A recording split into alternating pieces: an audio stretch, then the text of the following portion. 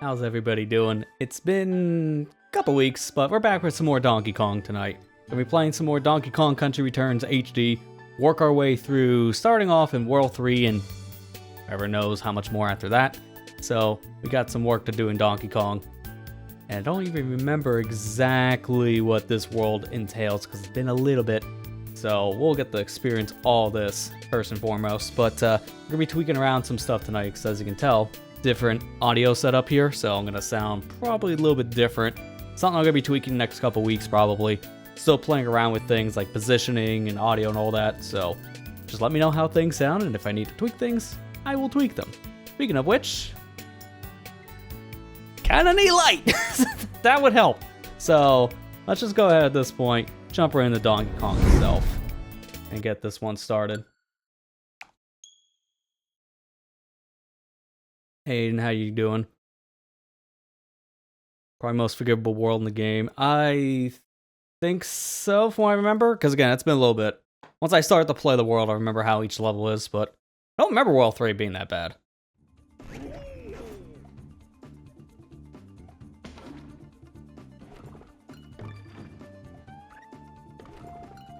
Alright, let's jump right in. While this is loading, let me pull up my notes I need for the puzzle pieces, just in case. It would help. There we go. Alright. So I'll just jump right into the mirror mode, just get this one started. 3-1. I at least remember the one thing about this world, and it has nothing to do with World 3 itself. I remember this themed area for the Special World stuff. Special World 3, or Special Level 3, I guess. I remember that one being one of the easier ones, but we'll get to that in due time. That's way down the road. Special World in this game is pretty easy. That was based off the 3DS version. It's the newer content that was easier, but the old content from the Wii game, that's actually difficult. Wow, I didn't even do anything, and I already have a number to put on the board. What is a hitbox?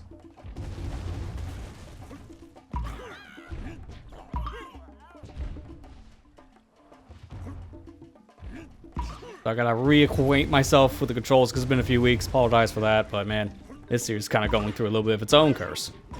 Hopefully it's a curse that's no longer a problem. I don't really want to keep on taking breaks from things. Actually, I think I could still get that. I just didn't want to take a chance with those enemies, so I gotta chicken down at the last second.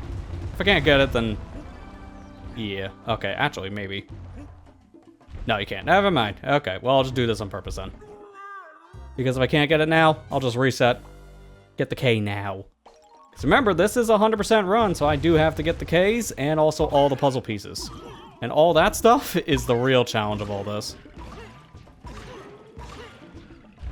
Do not bounce on that last guy. That will screw up my alignment. Make sure I can actually get the K this time. That is very important. Hey there, Kira. How you doing? This is on the classic scheme. As classic will give us the 1 heart. Modern gives you 2 hearts in mirror mode. Because you have 3 hearts by default in the main game. Man, that was close. I'm surprised I didn't get hit there. This is the probably single most tough level. Okay, well now I'm getting mixed messages on, oh, World Easy, also hard. It's like, I don't know which one is which.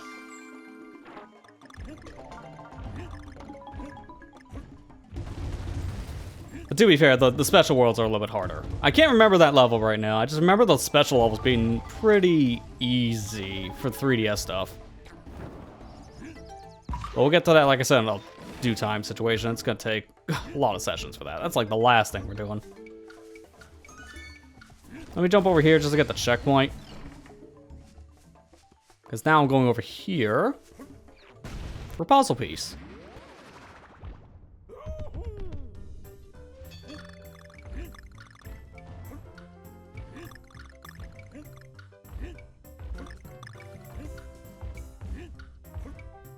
Dude, get the 1 banana. Why is it always the 1 banana? It's always the 1. It's multiple ones this time. Always that 1 that's near the top of these ledges. It's just a pain to get. All right, there you go. We're good. We're good.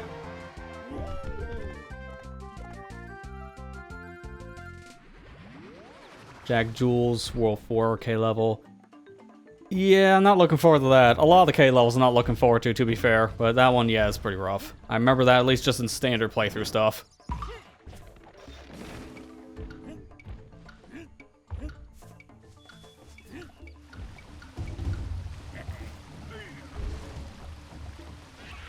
Never understood the point of having those DK barrels in mirror mode, because they do nothing, but now they actually have a reason to exist because of the modern mode stuff.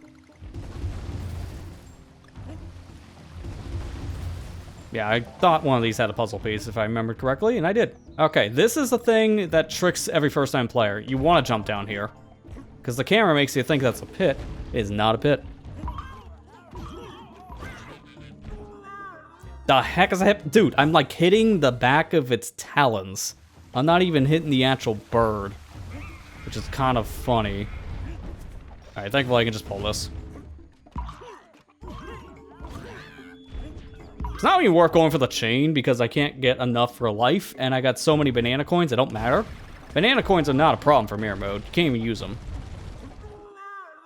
That I expected, because that always happens to me at least once.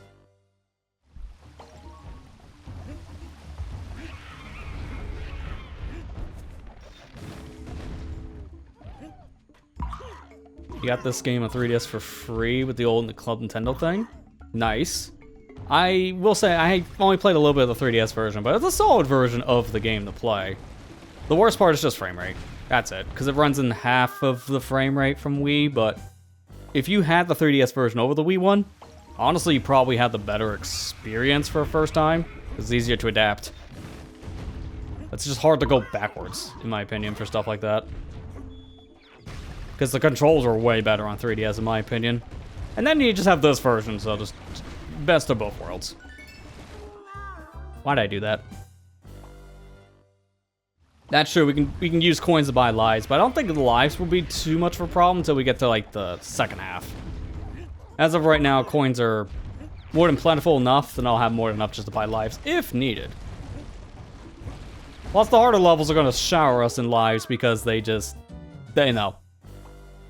If you have a level that gives you, like, a life right before a hard section, you know they had a hard time in playtesting.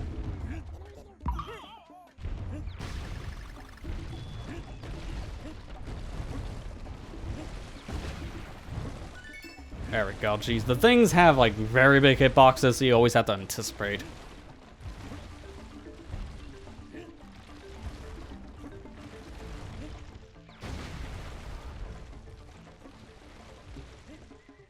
Okay, we're in the clear. Just got this one to worry about, which is not as bad. Just to be prepared for it. And there we go. How do I feel like I've missed something? I probably have.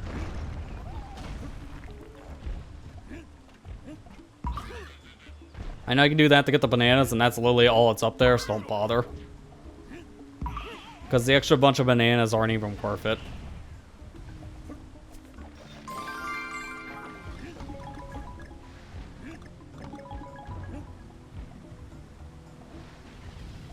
Can hit you from here, right? Yeah. As I did the last time. Okay, I don't know why I tunnel vision on that other one. I only saw one tiki head thing. I did not see the second. Hey, there's life. Just in time to get us the triple digits. Not a thing I'm proud of. But now we're here.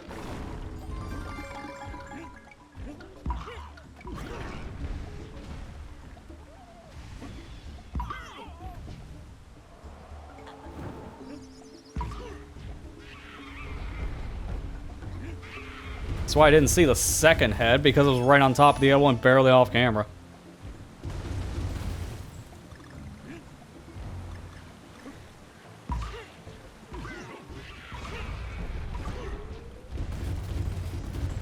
Yeah, I definitely missed, I think, 2 pieces.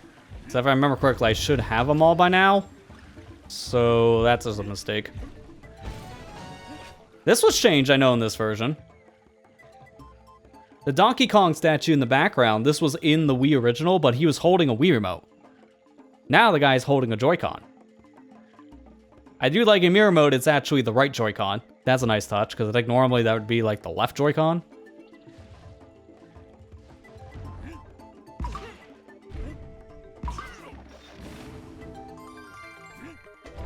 Okay, so I missed one. So let me see if I can find and reference which one that could have been. Before I beat the level, might as well just be right here. I might as well just check.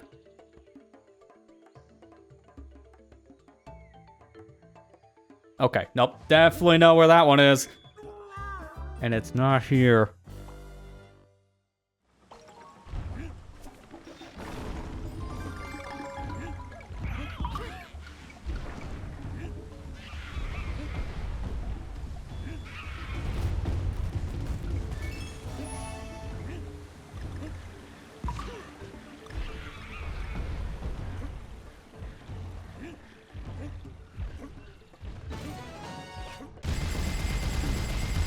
There we go.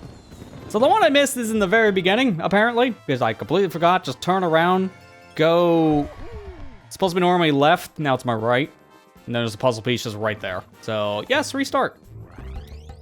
Because it's literally in the first 5 seconds. That you're holding a gamepad. I remember that, yeah. Did they change that statue that holds a gamepad in Tropical Freeze for the Switch version? Is he now just holding the Switch? Because I know they did that for the base model Donkey Kong for his idle animation. They changed it so he's holding a Switch while just like playing around now. So I think before it was a 3DS in Tropical Freeze, and they changed it to a Switch. Nice. Just gotta run through the level really quick, so that's not a great sign.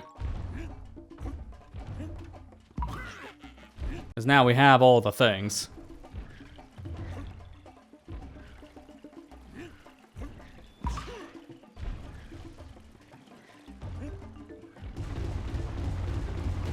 So older for some reason. Someone's gotta remember the Wii U, I guess.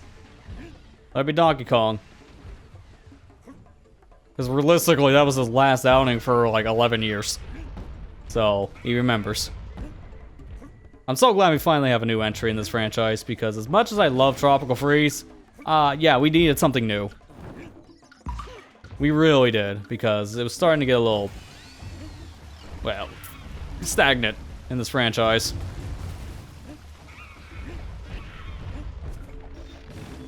And Bonanza's just doing so well, sales-wise and reception-wise. DLC's a little more hit and miss, but outside of DLC, it seems like everything else has been positively received for Bonanza. I still haven't gotten to that part myself yet, so I don't know how good or bad the DLC would be. I just hear it's like, it doesn't click with everyone, which is fair.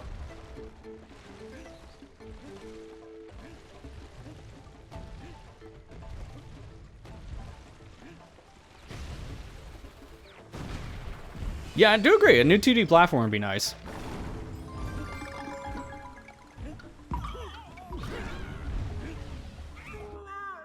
Didn't think I would hit that. Bad judgment.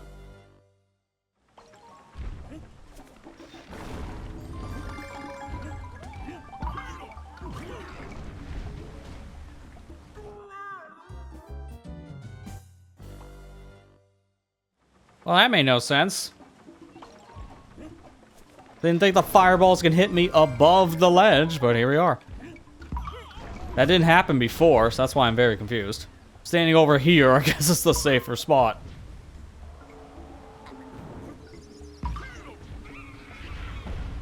Let the beginner trap fall. Let the second one fall. And now we'll just beat the level. Just a quick and dirty clear. And then giving back my life. Ah, just a little too early.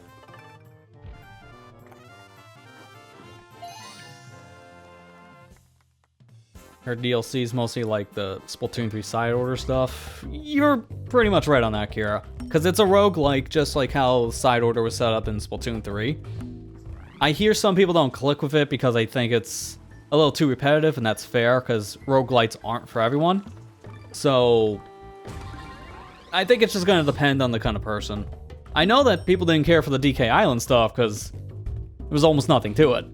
It sounds like that was supposed to be a thing in the game before DLC, but it got cut because it even looked like it was in like the game's overworld and such beforehand.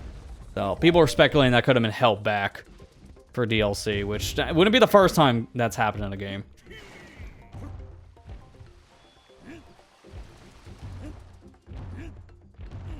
Trying to remember how to, like, I thought it was just, I think I just, yeah, do that. I thought I threw something at this, but no, just smack the ground. Oh, wait a minute. This is this a stage or is it like a minecart? Stage, okay. Why do I feel like this was a minecart setup?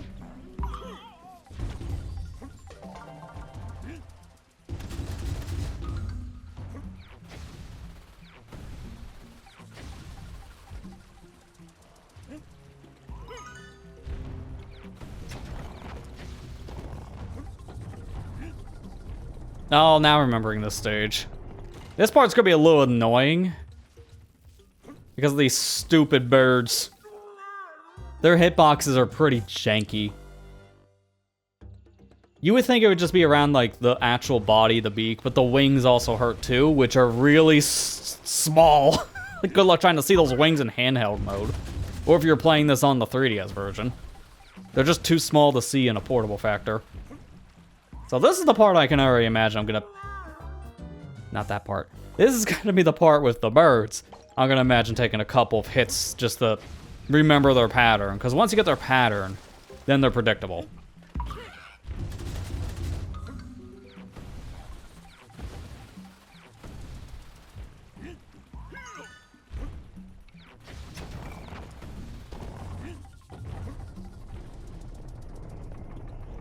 Yeah, on cave on the other hand. Yeah, the cave world is known for having too much rockets and minecart. There we go. Okay, so that wasn't that bad actually.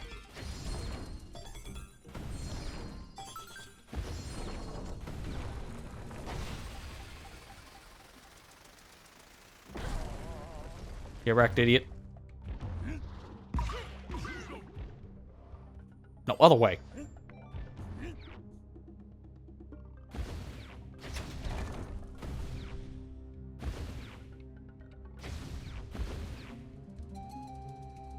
I'm going over here, thank you.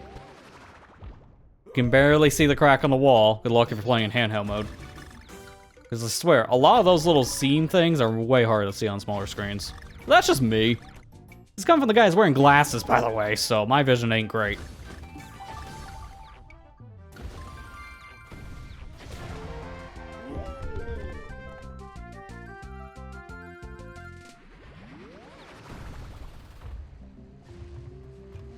On over here, tiki legs. Or I guess bamboo legs. Imagine if you actually had the tiki heads on there. That'd be sick in more ways than one. Cool, and then also actually disturbing.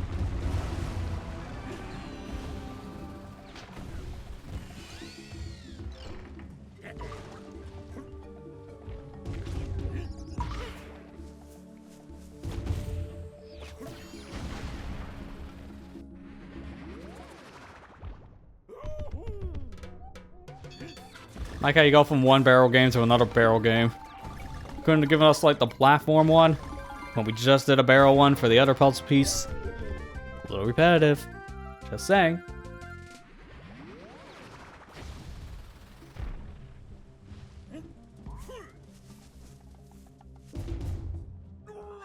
Nice.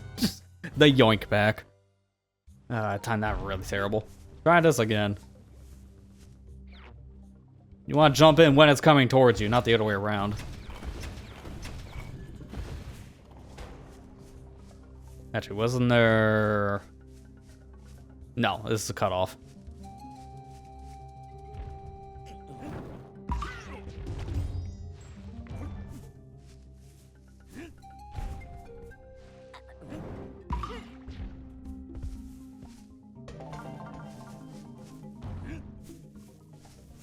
I love the remix of like the Ruin stage music from the original Donkey Kong Country for this. It's very subtle, but you can really hear the original game's melody kick in from time to time. To be fair, that song was very subtle to begin with its overall tone.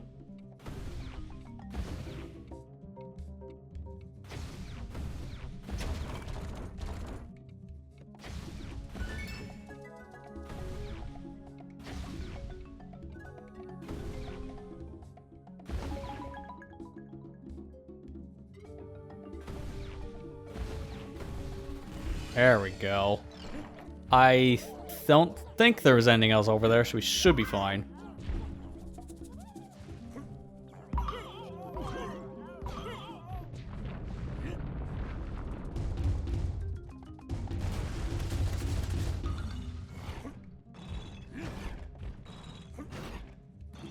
Yeah, that was a bad cycle. I'm gonna just try a different one. Yeah, this is much better.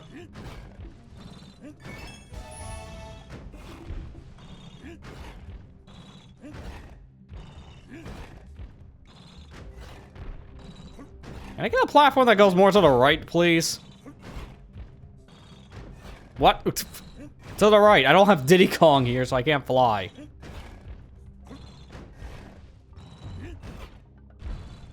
There we go. God, I had to do that in the most jank way just to get over here.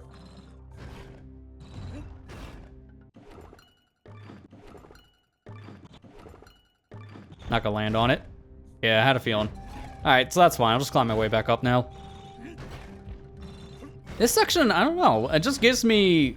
This is the Aztec Ruins kind of area.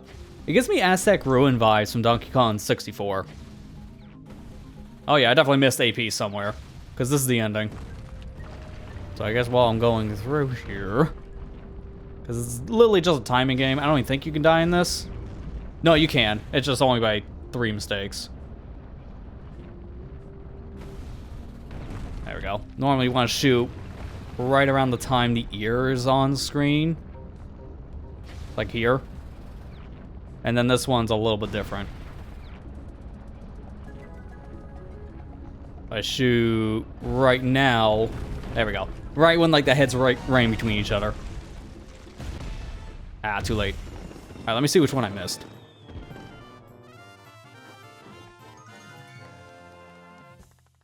Looks like it might be one of the last ones, actually.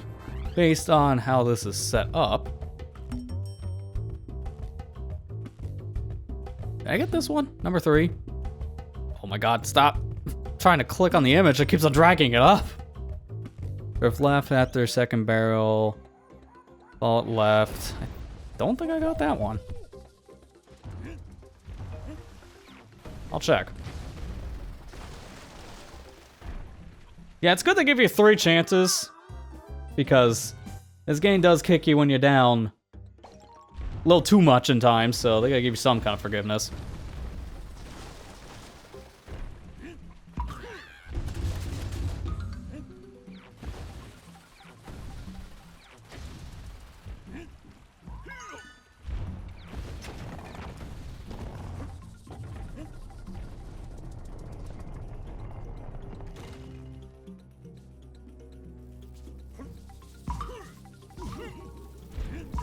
Yeah, I had a feeling, man. If I don't get the first bounce off correctly, then it all goes haywire.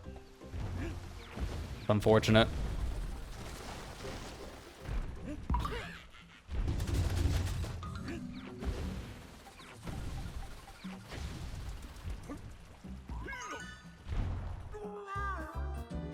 Like I made that last time. This time I did not, because that was just an undershoot jump. Just jump to be safe, idiot.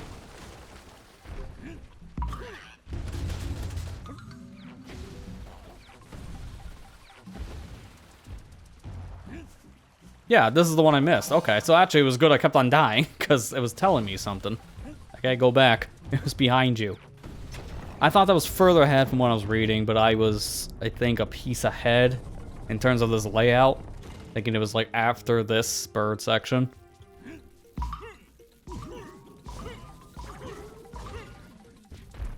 Really? Would have been a life.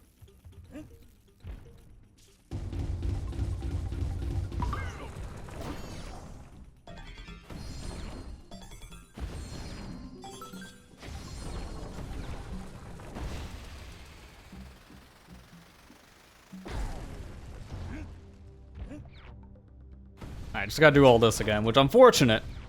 It's gonna take a while, because the stage isn't really that fast to run through. It's one of the longer stages in the world because of the cannon stuff.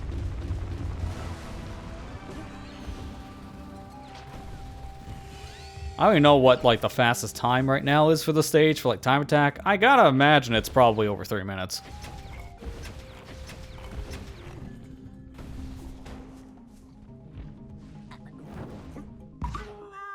Thought I could make that for some reason. Should have just rolled.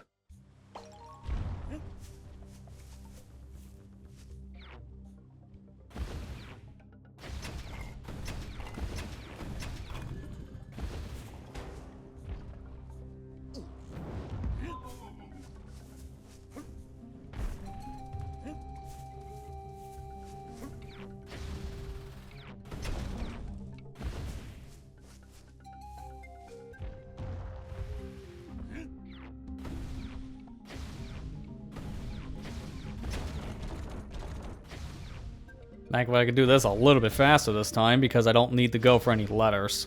That skips a whole section. And then it's just this again.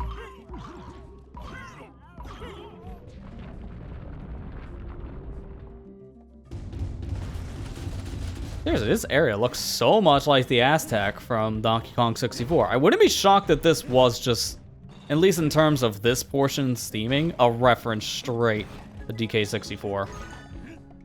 We really need to get that game on NSL at some point. It was on the Wii U Virtual Console, so it's possible to get it back. Especially now because of, you know, Kremling stuff. It's been worked out a little bit better between Nintendo and Rare. And while we're at it, Diddy Kong Racing would also be nice to have on NSL because that has never been re-released outside of its DS remake. I barely count that in that argument because it's a remake, so it's not one-to-one the same game. And even then, that was over 20 years ago at this point. So it's been a while. It's been a long time. Hey, Matt, how you doing?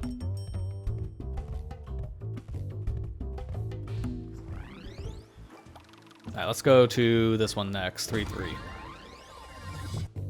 When I first played this on the Wii, I read that as Mash Blast, so I thought, gonna mash one of, like, the 3 face buttons on this Wii remote? No. Mashed. There's a T. It's kinda hard to see that on the old televisions back in the day. Button mash on a Wii remote's not fun. So thank God that wasn't the case.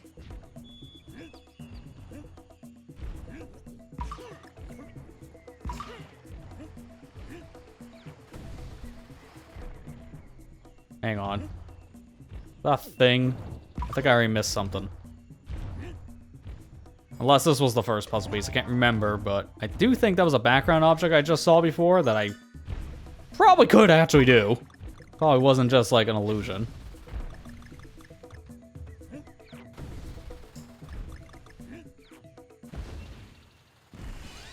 Oh no, this is like a repeat of the beach. Never mind. Come on over, crabs.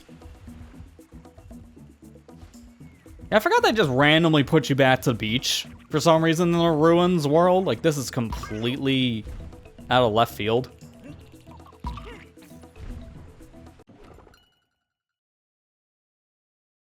Why? DK, you're on the boxes. Why? Just fell right off like an idiot. Well, hopefully that wasn't a puzzle piece in the boxes itself. I don't think it was, but gonna have to just go on that answer of I hope it wasn't. Oh, well, good news. We can try it again. If I don't have Butterfeet this time. Come on, dude. Seriously.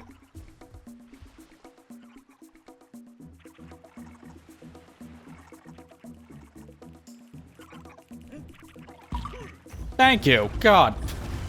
Yeah, that's what I remembered. So I was a little annoyed that I slipped off on the second attempt, which I still don't understand what happened.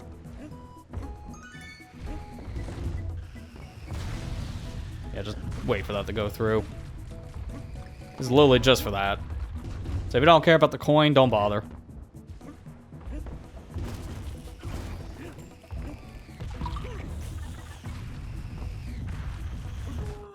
trying to remember, is there anything in that crate?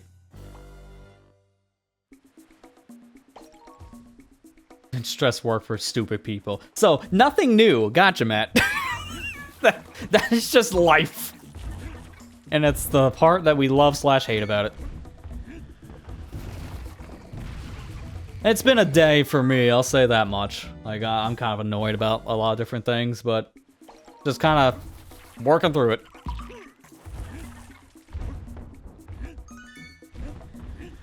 Alright, so don't bother with that this time. Instead, we stand here.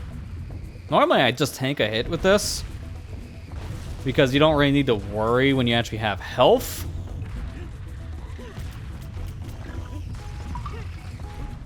Nothing over here, right? Yeah, that's just a fake out. Makes you think there's something over on that ledge, but there is no ledge. That's just water.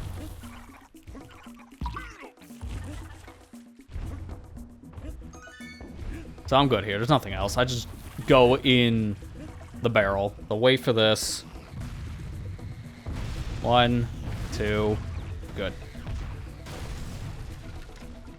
Stage is so out of left field. This makes literally no sense for a ruins world. It's almost felt like it was supposed to be in the beach world, but moved last minute. Probably because they didn't have enough levels for ruin. So it makes me think that this level was a restructure. Which, that's happened in games before. It's not unheard of.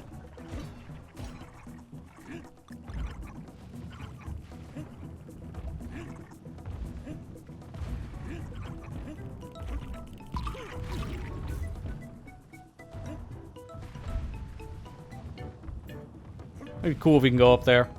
Find out what the cannonball room hides. You can't.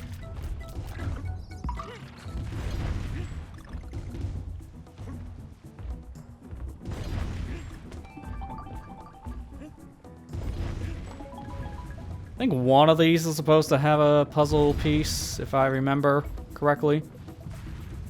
Might be a cannon further up.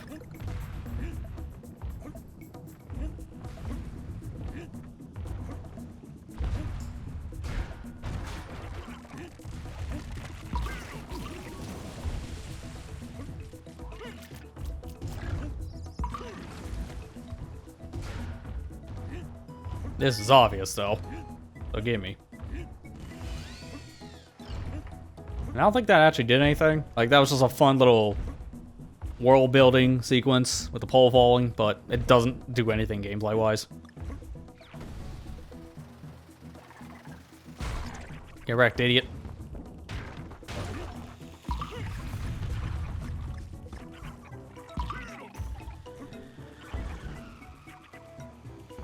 Oh, there's two of them! Someone really wants me dead. They double up. There's no reason for that.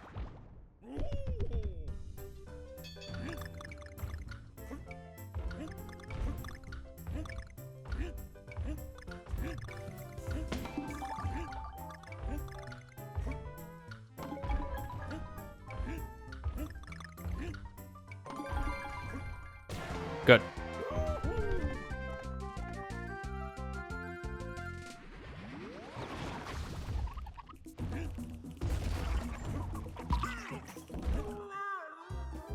That is why I was holding the jump button again, because I had a feeling the crab was going to hit me. I did not want to get hit by the crab. How many more pieces do we need? 4, 7? Yeah, I'm definitely missing one. That is the theme for this run, I've noticed. But I'm not surprised. Because that's why I wanted to go into this without remembering all the pieces. And then I could just look them up later. I think it kind of just adds to the overall difficulty here of this run.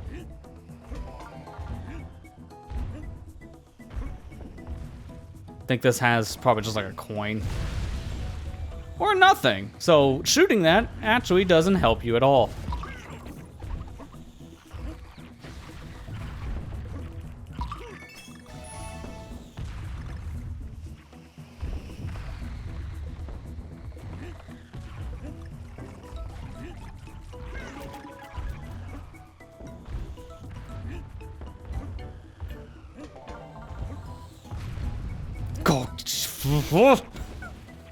Almost landed right on that cannonball.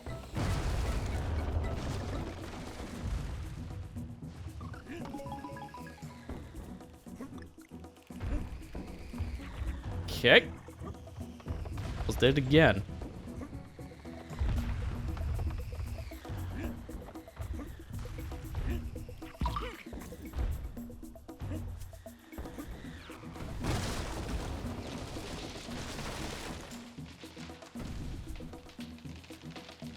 That's such a cartoon moment, because how would that make any sense?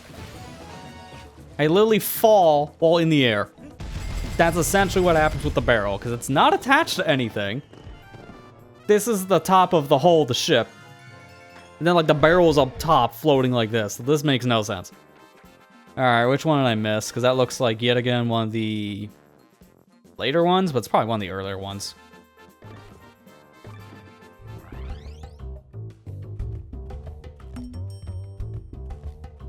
Okay, so I didn't miss anything in the beginning, because the first puzzle piece was just that dandelion.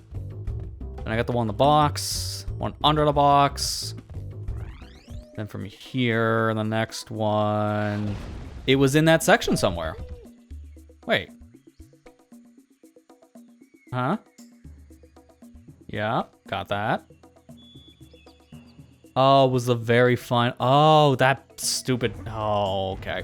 Now I'm mad. I probably should have just looked it up before I cleared the level. I thought it was in the beginning. It's at the ending. It's one of the boxes that shows up after you mess around with the pirate ship area. It just appears. And then you blow it up with a cannonball. So, it's gonna take me a minute to get back. So now I can answer that thing that you were asking. Why did I look away when I was sliding? That was my fault. Now I can answer your question from before, Matt. That's what I was trying to say before committing slide suicide. Yes, not yesterday. The day before, Monday. Yeah, it was a terrible day. Woke up to no water. And then a few hours later, internet goes out, and then power immediately after. Fun day. It was a horrendous day. Like, every service was out for hours.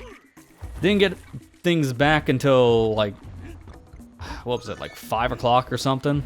Everything was starting to come back up without going out randomly. It was not fun. It was a really annoying thing, and it was really just stressful, because it was, like, around the 1-year anniversary mark of when, like, Hurricane Milton came through the area, which was a thing I dealt with all of last year during October, of having no power, running water, and all that. So that gives you anxieties. That's not fun. It's been better since. I just wonder what the heck happened that day, because it wasn't just this area. It was all of Florida, apparently, that was hit with a power issue. The water thing was unrelated. It was just a horrible timed coincidence. Because what happened with the water is someone hit the main line in this area, which I don't know how you do, but someone hit it with their car, from what I understand. So, yeah, the main line had to be fixed. So they had to shut down water for, like, the whole county, which was annoying. And that took a couple hours. But I don't know what the heck happened with the power thing. Like, that one confuses me. I think that's why, like, internet was going in and out, because it was related to the power grid. And nobody understood what happened with that.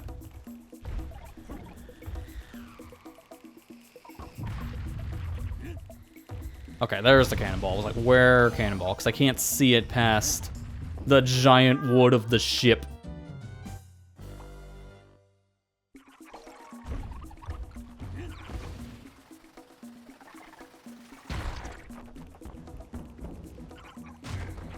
Did I do time trials on this file? No, this is like the one thing we're not doing. So I guess I should explain that a little bit more for the rule set of what I mean for 100% mirror, because it's the same thing what we did with Tropical Freeze, but to elaborate for 100%, I'm meaning 100% of collectibles in the level, which would be comm pieces and the puzzle pieces. Time trial is a whole separate thing. On this file, I haven't touched time trials at all. I'm only gonna do the time trial stuff for my own personal sake on, like, the modern file I made, and even then, I only did time trials up to World 1. That was it. After World 1, I stopped. Because it was a good challenge to have to myself, but it was just repetitive, and I knew I was coming back to play this again for the challenge run. I haven't really done much of time trial in a couple months. To be fair, going through all of World 1 was the most I've ever done with time trial, period. Time trial for this kind of a game doesn't really interest me. I'm more interested for that kind of a thing in like Mario Kart or Sonic Racing or something. You know, a game that actually has a reason for you to improve because of the multiplayer component. Here you can get better by doing time trial stuff, but it's not really something that's like that easy to translate into just playing these levels normally. So it just kind of feels like a different beast. That is the one thing we're not covering for this, because there's just no point. Nice.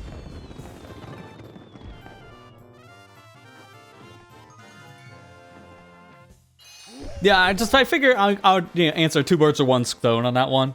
For people who wonder if time trial is applicable to this, and also for personal. Because yeah, most I've done is World 1. And even then, I think I've gotten...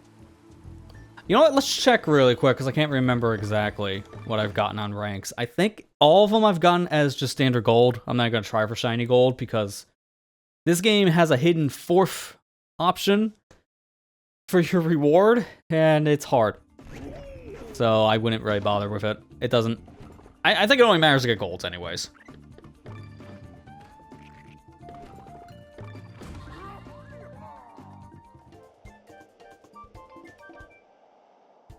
So this is just for my own personal sake. I wanted to see what exactly I've done, because I can't remember if they're all golds. They probably are.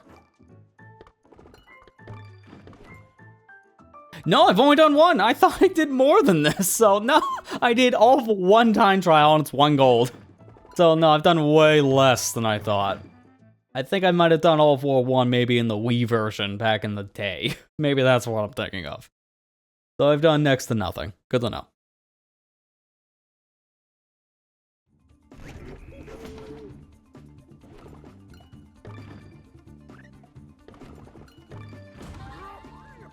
As you can see, based on how this adventure's gone so far with the percentage on the file, mirror mode is where you actually get your proper percentage bump.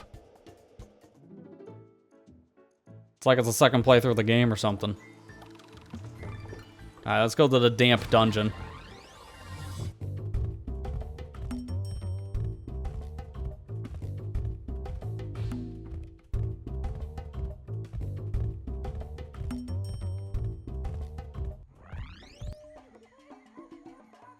I'm gonna just pull this one up, just in case on my list. Have it ready. Something tells me I might need it. I thought I remember this level just going into it, so I hope I don't actually need the list.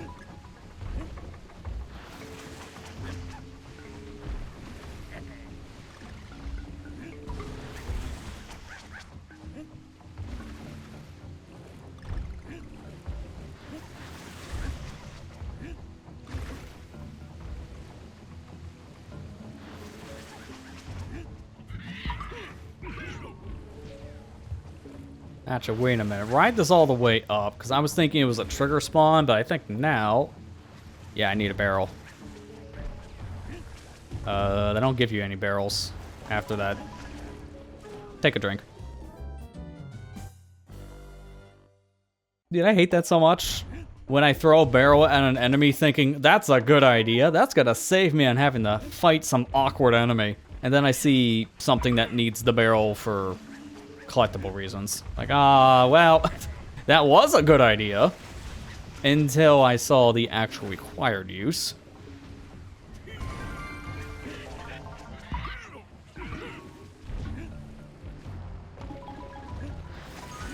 Nice roll jump. I got that off of the mid-air.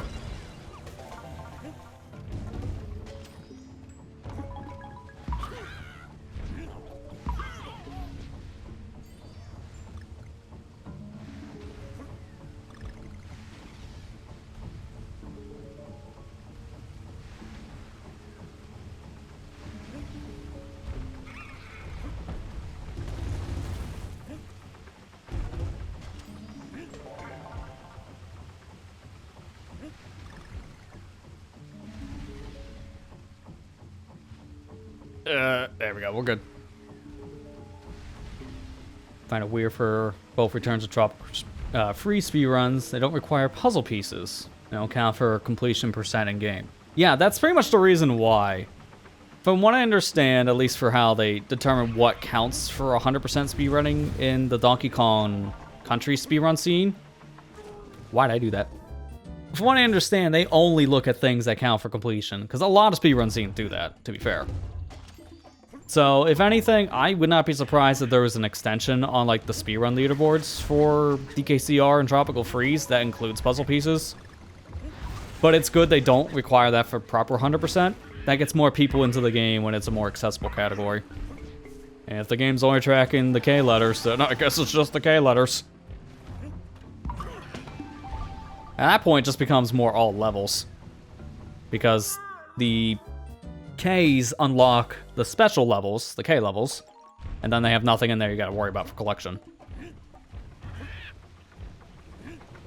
But I guess, 100% sounds better than all levels.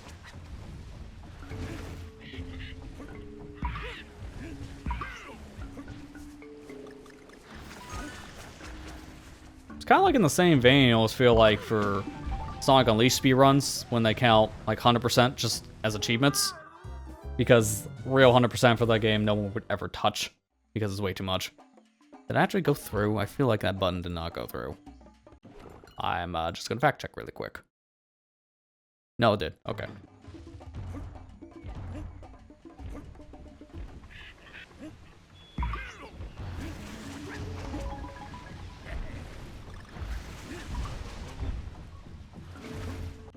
Actually did. No, it did not. I knew it wasn't crazy. I had the stream on replay. Which is funny, because I can use the YouTube stream for that, but now I can also rewind the Twitch stream. And I have a love-hate relationship with that new feature. So, for those unaware, Twitch now has the ability that YouTube's had for literal years for their streams, where you can rewind the broadcast. There's a catch. It's only available right now for some channels. Mine seem to just gotten the access. But the other catch is, for you, the viewer, you need to be subscribed to the channel. So as of right now, if you want to rewind my stream, I know that's what clips are for. Most people just do it via clip. Or just go to the VOD itself on the channel. But if you want to actually rewind the player, you need to subscribe to the Twitch channel.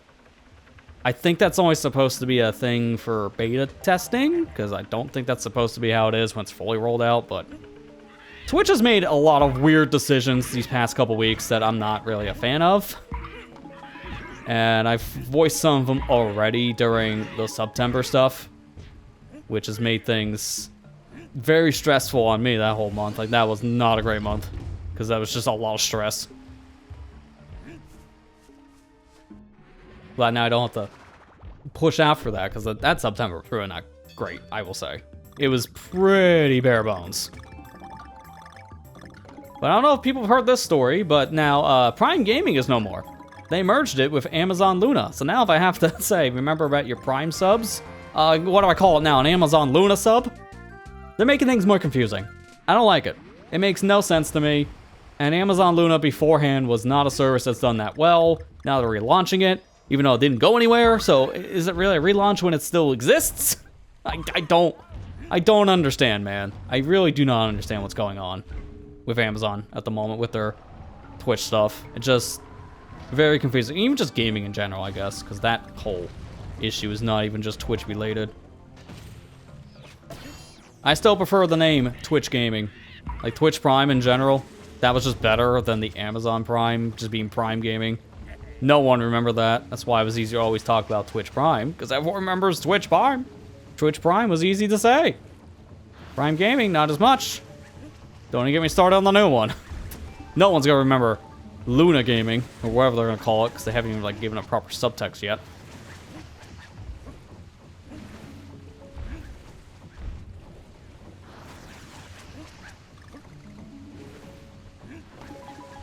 Just gotta hold this. Hey Amber, how you doing? There we go. Oh, you've got the flame guy. Perfect.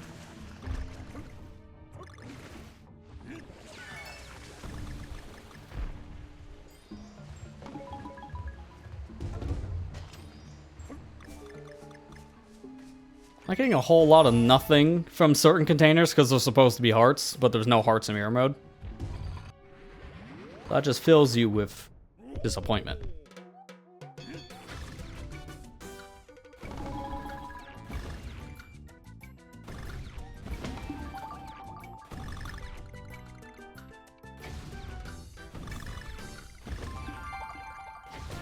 Good. I was focusing because I didn't want to shoot in the abyss for no reason there. Alright, cool. Tired, alright? I mean, that's good to hear. I could be doing better myself, but yeah, it is what it is. Just gonna de-stress by stressing myself for Donkey Kong. Probably not the best idea, but here we are. It's been a bit. I don't want to put the series on hold too much more. Wanted to get back to it. I do have all the things. Ah, a little too late on that jump. That's fine.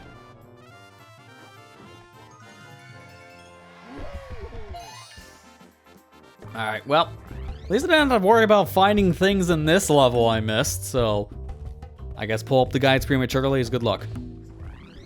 With that said, I'm clicking 35, because I don't want to miss anything else. Oh, itty bitty bitters. Is this the level? No, this is not the level I'm thinking of. I'm thinking of a later one where you get chased by a bunch of spiders. I don't think this is the level, but this one I remember also being kind of annoying.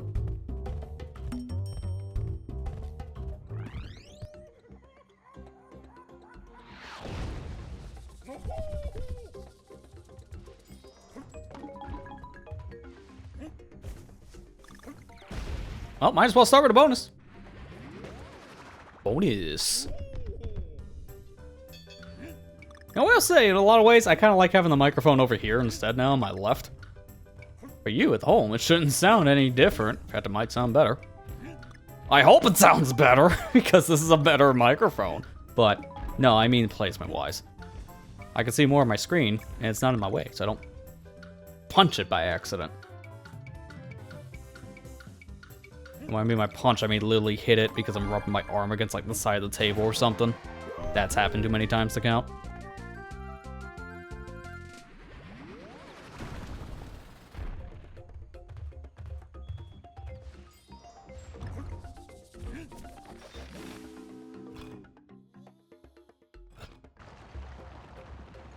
So I open up, I know people are home.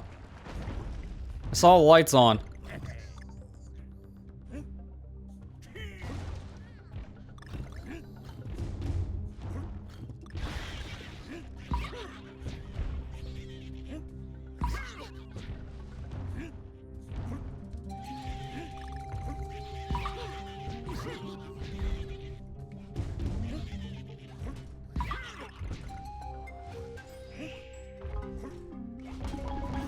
I really feel like that should have been more than just 3 coins. But also, it was kind of an easy secret, so I can see why it's only 3 coins.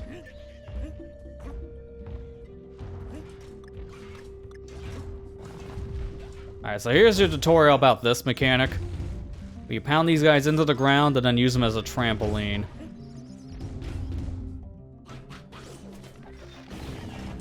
Thankfully, I only need the letter, so I'm just gonna leave them alone.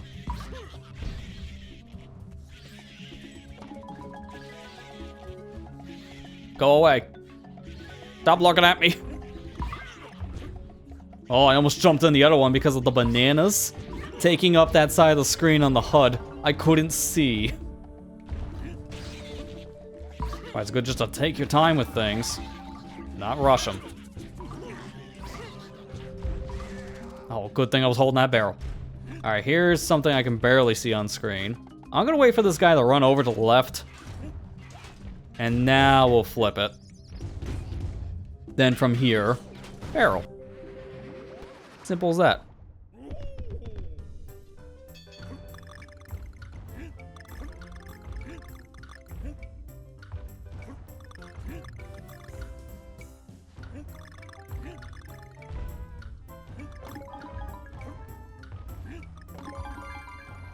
And good.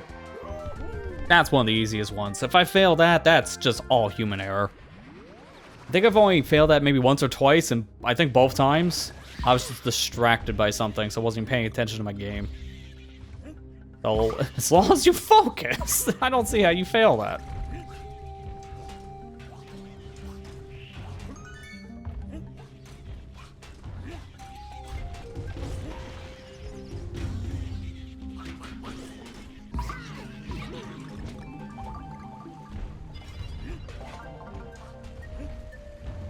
Give me that good, sweet old checkpoint.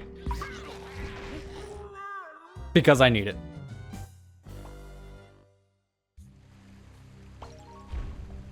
Enemy screens are horrible platforms. I will say, yeah, this game is pretty difficult. So, if you're familiar with other platformers, this won't be as bad. But thankfully, if you're playing this game first time around, I think it's actually pretty okay.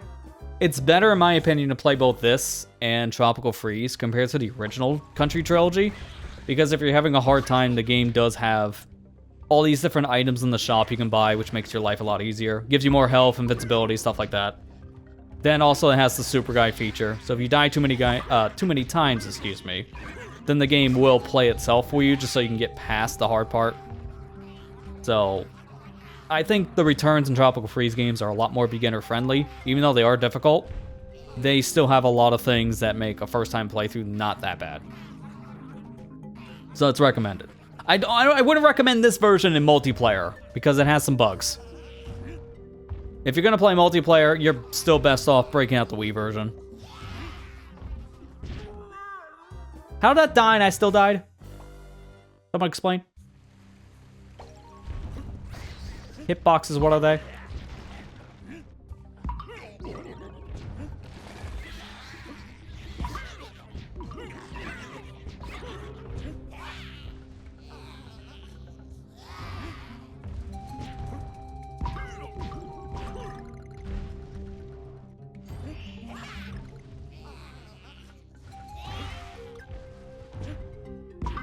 There we go, much better. See, what's daunting about fighting these guys is I have one heart. So that's not ideal if I make a mistake. And yeah, guess what I'm gonna do? Yeah, get the end now.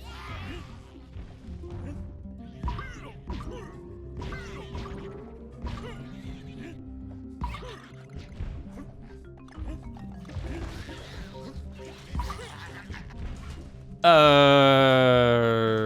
don't know if I can make that jump anymore. I think I need the enemy here or they get up there. Oh, crap. I'll try it.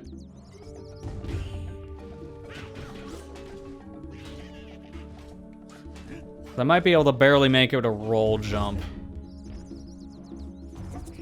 Okay, yeah, I did just barely make it, because I remember that being a puzzle piece. I think you're supposed to enemy bounce for it, but obviously that wasn't happening.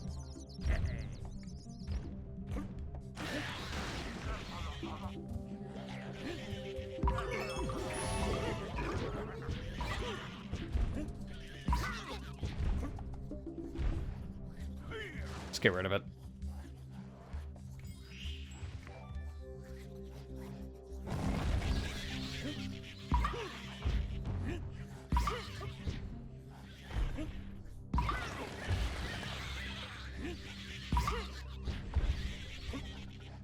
You can get a lot of banana coins for this whole room because of the whole bouncing combo, but really, I don't think I want to chance that.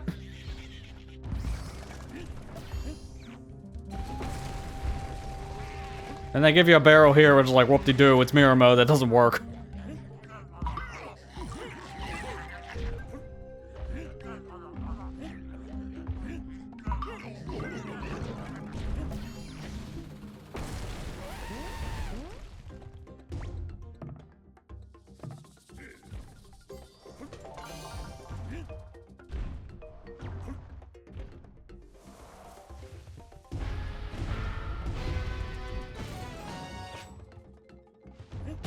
There we go. First try yet again. Man, that is a good luck charm, just pulling up a guide for the level in question and then just not look at it. That's been a trend.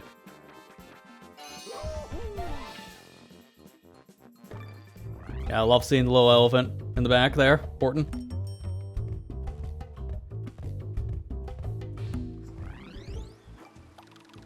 Alright, let's go now 3-6. Almost there.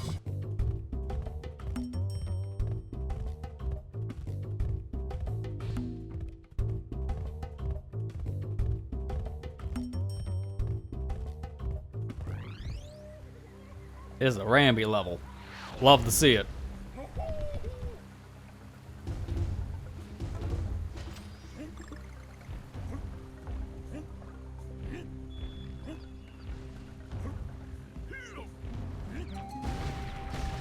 think it's just like a shortcut as well, so...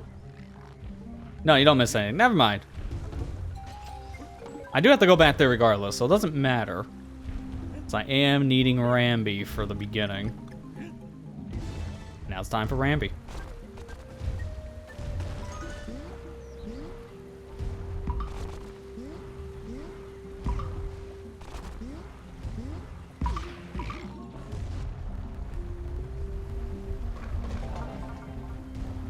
Thankfully, this level only has like 5 puzzle pieces. This one I remember not being terrible in collection just because of that. Although the K there is kind of sneaky. I remember as a kid having a harder time getting all the Kong letters in this one because I always missed that K.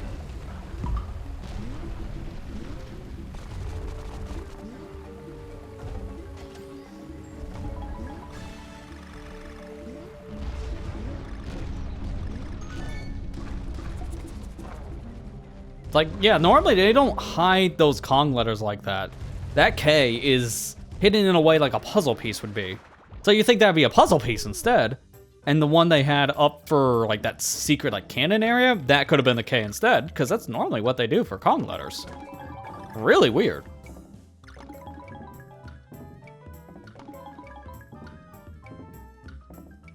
Come on, get down here. Thank you.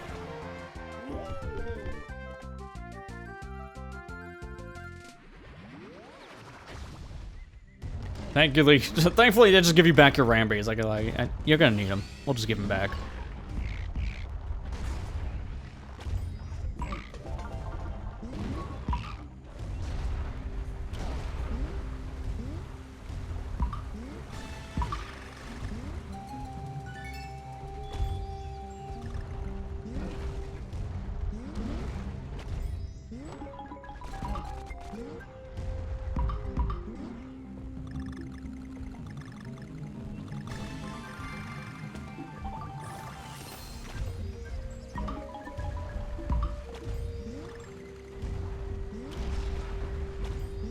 I feel like I should have found another puzzle piece by now, though. That's the one thing that's throwing me off.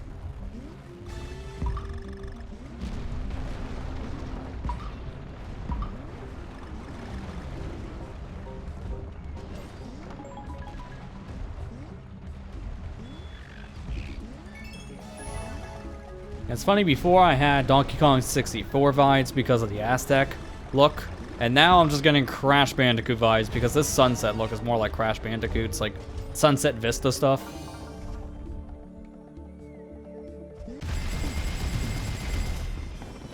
This whole backdrop just flat out reminded me of those levels in Crash Bandicoot. They're ruined levels. God, there was like one in the original Crash is just super terrible to get all the boxes. I remember, I think it had like a death platform on it or something. Like, you couldn't die, it was the problem with one of the levels. If you died at all, you redo the whole thing. Way worse than the original Crash when it didn't save your boxes when you hit checkpoints. So you had to do it all in one go regardless, which was terrible design. Don't recommend playing the original Crash Bandicoot. If you're gonna play that game, you play the Insane Trilogy version. It fixes so many problems of the original. This is the boss. I don't want to go here yet. I was so focused on talking about the Crash stuff, I completely tunnel visioned. I want to go the 3K, not 3B. 3B is in a minute. We do the K's first in this house. The original had charm. I mean, it did. H like milk charm, but it had charm. The biggest problem, I think, with that game just in today's modern take, because Crash 2 just did so much better. If Crash 2 didn't fix all the problems of the original Crash 1, then I don't really think that would have been a thing that anyone would complain about, because it was just kind of part of the franchise. It's still worth going back and trying it just to see how the original game started, but if you're gonna play Crash 1 seriously, it is just so much better for Insane. Crash 2 and 3, it's a more take it or leave it on like the trilogy versions or just the original PS1s. But the other way around for the original Crash, no.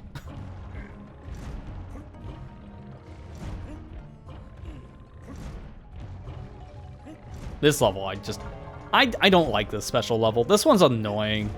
It's not terribly difficult. There are some tight timed parts in this, but it's a waiting game level. You make one mistake and get crushed, you're going all the way back to the very beginning, which is really punishing for what this playthrough is. Because I can take, I think, one hit here normally if I had 2 hearts, but I obviously don't have hearts.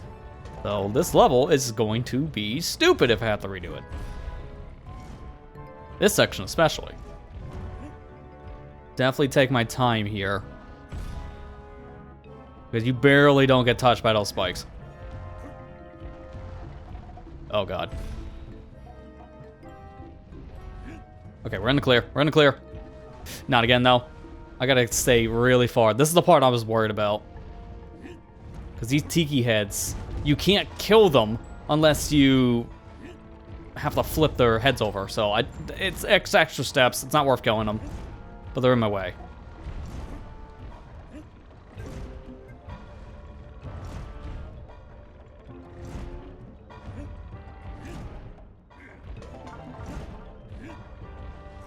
Alright, cool.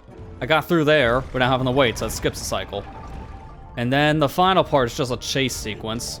So this part, you can't really take your time. You gotta rush it. Let's go, first try, baby. That stage sucks to redo. So I'm glad I didn't have to.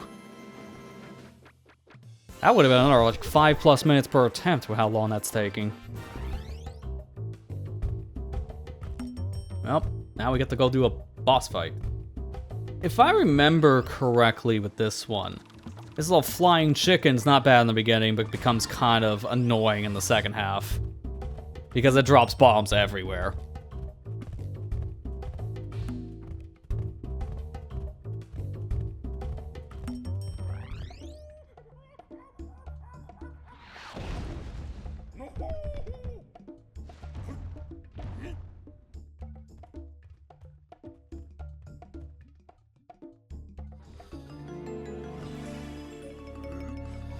Oh my god, it's an egg. Oh, it's a loud egg.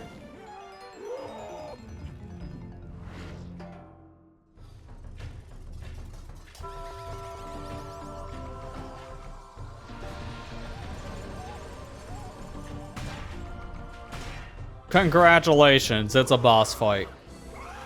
Waking up the bird very early in its lifespan. Because that was an egg a minute ago.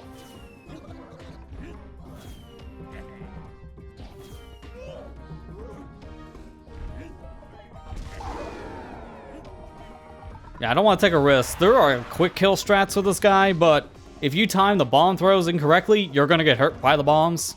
And honestly, that's the bigger problem in this fight for me, so I don't want to do that. Okay, wait for that other one. It's going to blow up the... Yeah, it's going to blow up the second one, too.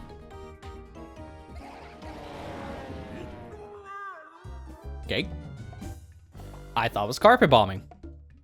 That's the carpet bomb noise, but he didn't carpet bomb yet. It's mad about being bored.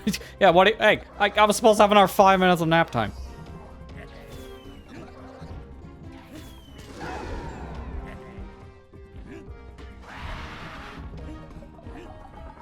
Can't reach him. I'm not even chancing. I had to get to like the far left. Dude, what? Look it up. I don't know how I dropped it.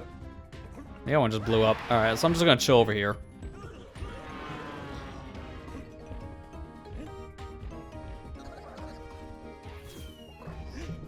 Get away from that. That's a fire blast. Nice whiff. Don't... Yeah, it's like, don't go back.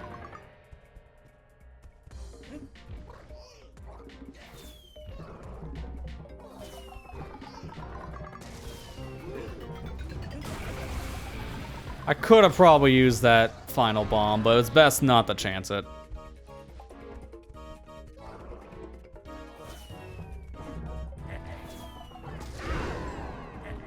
This could work. Get wrecked.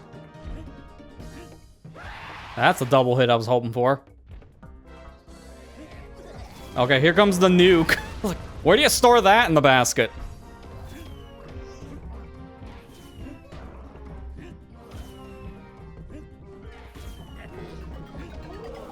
I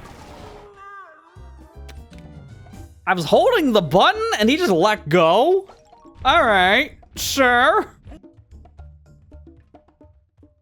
Don't know why that happened.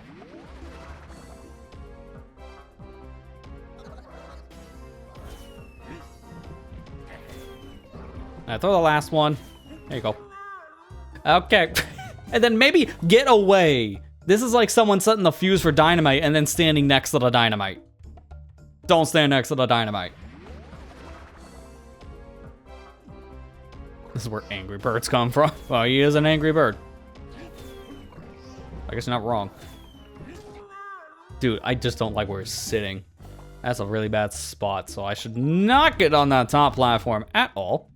Since he's in a really bad spot if I want to throw it straight up. I like, again, a lot of the bosses, this is where I'm going to struggle on bosses specifically, because it's just my playstyle. A lot of bosses, I like doing damage boosting strats. You can't really do that in this mode.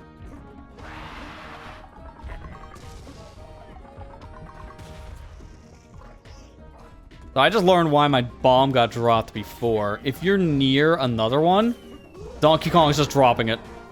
I don't know why, but he does. Sure.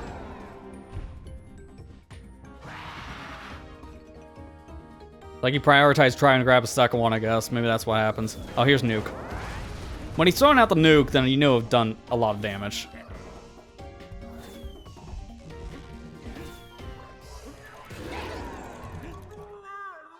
Thought you were gonna move fast on that because I didn't want to stay next to the other timed bomb coming my way.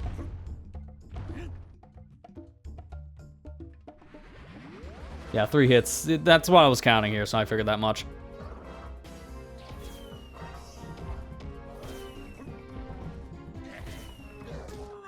Dude, seriously. Move. You're in my spot.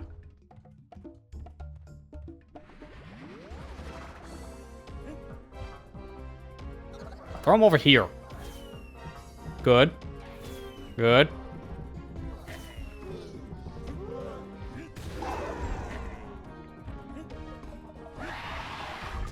Bad. A bad throw.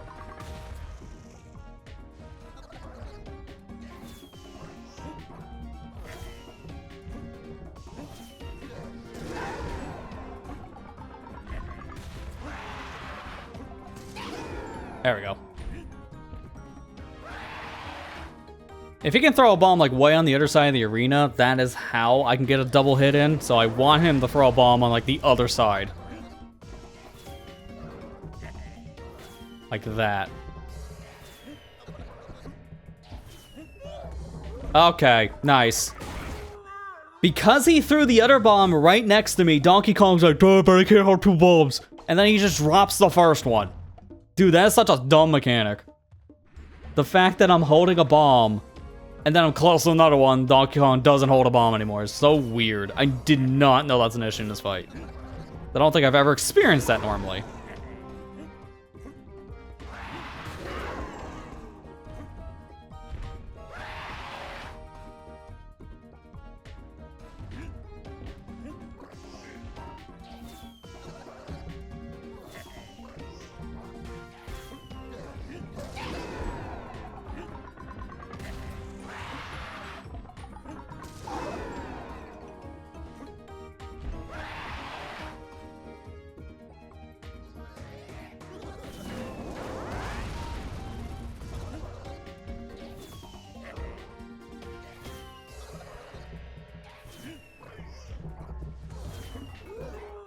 Oh, come on, I was gonna make that jump.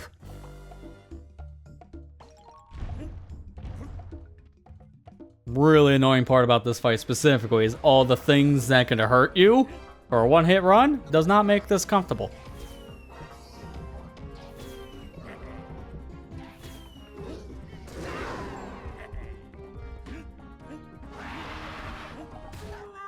Too close. Because that's what I don't like. This fight doesn't have that much room for margin of error anymore. And I remember this fight being kind of weird because of the bomb timing. So if you're not paying attention to the bomb timing as much or just how close you are to the boss, you always will get hurt. Which sucks for a one-hit wonder like this.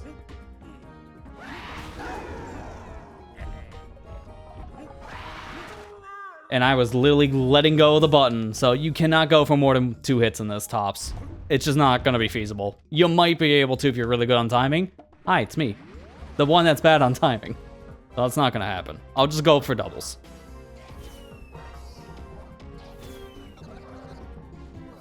Say, can you like throw a bomb here?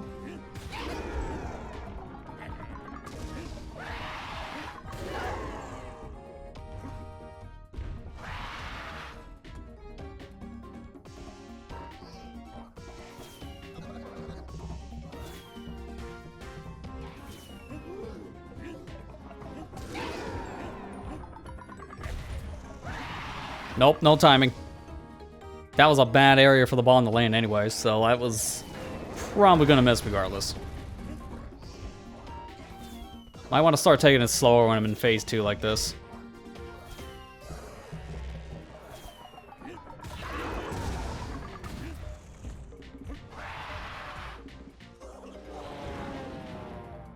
That was a little too close. Yep, knew that was gonna happen, because I remember this is the dive bomb part. This is the part I'm really not gonna like for one-hit wonders.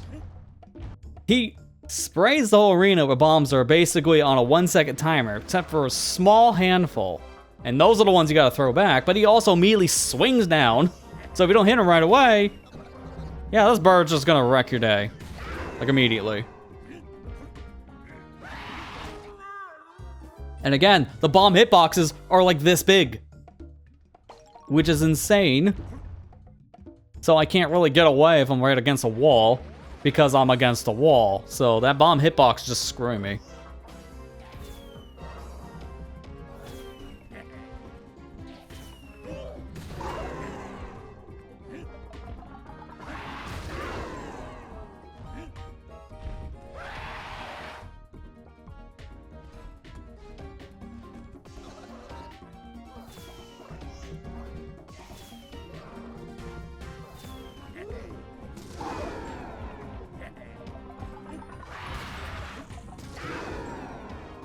I thought that was gonna hit me for a minute. I'm glad it did not. Because that bomb, I think, was a little too close. Alright, so send the nuke. Now we're just gonna focus on single hits.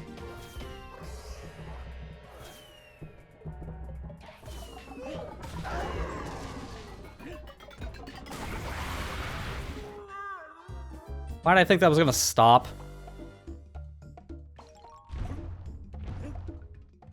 Flames don't normally walk up walls. Oh, I'm sorry, it's a video game. Anything's possible. My bad. I'm really not looking forward to later world levels for bosses, because this is gonna be a telling for the one I'm fearing the most, which I think is in World 7. That the final boss is gonna be kind of a pain to deal with too, because they're just really long fights. I'm not gonna go for the triple, because that's, well, not double, excuse me, because that's not gonna work.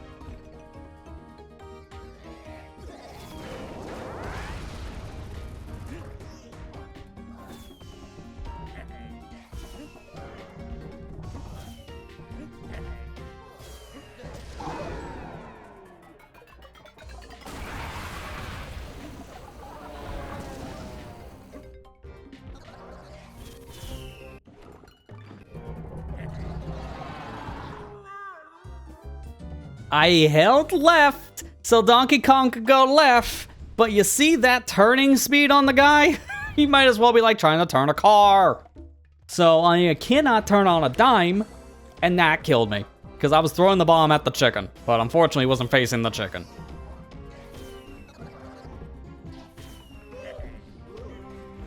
Nice.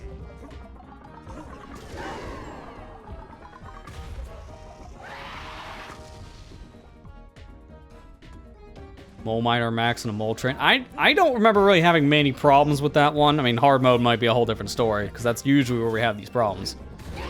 But in, like, the main mode, I think that's one of the easiest bosses in the game. As long as you can react to stuff, it's pretty forgiving. And also all the hearts. But again, mirror mode's gonna be a whole different beast. So I'll see.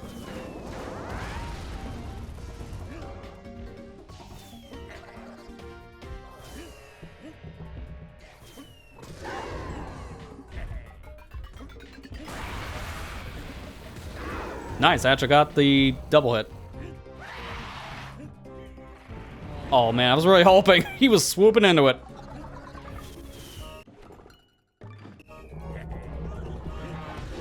There you go. See, I would have won last time if Donkey Kong actually faced left when I said go left.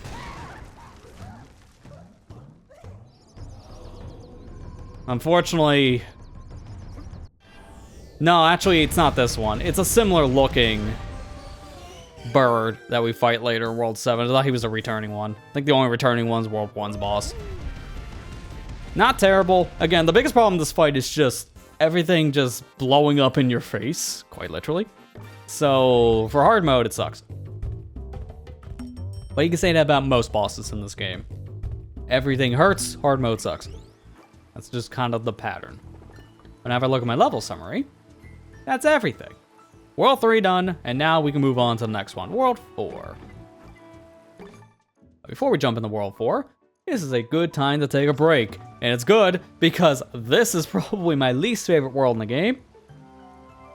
Not even because it's hard, it's just because it's just tedious.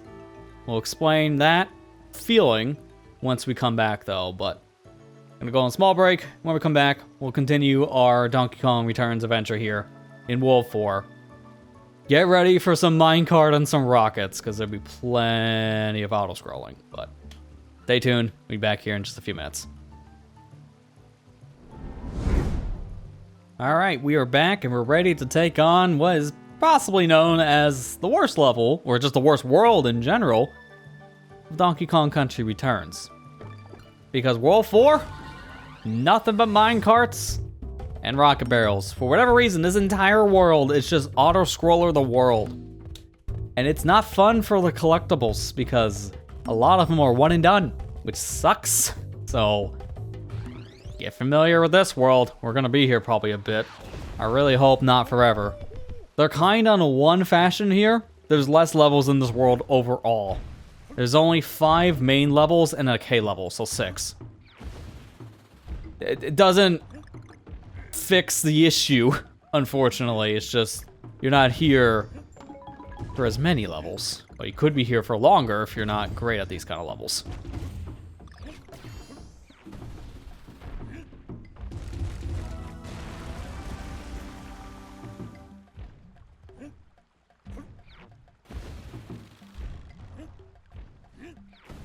Wasn't there like anything else over here?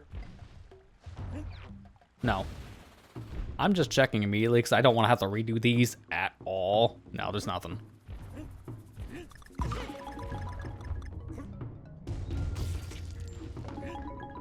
There's one level in this I remember very vividly. It sucks to get all the puzzle pieces because it's pretty precise on one part. This is not it, but this is gonna just show you what we're in for. So, yeah, get used to these. Minecarts everywhere. Minecarts and barrels. Collectible-wise, if you miss it, die. There's no way of getting it back.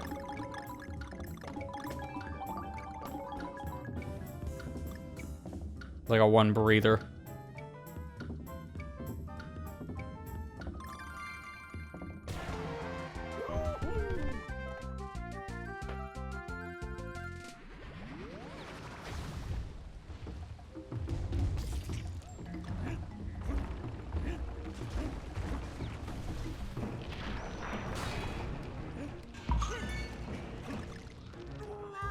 I was going for the bounce off of the enemy. Don't do that, just make the full jump. Well, thankfully, I could just go straight to that minecart again, because there's no need to get that puzzle piece. Imagine if you had to get the puzzle pieces every time you died. That would suck. It's like one collectible type you don't, and I don't know why that is the case, but there are also more of them in the game, so thankful.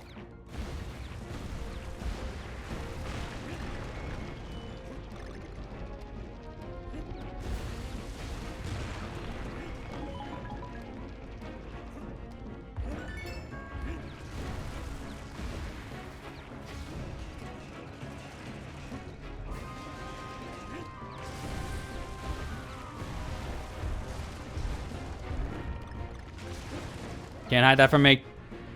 That's a very easy barrel to miss. I've had to replay this level before because I missed this secret. Very, very hidden.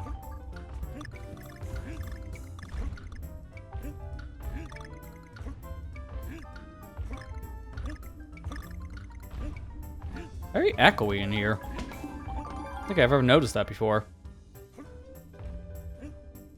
Yeah, when you jump, you can really hear that reverb. To be fair, this is the first real time I'm playing this game with headphones on. You don't hear that reverb as much on like a TV speaker. Well, I guess depending on your sound setup.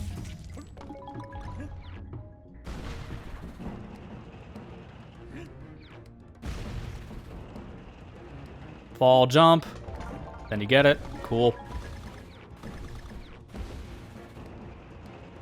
Give me G. Which one did I miss? I knew that would happen, which sucks on these levels because they're long. It was in the beginning. My collectible sense went off in the beginning section, but when it didn't show up right away, I thought, oh, there's nothing there. I'm just overthinking it. No, there's something there.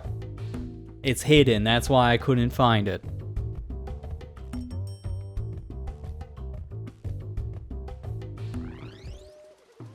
Is a cave. Yeah, I know that. I'm just saying you don't hear that reverb that much if you're playing on like speakers. Because it's a subtle reverb. It blends in with the music. So right here, pay attention to this specific area.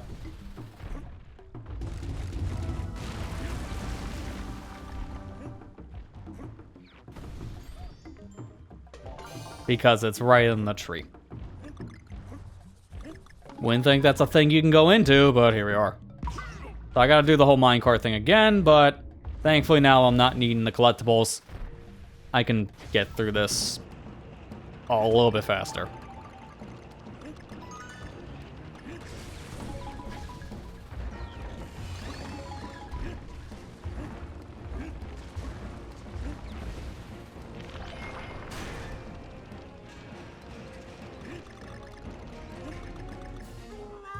Doesn't mean that kind of a stunt is not going to happen. You can easily undershoot these jumps too, which is the most nerve-wracking part, I feel, for jumping between minecarts. Because it just feels like it's harder to jump between minecarts like this than just jumping with the minecart itself. I don't know if it's just a me thing or if that's legitimately harder in the game. I have no idea. But I've always had a harder time jumping to a different minecart for levels structured like this instead.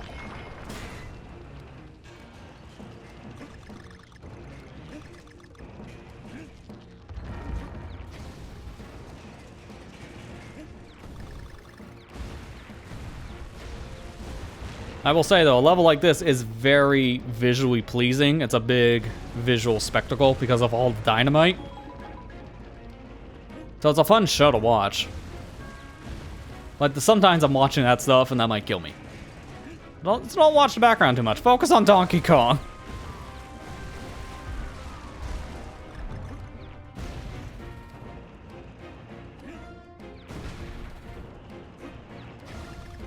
A little bit of a cannon skip there. I think you might be able to jump into the very first one, but it's worth not risking it. And then give me that DK. Or KD in this case.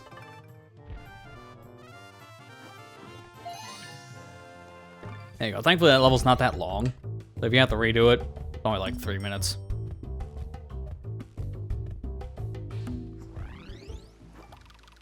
Next. Can't remember if this one's a minecart or a barrel. I think this is in our minecart. Actually, no. Based on the name, I think it's a barrel. I'm just putting my bets now. It doesn't matter. Both are auto-scrollers. So either way, we suffer. Does actually have some platforming. Okay, no, if that's the case, then I think this is a minecart. And there it is.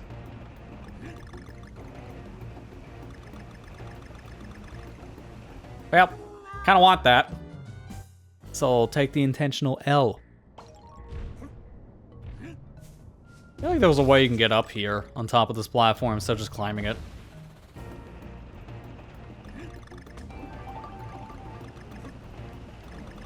Well, it's another thing I don't like about jumping between minecarts. You can sometimes phase through them because you didn't get the right angle. I wasn't high enough.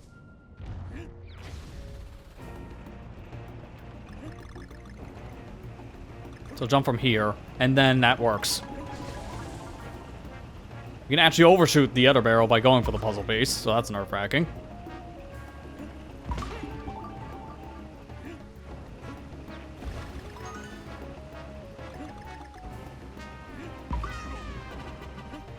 Turn around, because that is yet again a thing you can easily pass. Not only is it a hidden barrel, but also you can easily jump over it.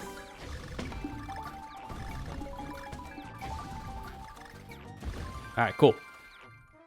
Give me that puzzle piece.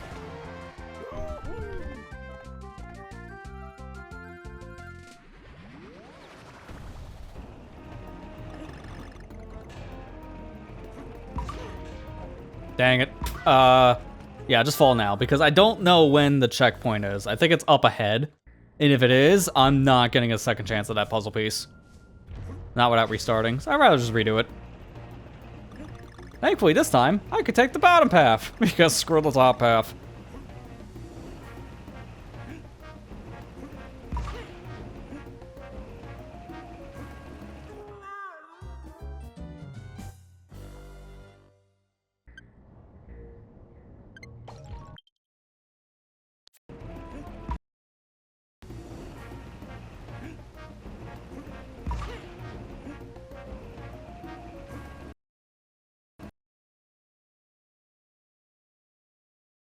How? How? Also, nice pose. Like, he looks like he's kind of like a spider almost. But how did I go right through both of these dudes? And more importantly, how did that not count as a bounce off? The heck is a Hackbox, dude? Seriously. You good enough? Sorry, you weren't good enough. Because to me, I don't know, but maybe hitting him with my hand should be good enough to bounce off. I'm just saying.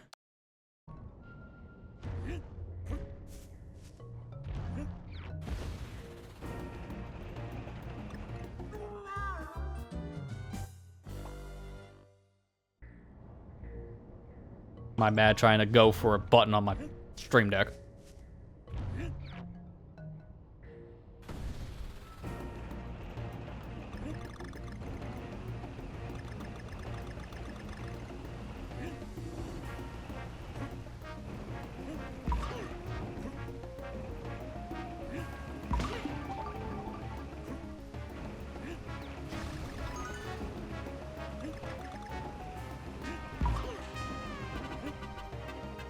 Nice overshoot. I had a feeling that would happen during one of these attempts. I mean, I phased through the one for the puzzle piece in the beginning of the stage, so I'm getting all the missing minecart jumps today.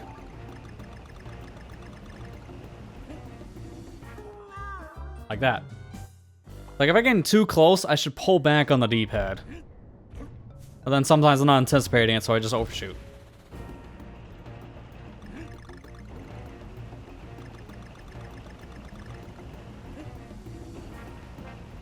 Like, you can see when it's auto-correcting, getting DK on the barrel too, because they do have a little bit of like a homing radius to them.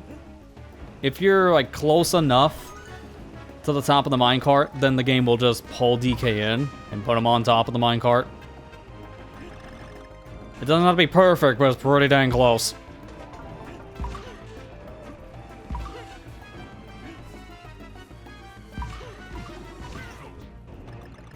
Wag.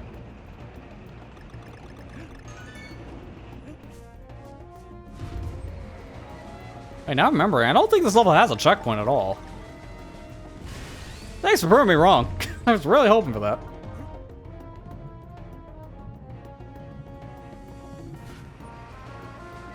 It just takes so long to get to it, you kind of realize, oh, maybe I should have put that a little closer. Because they put the checkpoint near the end, which is insane. This level does feel like it needs a second checkpoint somewhere else in between those two. Beginning and first checkpoint.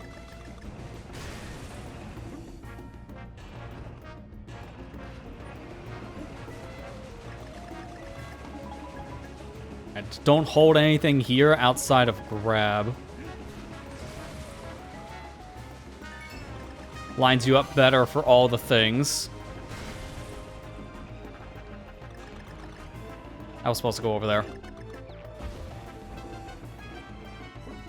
I'm just trying to see what else. Yeah, because that's for the G.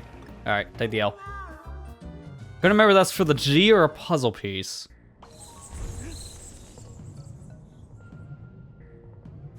What am I at the pieces? Okay, yeah, I'm good. So I just need the G. So I already know where the N is, obviously. At least I don't have to redo this level because I'm not missing anything by the time we're done. That's gonna be good. I like this concept. I wish the level just had another checkpoint because of how long it is, but the level itself is really cool. I don't know why I jumped early there, thinking maybe I should just grab up top. Maybe I should stay down here. Oh, I'm dead. When your mind thinks of 3 things before it can decide on one.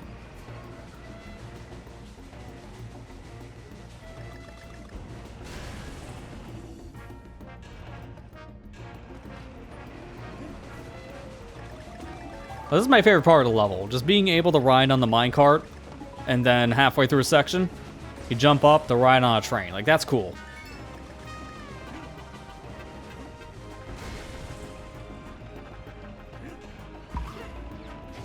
I almost didn't jump there, so I almost missed this G again.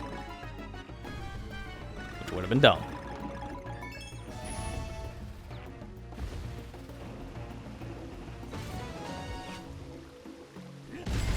There we go.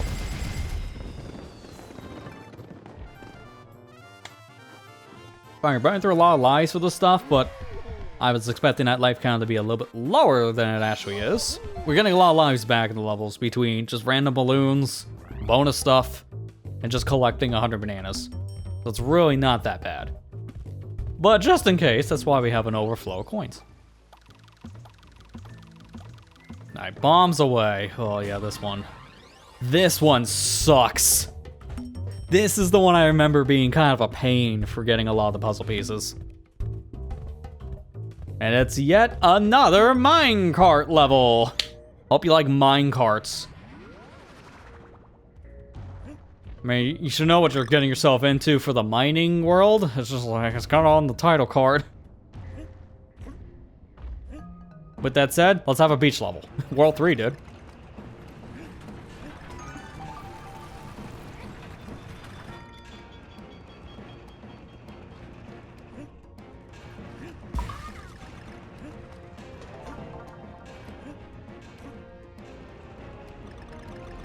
Alright, here's the part that sucks. Right here. Jump. I got it. First try. No! That's the problem, though. Because I forgot that comes up immediately after. So, double-edged sword to the first try. Now get a second try. This O sucks. Who thought it was a good idea to put this right next to the crystal is beyond me. Because it is very, very tight to get that jump so you don't hit the crystal, but also get the O. It's really terrible. You gotta hold down the whole time to duck, and you have to have good timing, because if you jump too early, then you die. It sucks, dude. It is like the worst letter in this whole world, excuse me.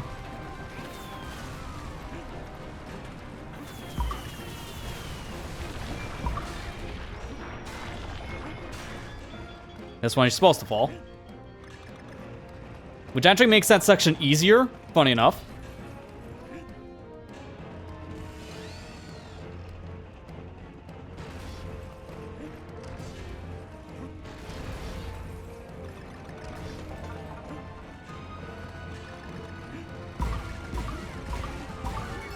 Barely got it.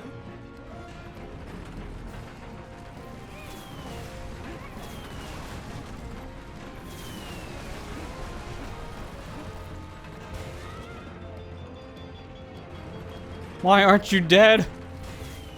Now you're dead.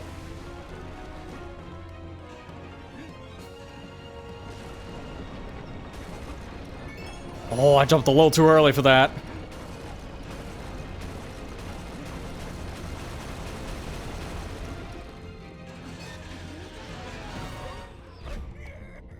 Get me out of here. Let's go. I think that was first try. Minus forgetting where that one puzzle piece is. That was a clean run. Like, you gotta admit, that O sucks. Like, no matter the kind of skill you have, the hitbox for that ceiling is pretty wide. And I usually clip that, even when I'm ducking. So getting that O twice in a row is really, really good. This stage went way better than I was anticipating, because I expected to be here for a while. I'm essentially saying that's first try because we did the whole stage first try. I only took a death intentionally. So, good. That is what you want.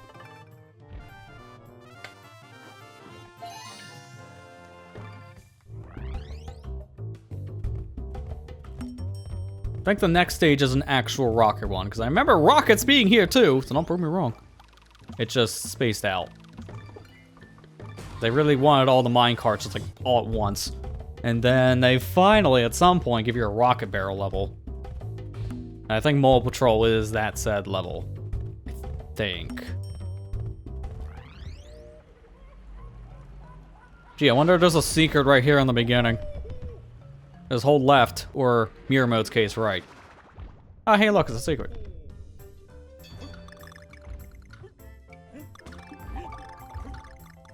Some of these are a little too predictable at times, I will say, but I ain't complaining when it's a level that is like this. Because this is gonna be an obnoxious level. There we go.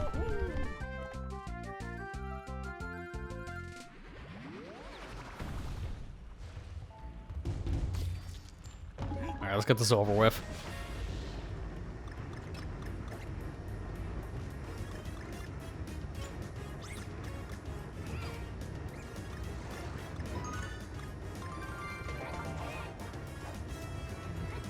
You know it's a hard level when they throw a random balloon in the very beginning of it.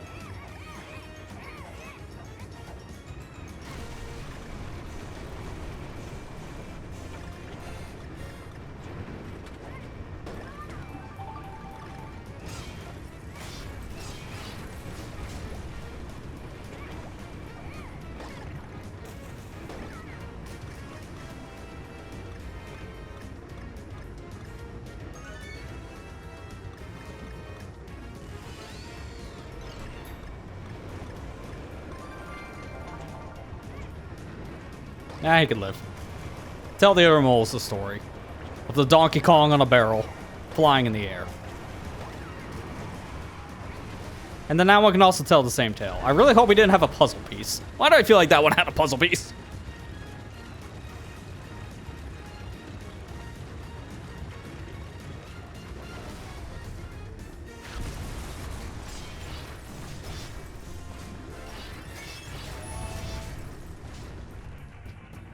I think he did have a puzzle piece.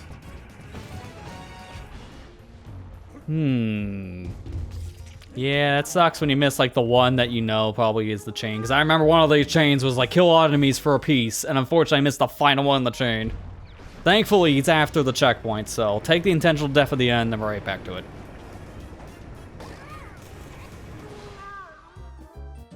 Also, I don't think I hit the button, so I'm gonna hit it again. We'll just fact check real quick. I don't think I did. Thankfully, I could sit in this for a hot minute, and the game doesn't care.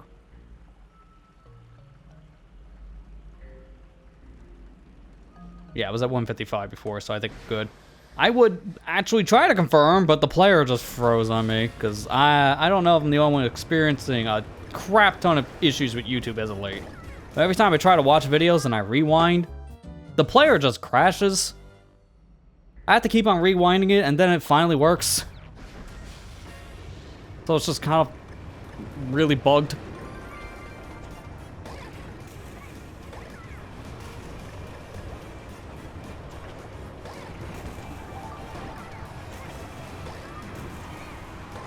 There we go.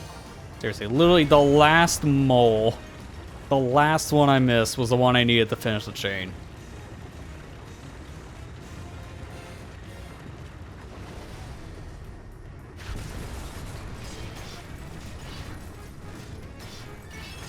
There.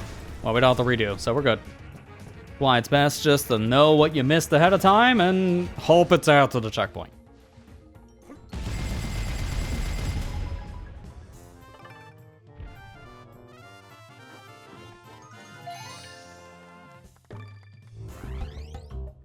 Thankfully, this world is going by pretty fast. It might come to a crawl near the boss part, but that's what I expect for every world. But level-wise, again, there's only 5 levels in a K, so 6 in total. The shortest world in the game because of that. Well, because they realized maybe having the entire world filled with auto-scrolling sections, we should probably make this a little bit shorter for that reason alone.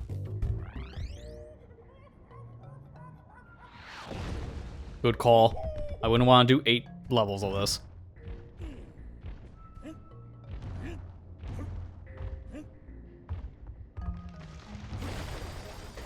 Troll move. I remember missing that puzzle piece every time I play this game. Every time, because it appears after the fact. So if you don't jump back when the platform falls, you never see it spawn. Very hidden.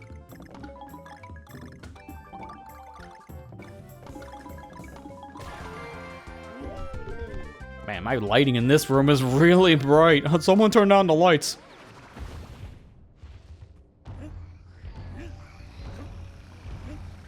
Wakey, wakey. Donkey Kong's on the barrel. We don't really have silent engines, otherwise this whole gimmick would be avoided. This one I remember being kind of annoying for puzzle pieces, because the gaps between some of these bats are pretty small. They'll hit boxes. And then the later part where this guy's shooting you with supersonic waves. That sucks.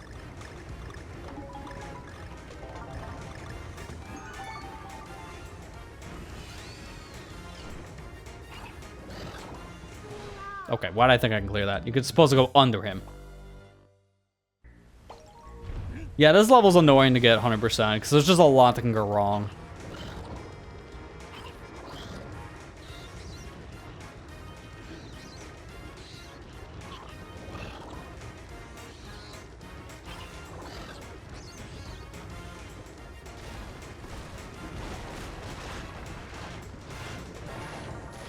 That's kind of a nerve-wracking piece to go for how low you gotta go. And then this is a nerve-wracking end because even when you let go of the button, you can still have a lot of momentum with your upper propulsion. So you can just fly in the roof.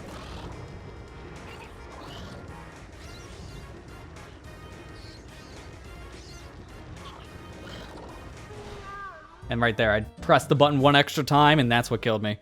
Because if I didn't press the button again, I actually would have been descending. And that's the whole reason why I missed my timing. So let's play this a little bit safer.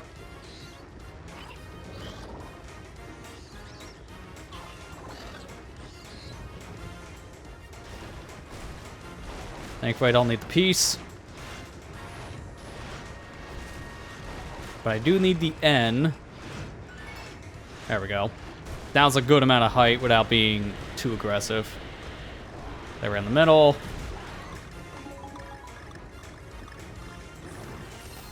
Nice life. And this is the section that sucks. Because of this idiot. His sonic shots go in very specific areas, so you have to bait the big bat to shoot you in sections that you can actually avoid, which is also really bad for a collectible's sake, because if I want him to go high and shoot up above, and a puzzle piece is up there, yeah, GG's. The dude's only shooting where you're at, so it's easy enough once you know his pattern to start baiting the shots, but it sucks to do that and also focus on collectibles. I'm gonna start high.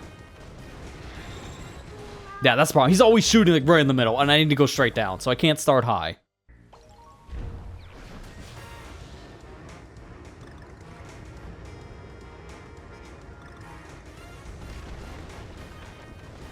Let's chill here.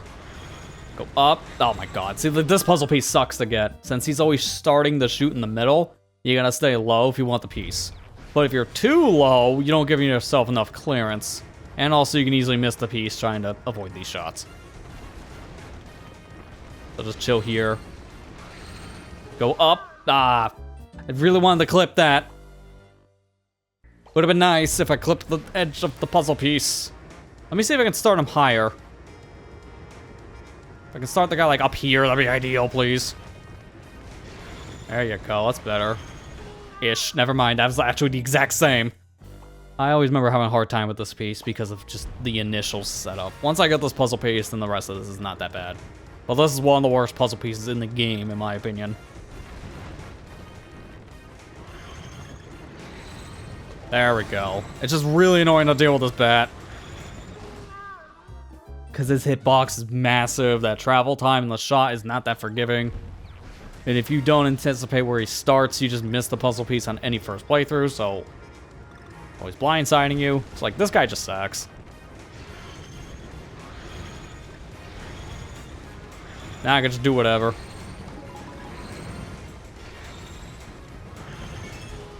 Problem is, there's a G as well, so all those things I said, but every time you die, you're doing it again. G is not as bad, though. It happens way later, so you can put them in a better pattern.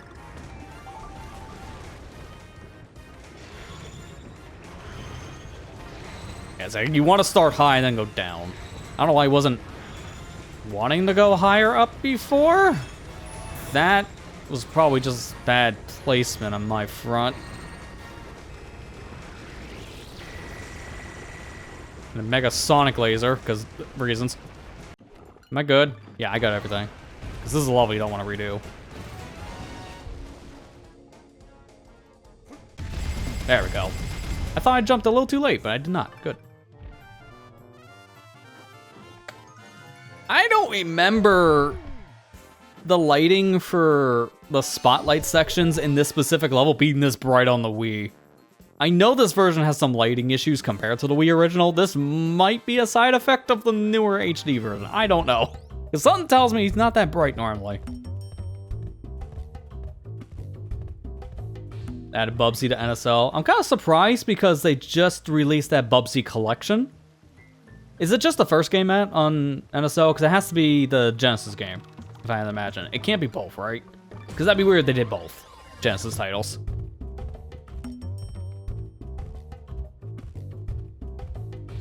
Worst level mirror. I guess I'll find out why. Because I don't remember this level being terrible on standard. Oh, it's the NES one. Okay. I thought it'd be the Genesis one, because I thought that one was the more popular one. I don't think it really matters, because I think they're both the same at heart.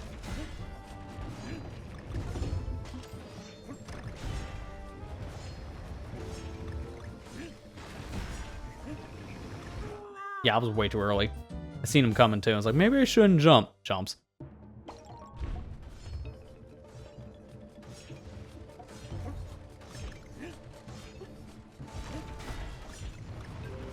Yeah, it's so weird that you're saying that they put a Bubsy game on NSO when that Bubsy collection launched like what?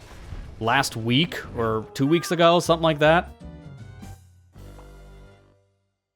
So why? This game in question is on a brand new collection as well.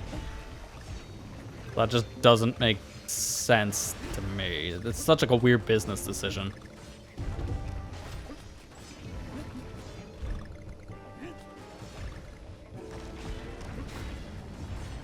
Wait a second. This level's all about patience.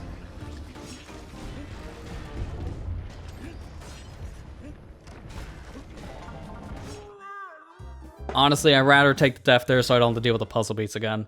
Because getting that puzzle piece and time the jump, not really great to do. But now I can just do one. That makes that a little bit better.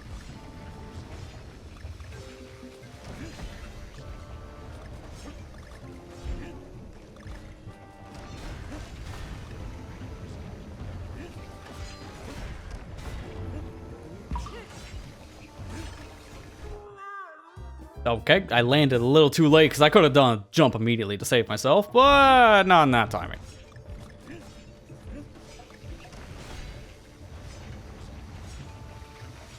Really want people to play Bubsy.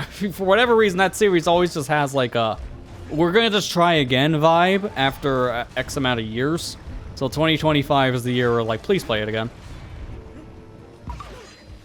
This happens all the time in the franchise, and nobody knows why. From what I understand, really the only game that the original developer really cared for was the first Bubsy game. Because after that, every other game that was made didn't like. But he was forced to make certain ones. Like the original creator of Bubsy didn't want to make Bubsy 3D at one point, but he was just begged by the publishing company that had the rights to Bubsy to make another Bubsy. So he only really made it for an obligation reason. At least that's the story I heard.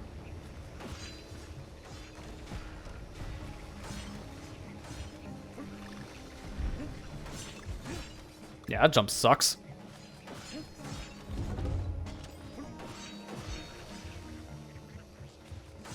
There's a lot of these kind of jumps here where it's... What? I was dead either way, but hang on, I need a replay on that hitbox, because that shouldn't have killed me. The pitch should have.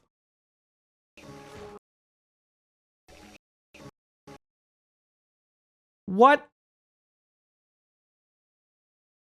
He's dying from the spikes, and the spikes aren't even out yet.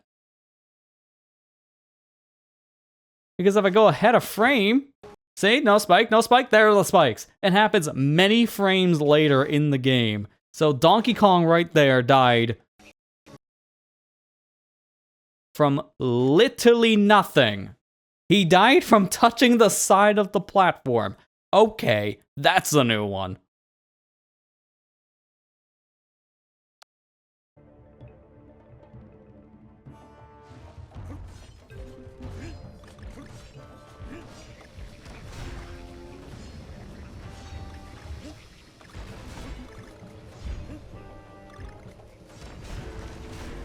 Okay, now I can see the problems coming up now, because it's more jank hitboxes. I haven't experienced a lot of these jank hitboxes before, but I guess I'm gonna really see them this time around. I don't know if that got worse with this version or not, because I know, like, the biggest problem this version has, from what I understand, minus some graphic glitches here and there, which, you know, doesn't affect the actual gameplay, but the thing that does affect the gameplay is in co-op. There was a, like, I think it was like, what, a 20 frame extra window or something like that when you do an enemy bounce, so player 2 can bounce off the same enemy as player 1, and that doesn't exist in this port. It's like a 1 frame window now, so as soon as someone hits an enemy, yeah, you're not hitting that enemy as the second player. It's just not happening, which makes co-op essentially impossible in some of these K levels. So the Wii version still reigns supreme on co-op, because apparently that was a bug in the 3DS version, so that never got fixed for Switch. And this game has not been patched since it came out. So I guess that's going to be a bug that will just forever live in the Switch port, meaning that co-op is a suggestion for Switch, since it's just going to be next to impossible in some levels. Do that frame glitch. Because from what I understand, this version was based off of the 3DS port. They didn't use the Wii version as a basis for the HD port. And that's where any glitch that existed in the 3D one, but not in the Wii one, is in the Switch version, because of what they used as the baseline.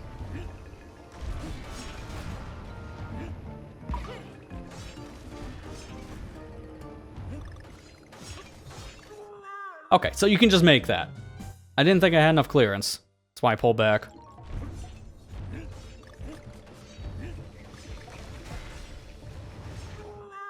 Okay, jank hitbox, thanks. I love how I got hit by nothing again. That just happens. And that was just my bad. Well, look on the plus side, I got a coin.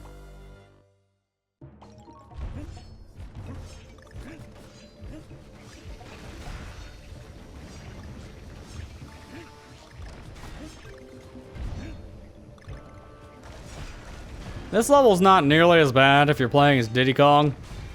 There's a reason why Diddy Kong is banned from mirror mode. And I'm not saying that by my rule set, I mean the game bans Diddy Kong here, because you can't play this in co-op at all. So because of that, Diddy Kong is never a character in mirror mode, because you can't get him in single player mirror. Can't play this in co-op. So Diddy Kong just doesn't exist for mirror mode at all.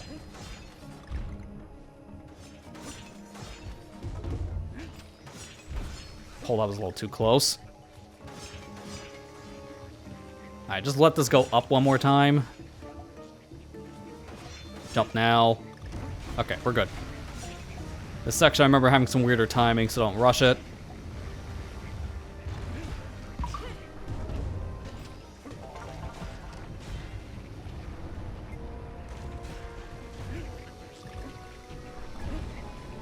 Yeah, I had a feeling. Either I was going to hit the enemy or I was going to hit the spike coming my way. That jump's a little messy when you first get to the platform. When you let the enemy and like the moving spike actually move around a little bit more, then they're spaced out better. Right when you get to the platform, they are like right against each other, which sucks. Okay, so this won't be terrible at this point because I've learned all the cycles again. So I love how I'm trying to say that as I get stabbed in the foot. I just have to be patient, not rush a lot of these different areas. If I just take my time, I'm fine. And we're already at 2 the puzzle pieces, so it's the back half that I gotta get the collectible now. Which that's not that bad. It'll just be hard to get. But now I'm not searching, which makes a pretty big difference.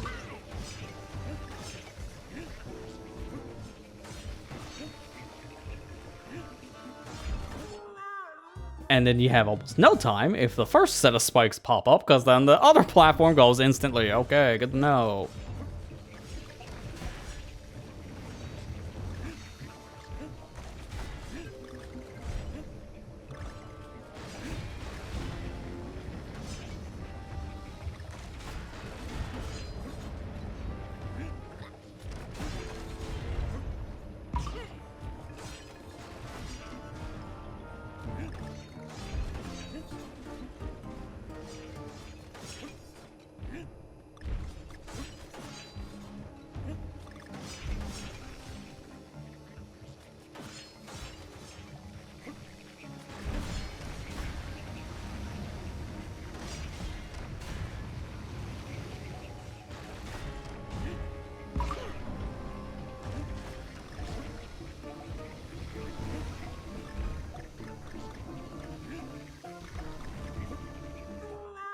Had a feeling. Why did I still commit? I was afraid of going back. Because if I went backwards, I thought I was going to hit the other spikes. So it's either spike or spike. Pick your spike.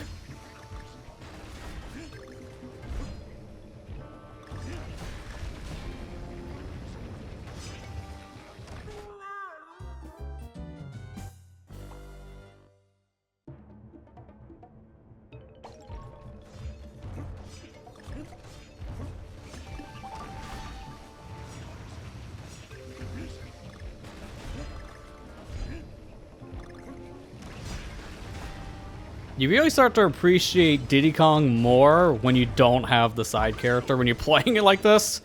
Because, man, does that character really break this game in half. Just having that hover alone makes a huge difference. Not even just the extra hit point, it's just the fact that you can hover. Again, you can see why they banned Diddy Kong from mirror mode entirely. Because it would just make this mode trivial. It does suck you can't play this stuff in co-op, though, but you can understand why. It's too hard of a challenge. You can cheese the challenge a little bit more when you have players just infinitely respawning from deaths, as long as you have the balloons for it. So you can easily just cheese all this by just having one player do all the hard work, and then someone else just run through with iframes or something, and then just come back after a hard section. Okay, my roll did not come out for some reason. I hit the roll button and just said, nah, I don't feel like it.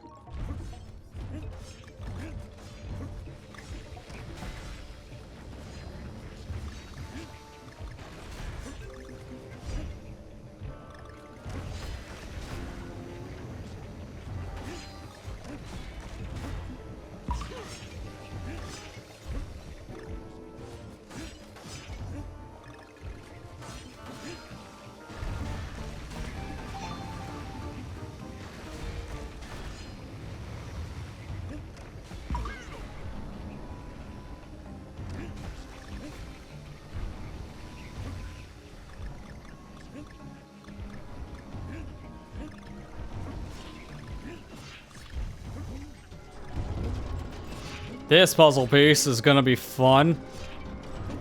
Alright, we're good. Because that, I remember, if you don't time that right, you get hit by that spike. Because it's a bigger looking hitbox than it actually seems.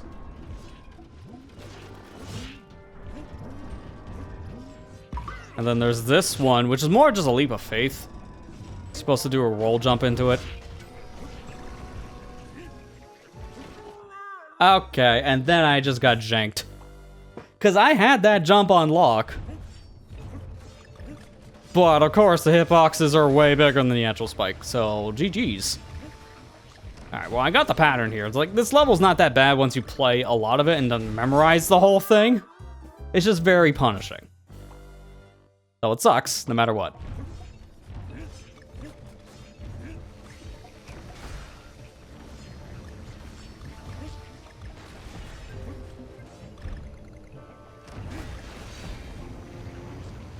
It just helps that I'm doing this kind of a thing, though, on a version that has physical buttons to use the roll. Because if you're doing this the Wii version, and just shaking all the time so you can do your rolls, this kind of stuff becomes way worse. Because on the Wii, the controls for this stuff was really the hard thing in the hard mode, not the level design, not the one hit. No, the fact that sometimes the Wii remote didn't recognize your roll.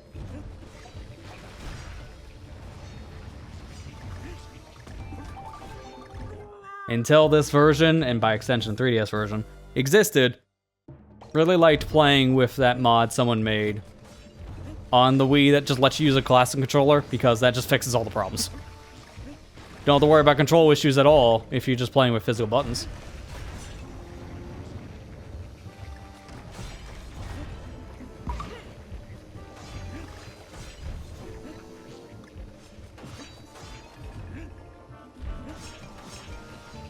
Good save. And bad placement. Good save until it wasn't.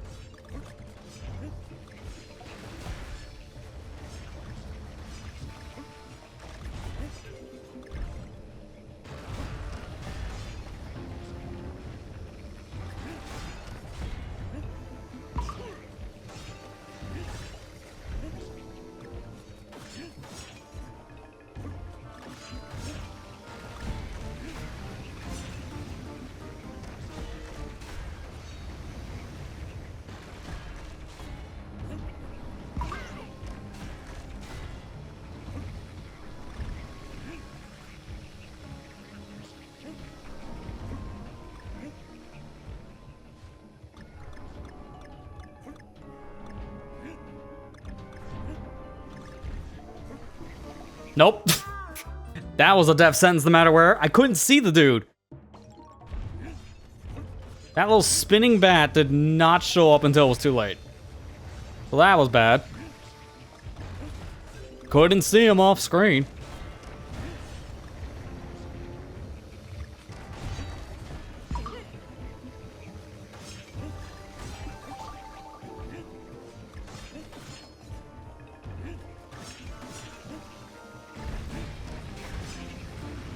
Yeah, this beginning section now is not a problem. It's all memorization. I've done so many of these kind of like stupid challenges over the years to really start to know your limits and become way more patient in games, which really makes these not as challenging as they once were. Thank God.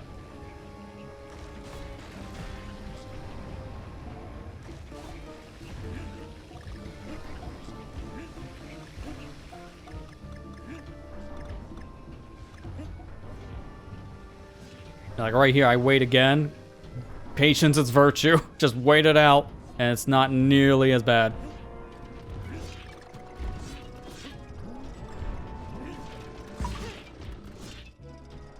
That's not even worth going for.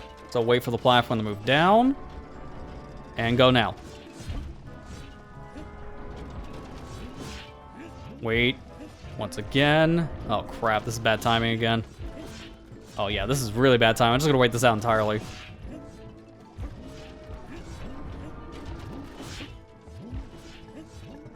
There we go. Again, patience is virtue. If you go too fast there, you're just dead. So just take your time.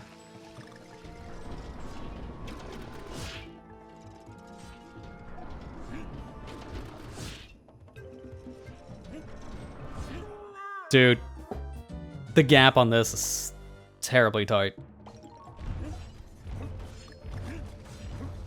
It doesn't help that these spike hitboxes are much bigger than they seem. What is with video games and having spike hitboxes that are like double the size of the actual graphic? Like, that's just a common trope in a lot of different games I've played over the years. The spike is like 1 finger wide, and the hitbox is 2 fingers wide. So it's just very, very egregious.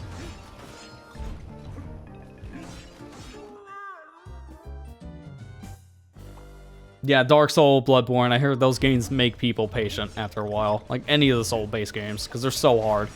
If you rush anything in those games, you might as well just end it right there, jump off a cliff, because you're not surviving. So you might as well take the L yourself. Oh my god, that was way too much. I can't believe I overshot the jump. Did I go through, by the way? I question every once in a while if my button goes through, because I hit it so weird. Okay, good. I heard they made like a Stream Deck, like there's an update to the thing at this point. There's a newer model, I think, that has like physical like clicking buttons. So that might be a little bit better to have if you're not sure if you click the thing all the way down. It's not worth buying another one for, but it's neat now. There's like a newer model that has like a physical feedback to it.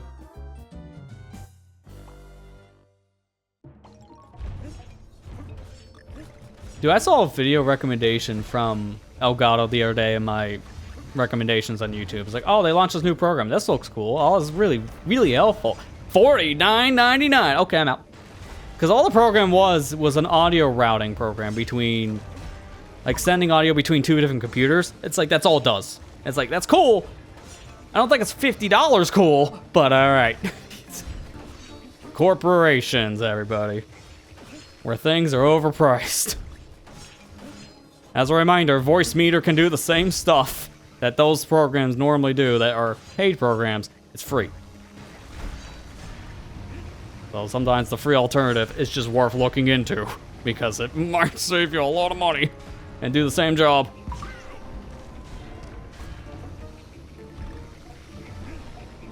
Like, I like this company's hardware, but I swear, Elgato makes some of the most overpriced things in the market. And that's saying a lot, because there's a lot of markets I can say that about.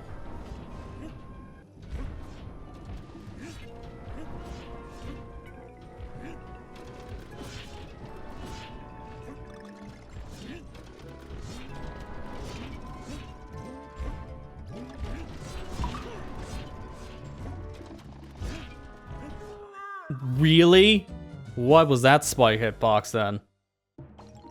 I could have cleared that easily. Come on.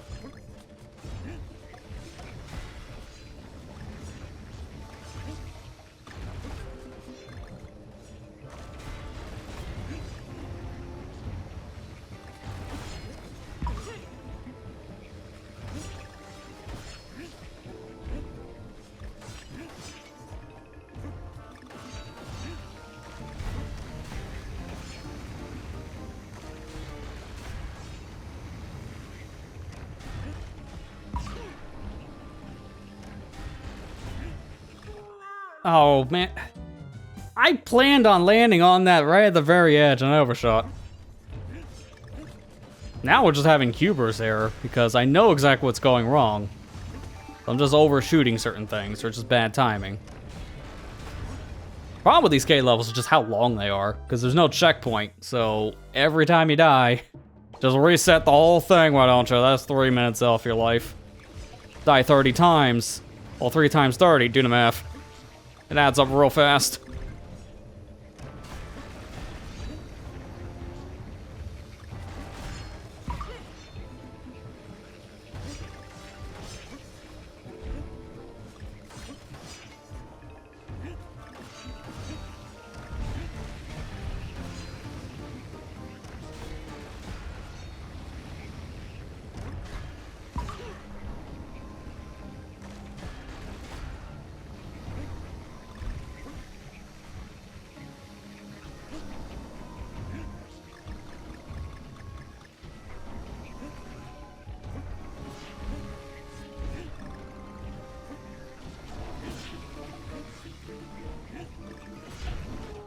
Dude, no time.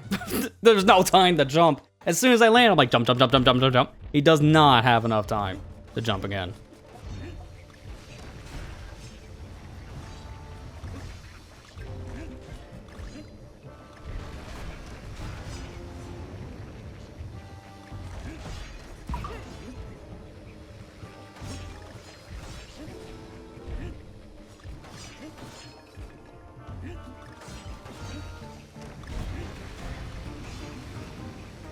Could have swore that spike was going right on my cheek. So I'm glad that wasn't the case. That would have killed me.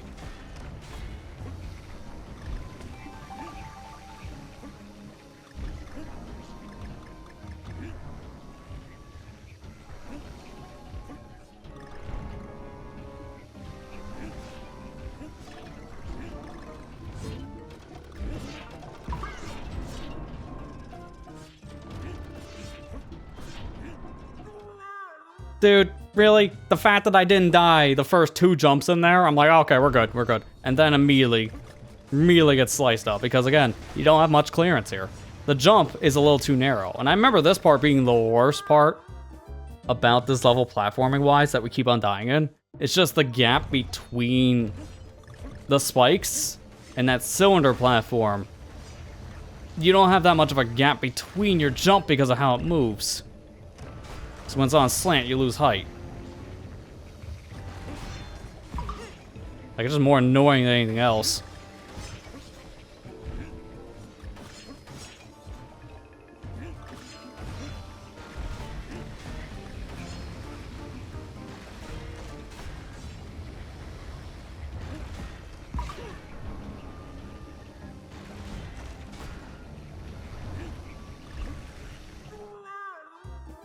And that's just stupid on the hitbox.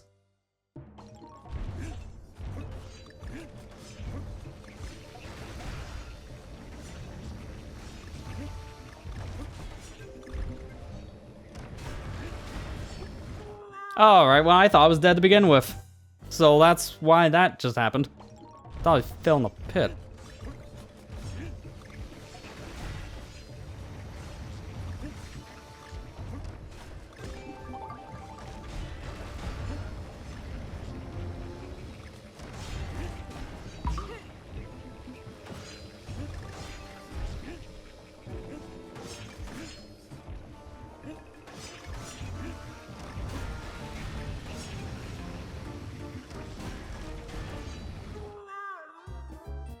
I'm getting really annoyed with these spike hitboxes being way wider than the spike itself.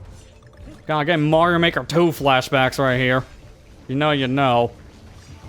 PSA, please don't put spikes in your Mario Maker levels because those are the worst hitboxes in that whole game. Same for Munchers.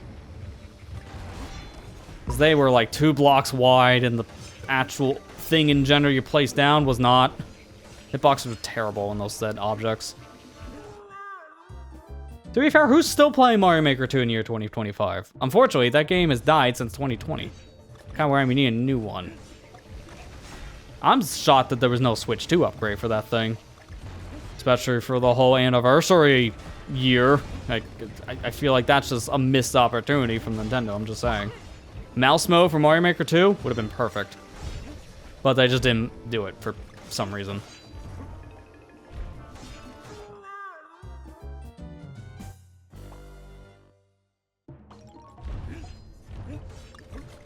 Yeah, don't make the spike hitboxes as big as in, like, Mario Maker. Like, Mario Maker 1 wasn't that bad. It's, for some reason, going to 2, the hitboxes grew 2 sizes that day. Nobody knows why. Between games, they got worse. That definitely seems like an oversight.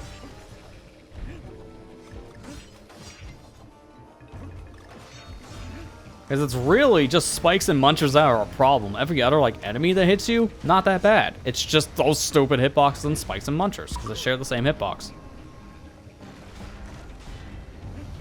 I still can't believe that Nintendo put out a story around the time that game was making the rounds saying it technically was a commercial failure when they compared it to Mario Maker 1. And I'm just sitting over here like that was a Wii U 3DS title that combined the numbers between both ports, which is why they got this ludicrous number. for what they wanted for success on 2. It's like, no. The game did good. Everyone was playing it. It just had a hard fall-off rate because they didn't update the game frequently enough, so there was no reason to go back and play it. So it didn't sell well. It just didn't have that big of an attach rate. And that was Nintendo's fault. They had more content in the planning phase, but they weren't allowed to make it because the game flopped, according to Nintendo. So it was a lose-lose, and it's like, this happened with a lot of Mario titles, strangely enough, on the Switch, because that happened with pretty much every Mario sports game, too. If you want to hear, both the soccer and the golf game had that problem. I know Mario Golf really had the problem. We had more stuff planned, but it didn't sell well, so we had to stop. And then Strikers right here had the exact same problem, but it didn't help that Strikers was like a completely different beast. Felt more like a live service style game, and no one was really wanting that, so no one really played that for the first week. I heard that game had a worse attach rate than Golf did. And that's saying something, because I heard Golf had a bad attach rate too. It just doesn't help. Like, we're in an age where games release very, very early compared to when they're actually fully done with updates. It's not a great idea. I don't really like it when games come out like half-baked. It's like you buy it now, then 6 months from now, there'll be like 3 new modes to play. I don't like that, because you're getting an unfinished product, and that unfinished product, unfortunately, is the product you get to play for that extended period of time. So you're getting the worst experience if you're playing within that launch window, and that's where they're really looking for attach rate, so it just kills the whole game, and then you don't get the rest of the content. Like, it's such a bad catch-22 situation, because you don't release enough of the set game, nobody plays it, but you also need to release it earlier than you anticipate, so you can't release everything at once without delaying it. It's just a mess. Games that release and then give you like a year's worth of updates, that basically adds in the rest of what the game could have been if they delayed it by 6 months. I hate that. I would prefer having the game delayed 6 months at that point. Then you get the whole product when it launches, and then actual new content later down the road. I really think that's an uncommon opinion. I feel like that's kind of been the sentiment for the past 10 plus years at this point. This has been a problem for many different game franchises over the course of many different years. Not even just like the game series I've mentioned. This happens with a lot of AAA games.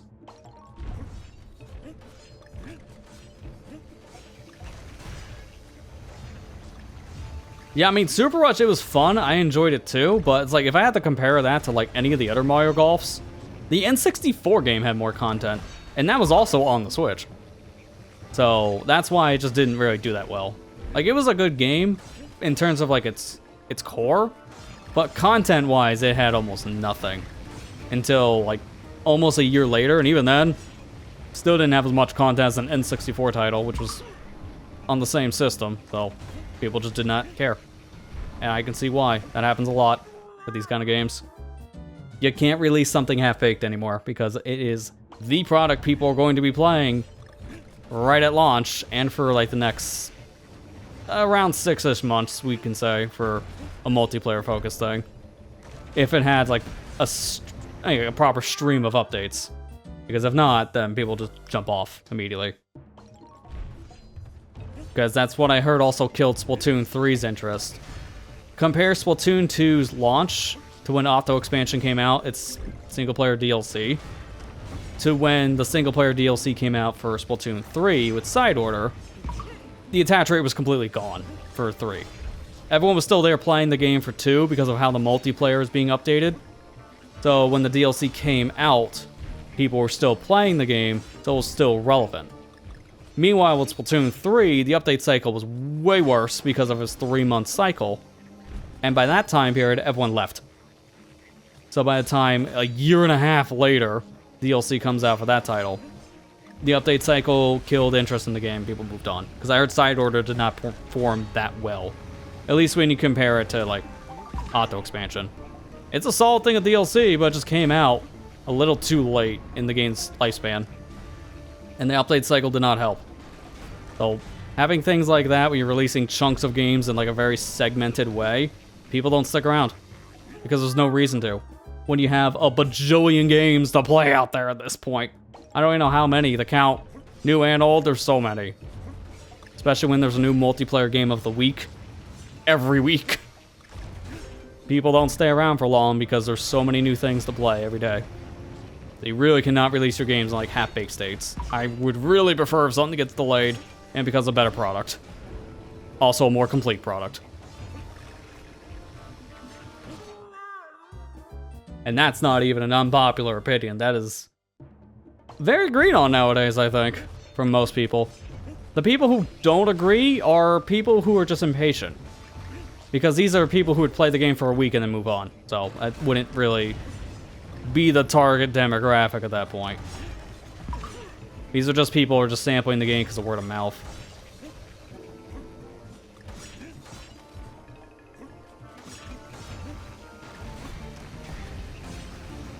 Although I wonder how much of that will be happening now because of the Xbox Game Pass pricing change.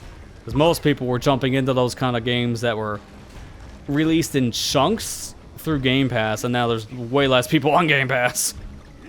For a good reason.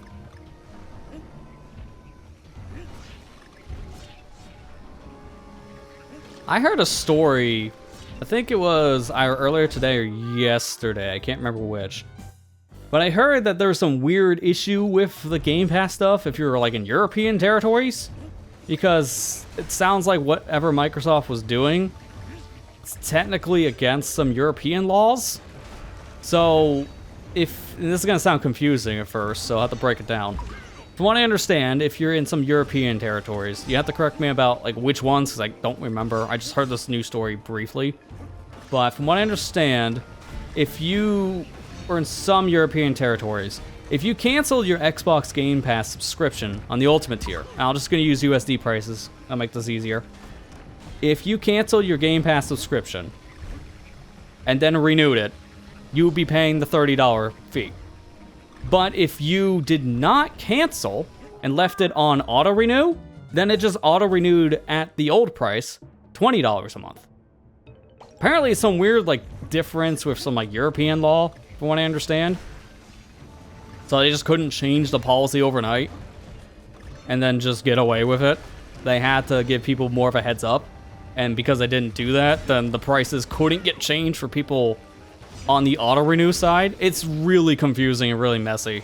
It just shows the current state of Microsoft, just really confusing and really messy. Because when I heard that, I was like, what? This doesn't even make any sense, but here we are. This is about right for current Microsoft news. Like, it's, at this point, that is a sinking ship that has no future. Going into this generation, people were wondering, what could a thing after Xbox Series look like? Now, leaving this generation, is there going to be anything past an Xbox Series? That'll happen for a year. That's pretty bad. We mentioned this a lot over these past few weeks, because I swear, every time we turn around, things keep on changing. Join me next week where Microsoft decides to set their offices on fire. In the literal fashion. Because I think they're one step away from doing that. This is getting ridiculous.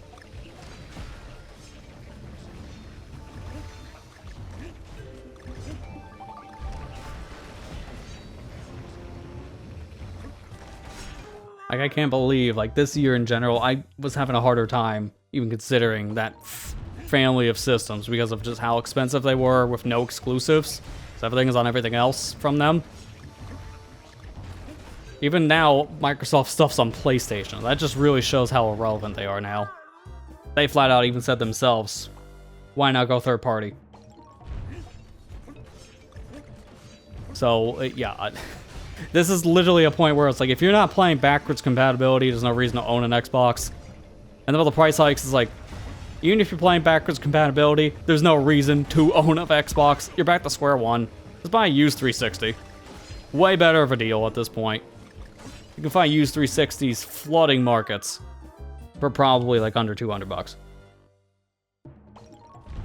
It makes no sense to get an Xbox Series at all, which is really sad. They are going the way of Sega, 100%.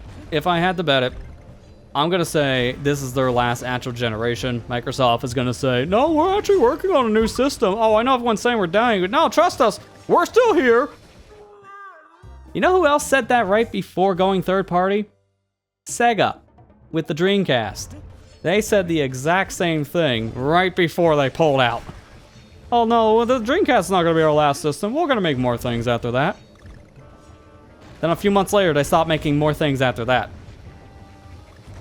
PR talk. It means nothing. If a company says we're sticking around, they could shut down tomorrow. It doesn't mean a single thing. It's just PR talk so people will still buy their product. That's it. If I had to bet, it would be a safe bet to say Microsoft's gone after this generation. When you get like the 2030s, they are just gonna make games. And even then, it's not even them making games. It's like every company they purchased under the sun. Can I also just ask, why are people asking Microsoft now to buy Take-Two Interactive? You know, the people who make the Grand Theft Auto games? Why are you asking that? Because you know what's gonna happen if that ever actually did, well, happen. Not going to give a company a bigger monopoly, but it's also going to kind of destroy the company like they've destroyed most other stuff they bought. I don't know why. I'm hearing people now with the Xbox sinking ship thing. I've heard people say they just need to buy Take-Two and just get this over with. It's like, why? Why do they need to buy another game company when they can't even do anything with the ones they currently bought? I have done nothing with Activision Blizzard since that deal went through, and it's costing everybody else money for that deal to have gone through. So I don't know why people are like, oh, they just buy the guys who make the Grand Theft Auto. It'll be good. No, it won't. It's the most confusing thing I've heard since this whole Game Pass thing happened. Because it's just not a good idea. In any world, even if they were successful, it's still a bad idea. I just don't understand, man. That's like the one thing that's confused me during all of this. Why are some people saying they need to buy more stuff? No, they need to buy less. Sell off what they have.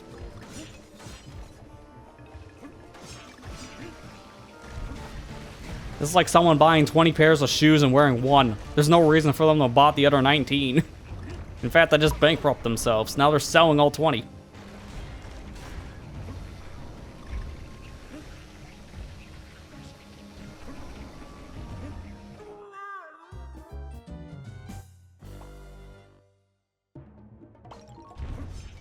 Yeah, less games during the year. Honestly, I think it's just they need to be spaced out a little bit more in some cases, because there are just some time periods, like September, October, this year is a good example of that.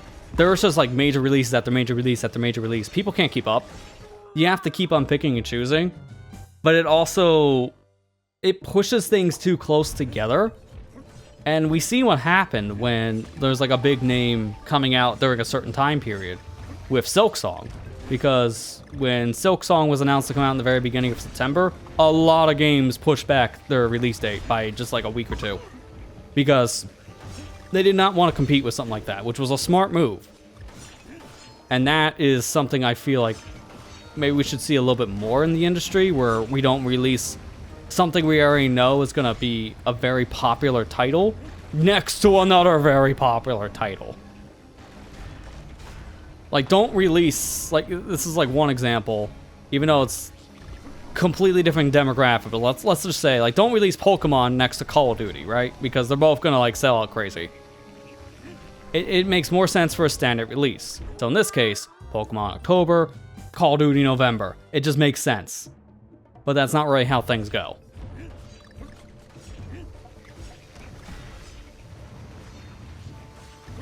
And just because all companies, they have like a certain time period they're aiming for profit, especially when you're getting closer for holidays, and that's when things are coming out all around the same time, because they're banking on those holiday purchases for things like the Black Friday season, and especially the Christmas season. So that's why we get so many releases so close to each other, even though there's no really great reason for the consumer for that to happen. It's all a marketing decision, so they can get the most profit. At the end of the day, all these gaming companies, they're companies trying to make a profit.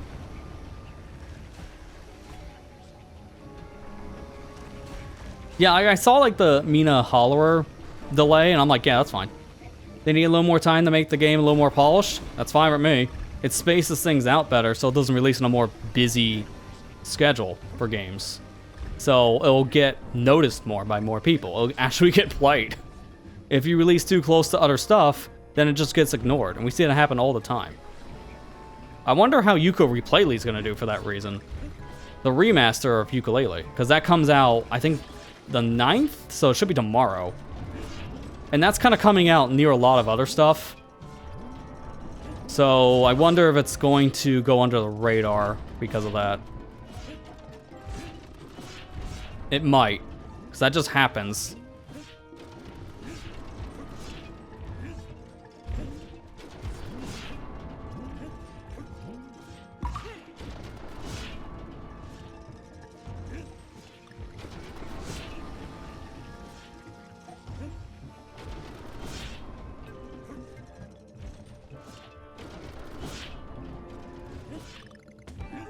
Oh, of course. That's the first I made in a while, too. I'm actually half tempted right now to quit the game, because if we're this low on lives, I could just get him back from a reset. So we'll see how this attempt goes, and I might just do that. I'll have to get those other puzzle pieces again, but that's not a big deal. Because that'll just be faster than just buying a crap ton of lives from the store if I really had to.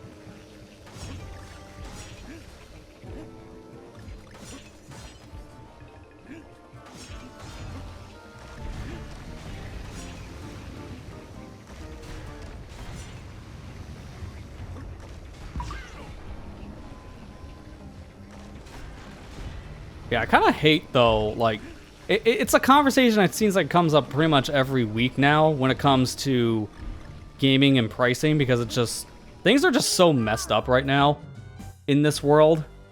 I'm going to do the reset thing, because I think a couple more attempts, that life count's going to be too low. So this will just be easier. Pricing in gaming now is just kind of like ballooned out of control. I get the hardware going up to an extent because of current world issues. But it's the digital stuff that's getting out of hand. And it's now getting to a point where it's getting very egregious. It's a sad thing. It's a conversation we have to keep on having. Because it's something that keeps on happening. And nobody knows why. Besides the obvious, greed. There's a lot of that going around as of late.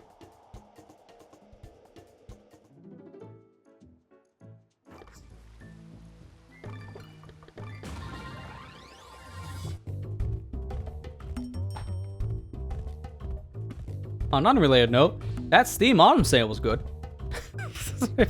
If you really didn't care about $80 games, you could have got a whole, like, smorgasbord of stuff for a copy of Mario Kart World. It's insane. Keep an eye on those deals and just play your backlog.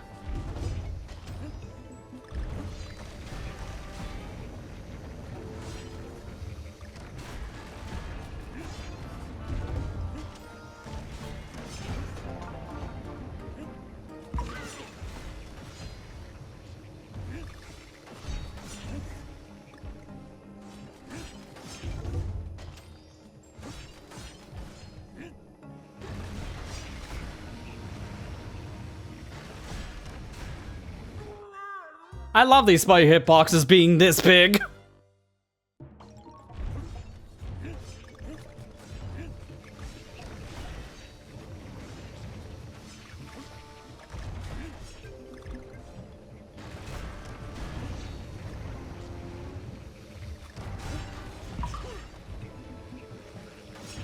I'm trying to think what else is even coming out now in October, because the last things I was thinking of was like Ukulele, that Mina game, but now that got pushed back. Pokemon is in a week. But I can't think of what else is past that. Is Call of Duty this month? Because I don't know if Black Ops 7 is this month or next month, but I don't follow the game, so I have no clue. It's the only big name I know of that's coming out at some point soon. Which I can't even believe we're doing a 7. We just got 6, I think, last year. There's milking, and then there's, that. But it's also anyone really surprised at this point with that franchise. At this point, there's no milk left in the cow. The cow at this point is just a skeleton. And it's been that for years.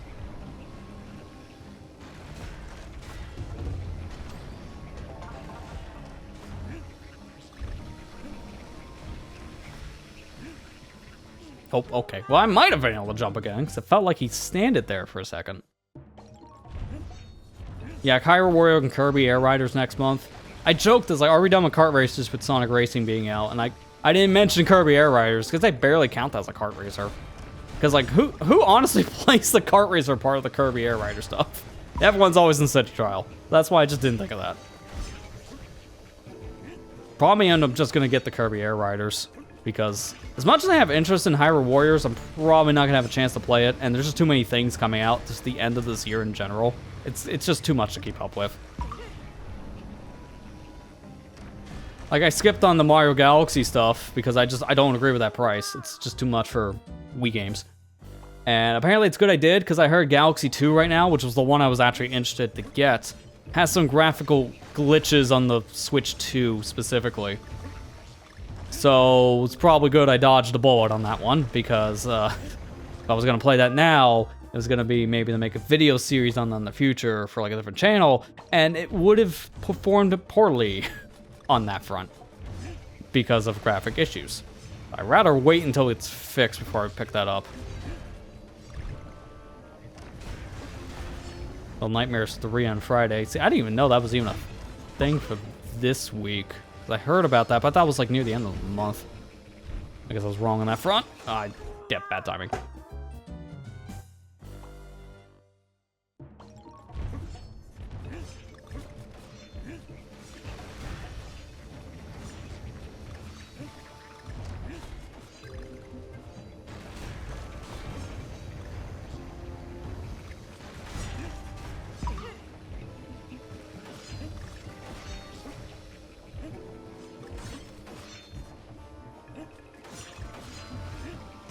Good now, I could just skip that middle platform and just jump straight to this long section.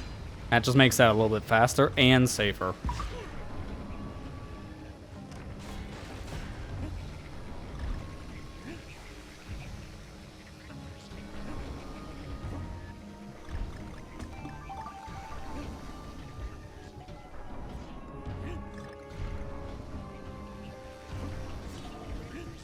Gotta wait here a second, because if I jump that, I think I'm getting hit.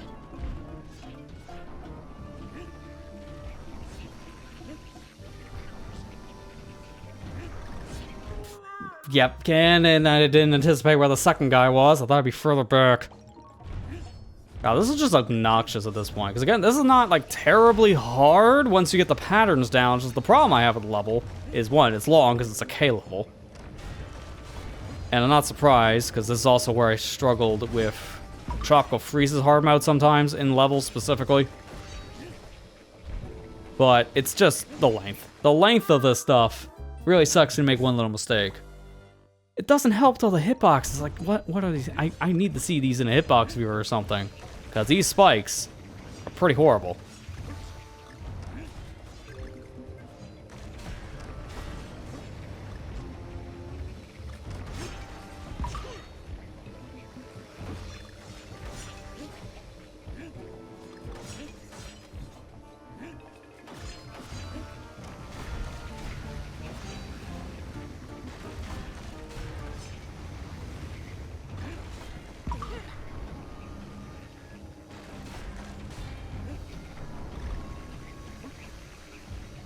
Oh, speaking of the Mario Galaxy thing, I read this headline the other day and like, man, I'm really glad I didn't bother with the Switch ones. Because they just seem like it's alright if you don't own the game already. But if you do, don't waste your time. I heard we know now what the amiibo functionality is for the Galaxy stuff. Including the ones that will be coming out next year. Which really just shows you how pointless this is going to be for these amiibo. Apparently, they're the most worthless amiibo to date. The Mario amiibo for the Galaxy games gives you the Life Shroom, which is like the extra 3 hits, putting you at the 6. Rosalina, 1-up mushroom. $40 for like 3 extra hits, or $40 for an extra life. Take your pick. They're both pretty worthless. Because they will do the same thing as a standard Mario and a standard Rosalina. So you're literally buying them just for the collector's sake, because there's no actual like use case for those stupid plastic toys. That's terrible. When I heard it's literally just standard items you get in the game, I'm like, they added new Rosalina story chapters. Why couldn't they just have it so the Rosalina amiibo just unlocks those early? That would have made sense. Instead, no, they like have the most worthless thing attached to these amiibo. So it's like, well, guess I'm saving 80 bucks. Because I'm not bothering if it's literally just for random consumables that are very easy to get by normal means. The game showers you in lives in some cases, and showers you also in those life shrooms once you get to like boss fights. There's no reason for that set of amiibo to even exist. Just so annoying for these high prices. If you want to understand, apparently the prices for amiibo are only very bad here in the US. You look at the rest of the world, and they're cheaper when you do the conversion. So something is just screwed up here because our whole country's screwed up. Just to say the truth. Alright, wait this out until this is low. Jump. Wait this out.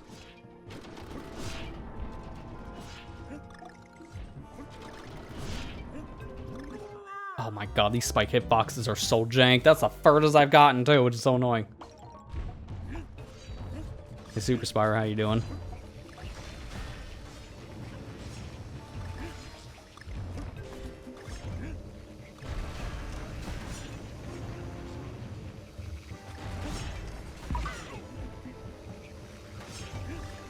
Yeah, I'm kind of concerned. Now we know the use case for these Mario amiibo for the Galaxy ports. What the heck are the ones going to be doing in Metroid Prime 4? Because now knowing that the $40 Galaxy amiibos are the equivalent of wet farts, what are they doing with the other ones? Because Prime 4 is a new game, so they better have a better use than here's like a E-Tank or something. I joke, but that actually was something for Samus Returns. You got like an E-Tank for one of these amiibo. And it was only possible to get it through an amiibo, so technically 101% if you scan it. It's really weird. We're in the age where the figures make no sense in terms of like game functionality anymore, so it's just not a surprise.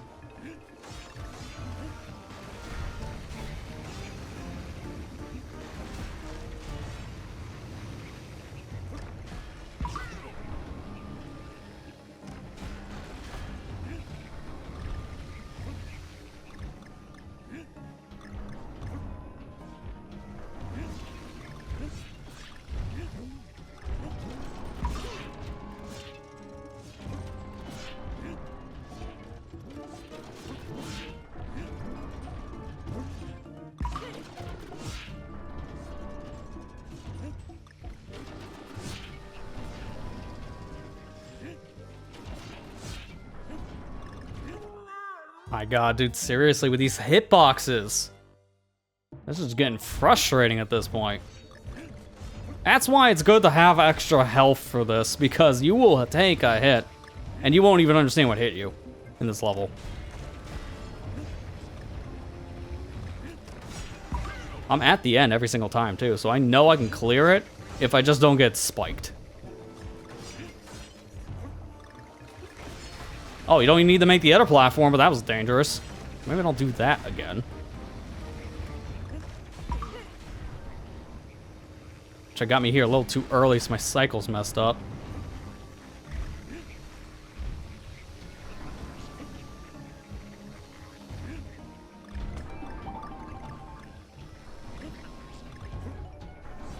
Yeah, really messed up. I wasn't supposed to jump there either.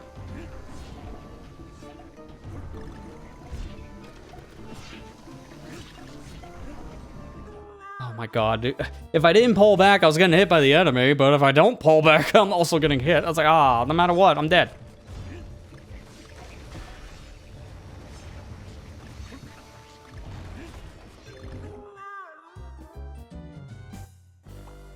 Really not helping at this point. I'm starting to feel some eye fatigue, because I'm technically also wearing new glasses today. So after this world, I'm calling it. I can't really do any more in 2 worlds. Which is probably the safe thing in general for this whole series. But, no, I have a different script on, so my eyes are adjusting. And seeing all this movement is probably not helping with that process.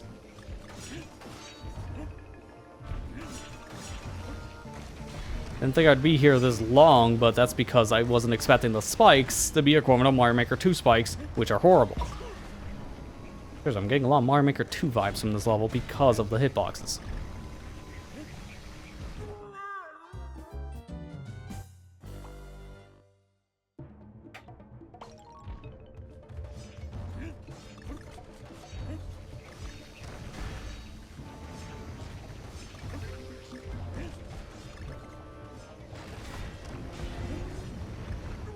Oh, okay. Again, this big of a hitbox for a spike this wide.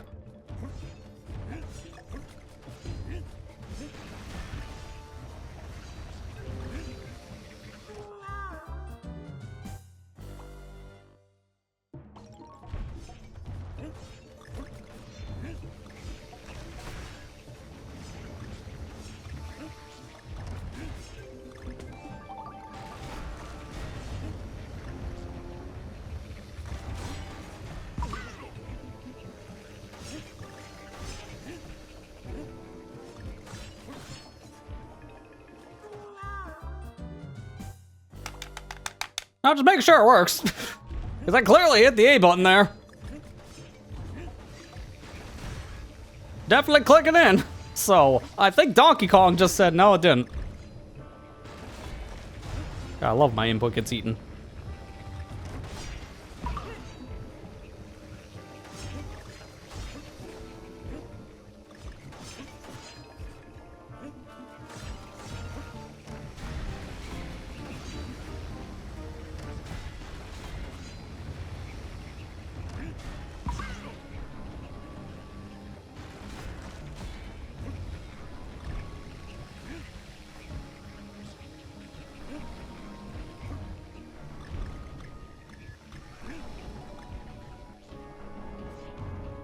Not okay, what is going on here? $90 controller, by the way.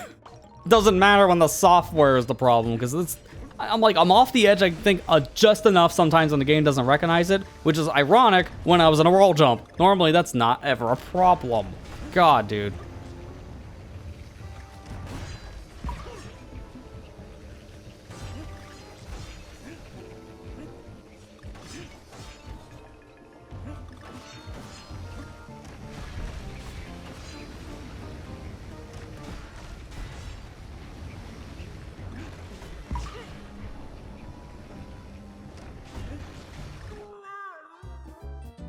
That's just bad timing. Sounds like this level, how you doing there, Shelby? It seems like this level seemed like it gave a lot of people problems on mirrors. So I'm really starting to see it now for myself. Because I will keep on reiterating, I don't find this hard, but these spike hitboxes are making this really unbearable. Because I got the pattern, I know what to do, I can probably do it. Gets clipped by like Pixel. Rinse and repeat until he's down 50 plus lives. Why? It's always the hitboxes of things that make it way harder than it should be.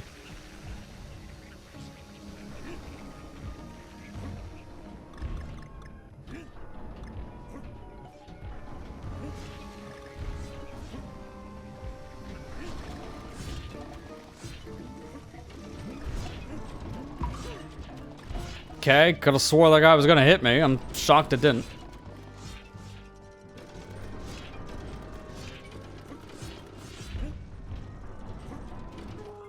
Yep, see, like, this is like the worst jump because you don't have much clearance at all.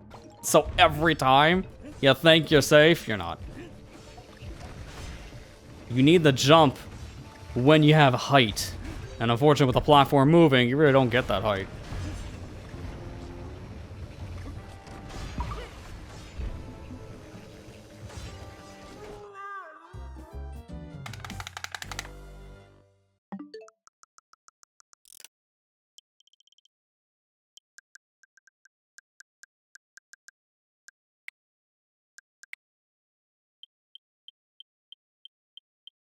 Not me. Not me. You can tell when I'm hitting buttons. Every A press comes out. It's the software. It's eating my jump, even though I'm clearly making the jump. It's not taking the jump button.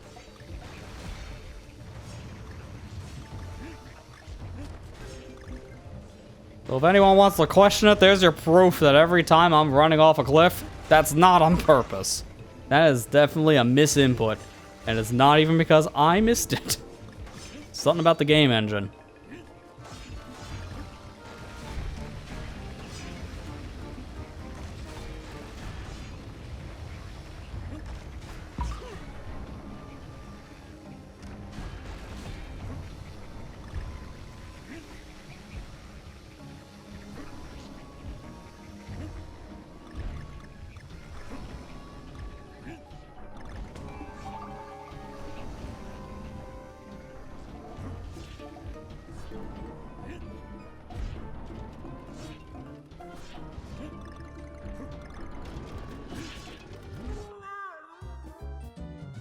What is the hitbox? Like, I'm not even near the pillar, and that's what kills me. I had to double guess that for a second, because I thought it was the spinning enemy. No, that was the pillar. And I wasn't close enough. Come on, man. What are these hitboxes?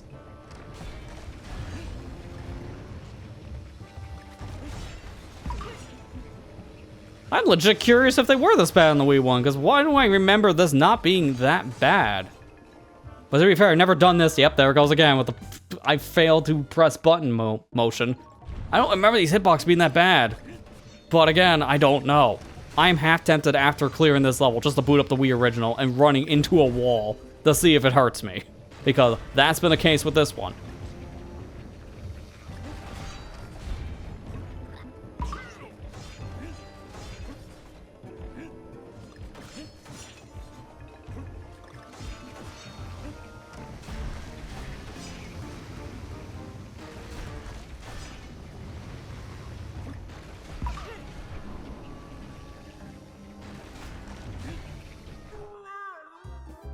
Like, when I do stuff like that, I'm not blaming anything here. That's user error. That I expect. It's like the other 90 deaths so far, I can't really explain. Because those have been jank.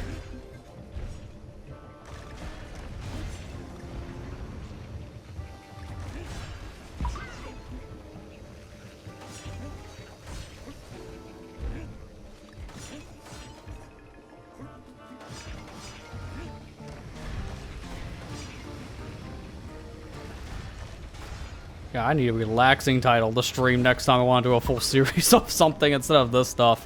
To be fair, I do think a lot of this year was mainly focused on kind of like a combination of challenges and then 100%. It's probably not going to be the case going into 2026. Probably be a little more spaced out. But that's because this year I was trying to find a better system of things to stream, and I definitely found it. Just gotta space it out a little bit more. Like these spike hitboxes.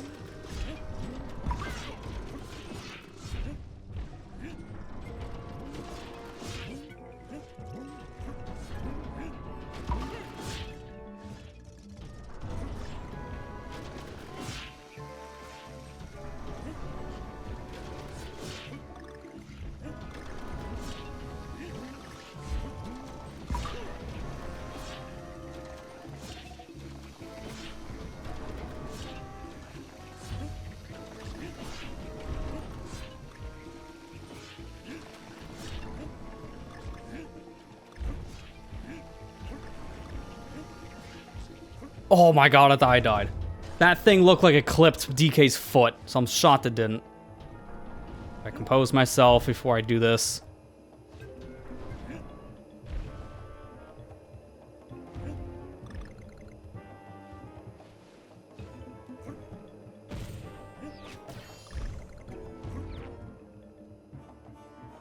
That's right. This thing's in a really bad spot. Okay, I forgot that happened. What?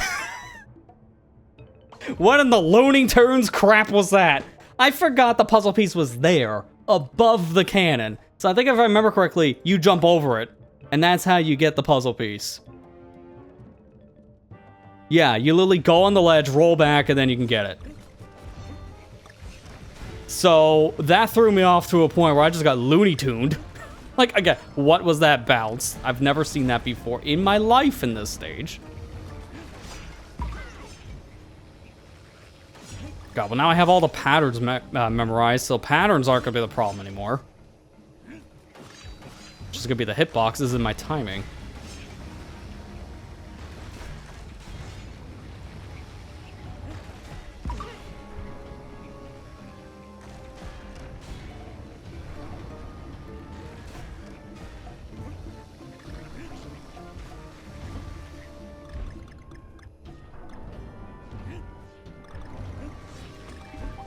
Oh, I was a little too close.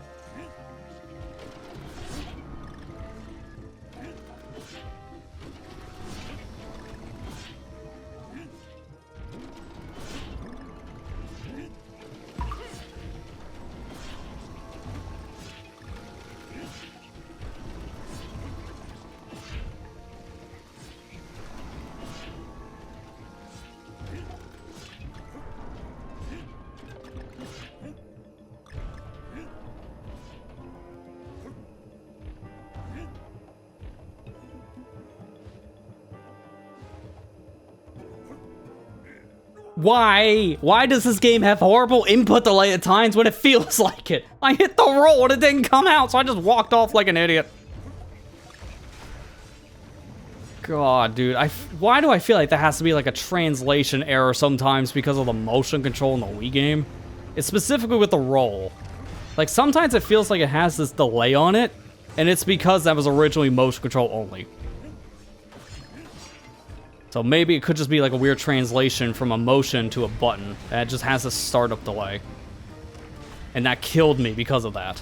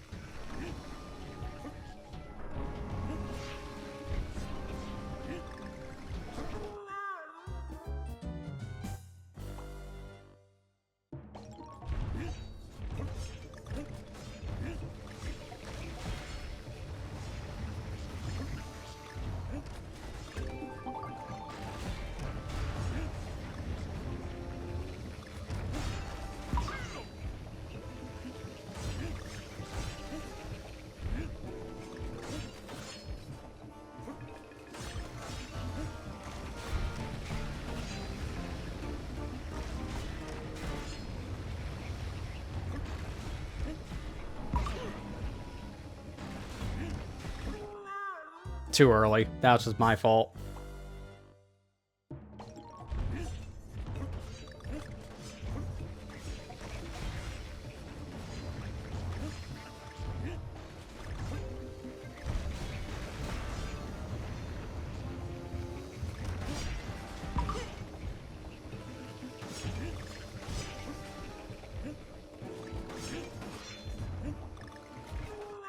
And then my brain just turned off there. When you're playing the same level of what feels like at this point an hour, even though it hasn't been that, your brain kind of becomes mush. And that's the problem with these kind of challenges. The more you play it, the worse you get. Because your focus starts going away with fatigue. That's why I think like 2 worlds is usually my limit for these kind of things. That's pushing it.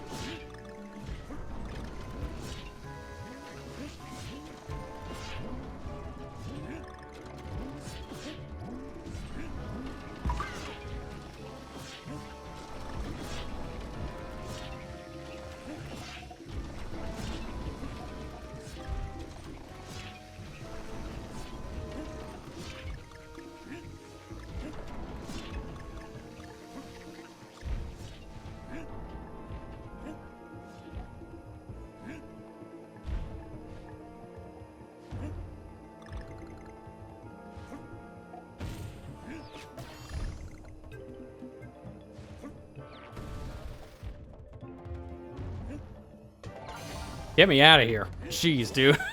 What did we start with? I need to know, life count wise. What in the world did we have? Just getting in here. Because it's been a hot minute since we started this.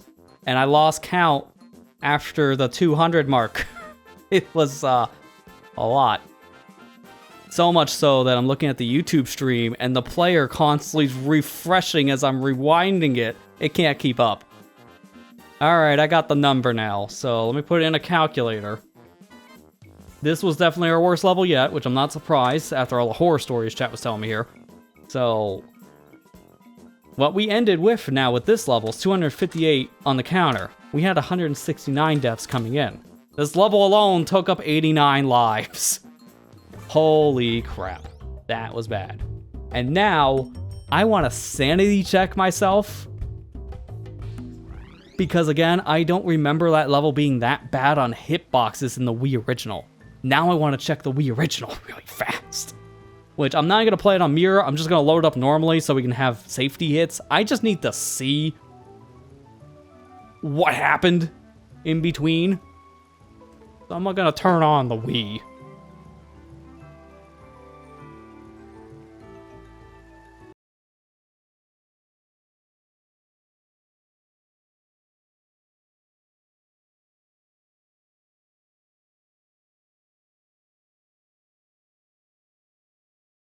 Only issue, I don't have a working Wii remote on hand, so I'm gonna have to get some batteries.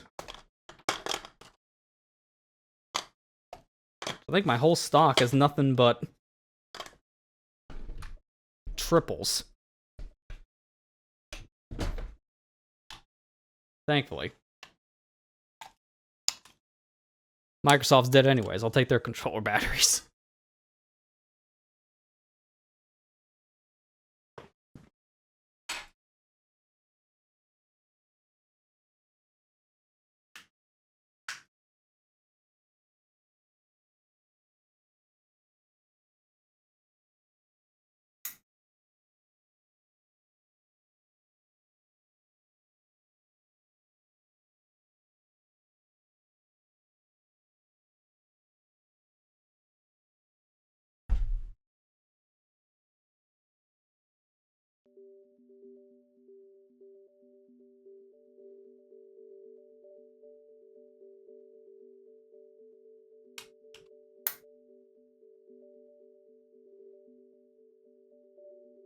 Well, that explains why we can't see anything.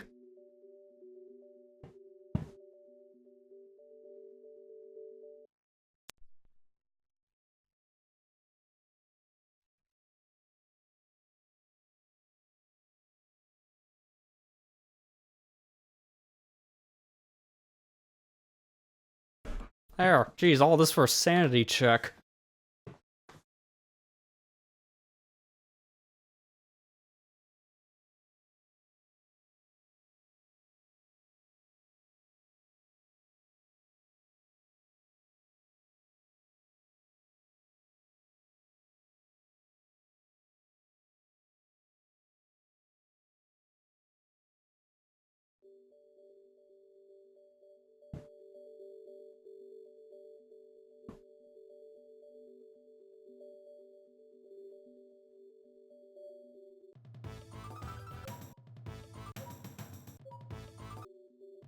You start this without a sensor bar again. I don't need a sensor bar. Oh my god.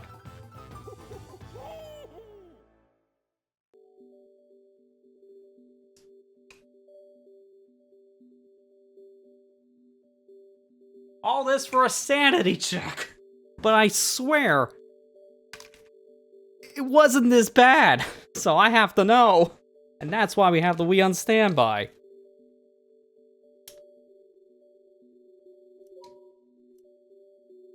It's fine, don't worry about it. I think the code I used to use for that classic controller cheat, I don't think is on this SD card anymore. It's on a different one.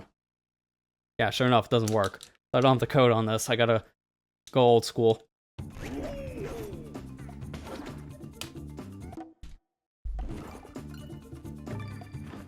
Wait, this is the wrong file. Hang on, go back. The other one.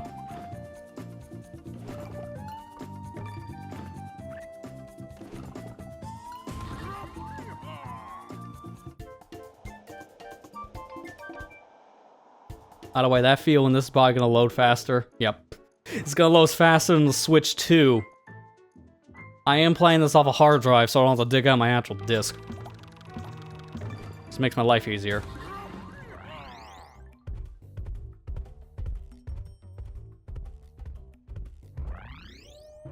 So again, we're not doing mirror mode. I'm just playing this really fast because I gotta sanity check myself. So I got the extra health. This is like the one time you're gonna see Diddy for this whole thing. Okay, the hitboxes were that bad in the Wii original. I feel like it was a placebo thing just because of how I was playing this for so long. That made me think otherwise.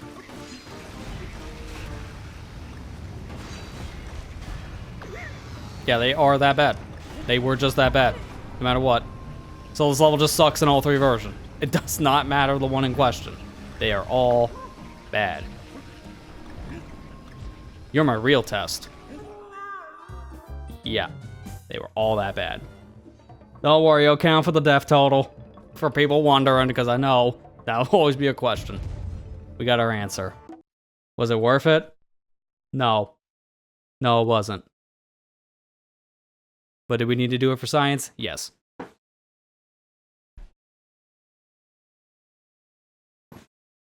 I'm back to the Switch 2. We gotta take a pit stop to Cranky.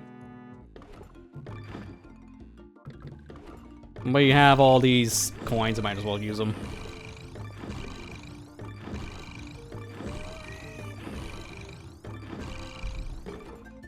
Yeah, we're good. We can leave. Like, get me out.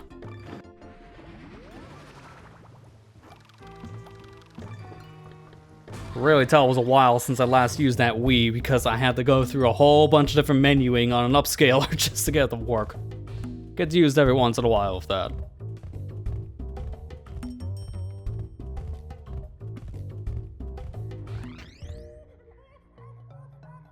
Alright, well thankfully no collectibles I gotta worry about here. It's just moles.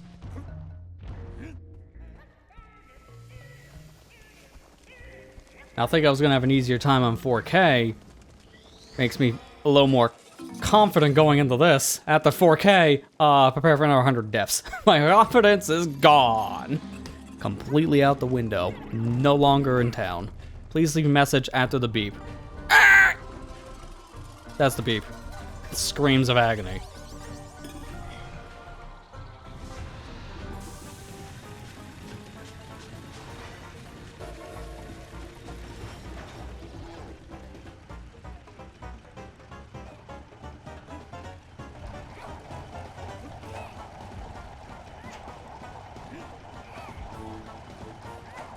You can really cheese this fight when you have Diddy Kong, because I remember there's a lot of big jumps that you can't really make with Donkey, but you can make with Diddy. And the problem is that this is an auto-scroller boss fight. You have to wait until a certain part to even do damage. So if you fail at all, you're redoing the whole thing, which is a lot of wasted minutes. This is one of the dumbest bosses in the game, just because it's literally a waiting game. Like right here, I could probably just make that jump if I was Diddy Kong. So I could just roll jump this. But it's not worth trying without him. Okay, nice. I got clipped by his toenail. I know not toenails, but they just look like it, man.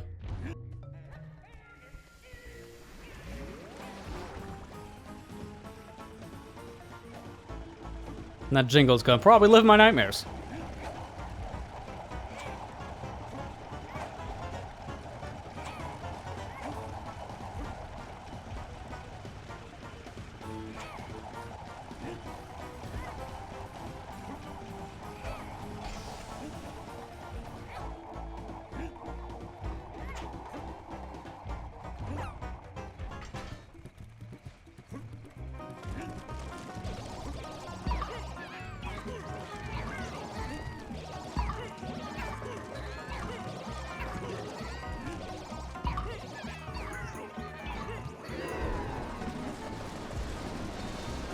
And that's the whole fight, 'cause you're doing that until you're done. And it does not help when they're like, beep, beep, immediately like that. You barely have enough time to jump. So again, not bad. Like, this is one of the easiest boss fights I feel in normal game because you have so many hits to tank, especially when they just shout you in hearts in this fight. It's ridiculous. But in Mirror, yeah, it just sucks. Because you have like no room for error now. And the fight's like 10 minutes. I can agree. Yeah, this does suck in Mirror because it's just way too long. I really should not be going for that roll. It saves time, but really, is it worth it when it takes 3 minutes to get to that part every time? Probably not.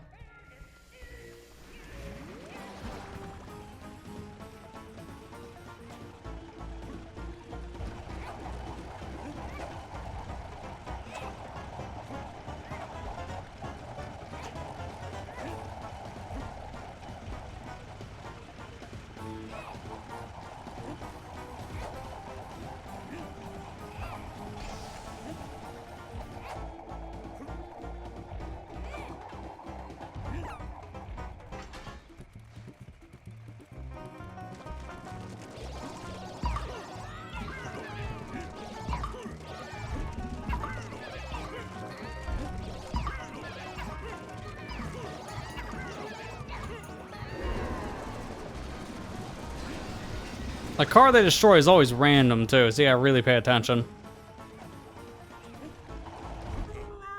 I think I can duck that one, because there's no way I jump that in time. If I jump it, I land right on top of the spike.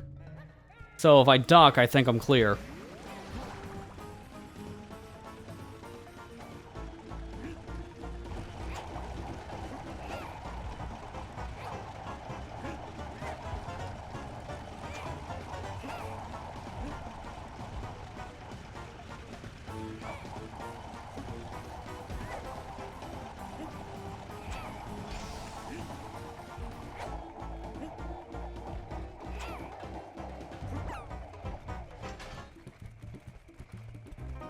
Like, phase 1's throwing, I got unlocked now. That pattern is just memorized. But it's phase 2, I gotta really start learning. Okay, what is a hitbox? I love how it can just spawn on top of you. Like, these moles have no forgiveness if that happens. Gonna say, like, this pattern now, I'm not really too concerned about, but I need to learn the rest of this fight. Wow, way to throw that foot into my mouth hole. Or in the case of this, it's just banana. Literally couldn't even finish a sentence. That is a trend.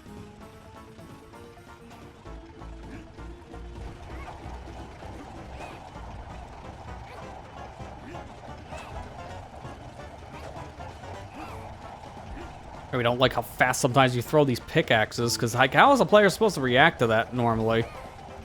And that's why you probably don't, and you take a hit in the normal mode.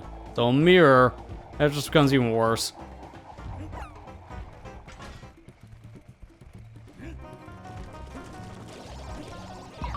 Like, minus the challenge thing I'm doing here, there's not really any good reason to be playing this game specifically on the Switch in Mirror mode, because it just makes this way less forgiving.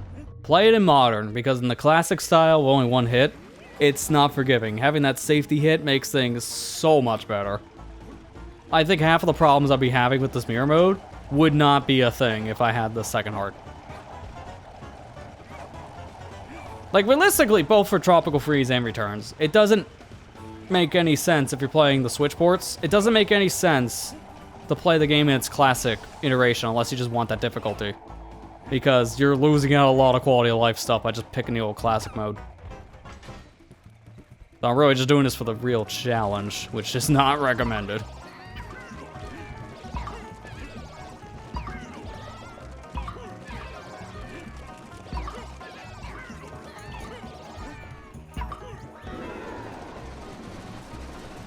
Oh, okay, which is middle. Cool.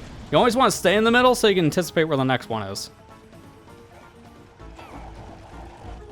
Okay, that time we didn't go through a dip section, so I couldn't duck. I like how the pattern was the exact same, but the rail wasn't. That's fair.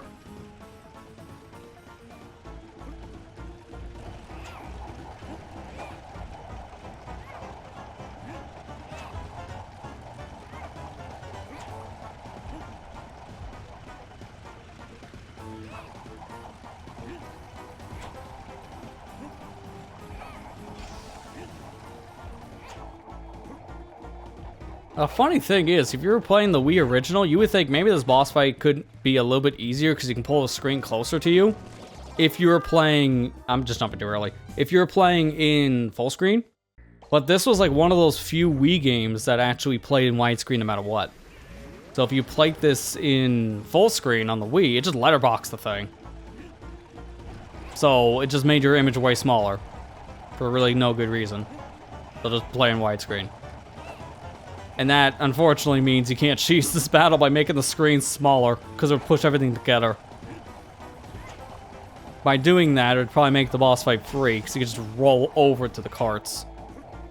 Probably why the game doesn't really have a real full screen mode on Wii. Because it kind of would change how the game would actually play. A lot of later Wii releases started to do that, like, near the end of its lifespan late. Like around 2010-ish, I would say. Okay, I really gotta pay attention here. Because I'm gonna have to jump this again. So I can like it. That's why I paused that, so I can see the rail.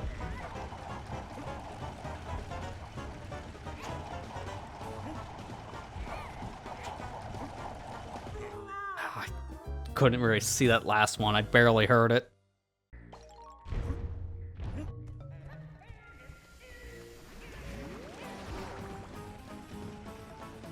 I gotta say, this music is already on my nerves. Like, I legit don't care for this boss theme to begin with. Especially when you gotta hear that beginning every minute and a half. Oh my god, I'm actually gonna do the rare thing where if I continue listening to that, I am going to go stir crazy. I'm just gonna load up a playlist in my own ears and mute the game feed. I'm not muting it for you guys, but I'm muting it for me because I can't. There are certain things in life you can't go through, and it's mall music for 3 hours.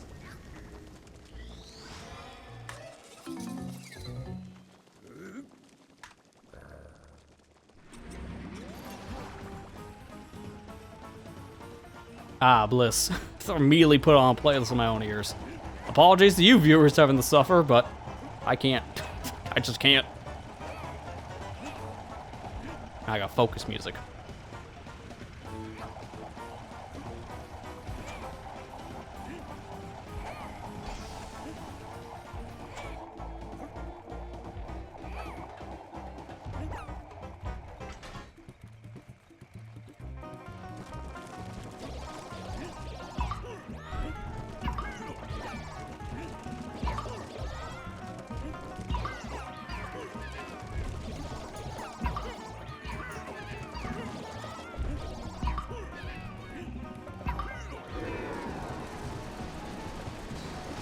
Thought it was gonna be middle there for a second. Stand here. Bomb's easy enough, just anticipate it, and then you can throw it.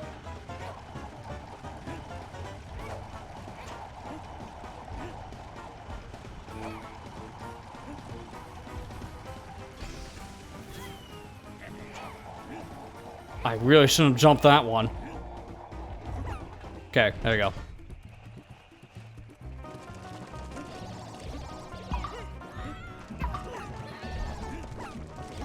Oh yeah, this is the part where they start like popping out of the holes and immediately go back in them.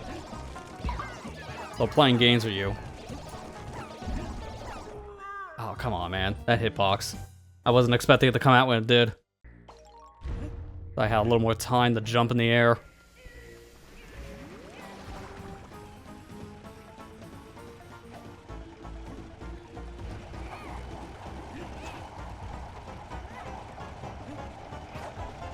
I think I only have to deal with this guy throwing axes at me for 3 different phases, if I remember correctly. Then I go fight the big moles. Like, this fight is a very drawn-out fight. It's probably the longest fight in the game. Just raw cycle-wise. Like, between this, World 7, and the final boss, like, these fights start getting long starting World 4.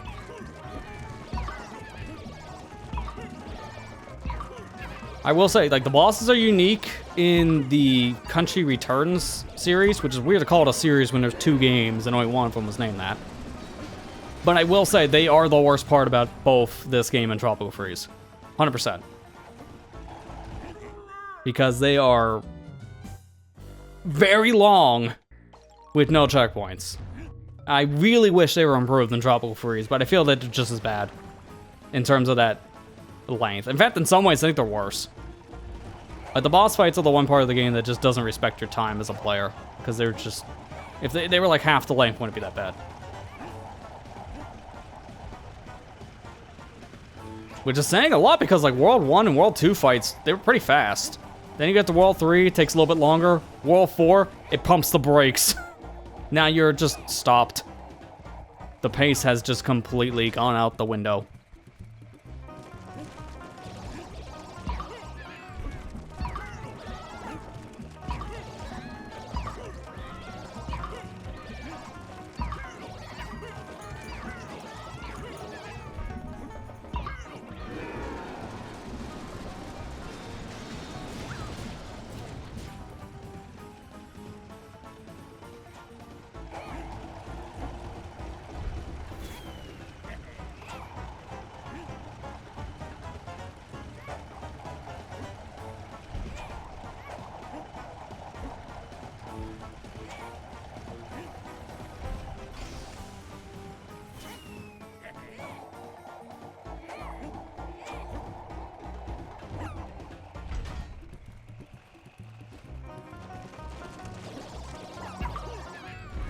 You just gotta immediately run away.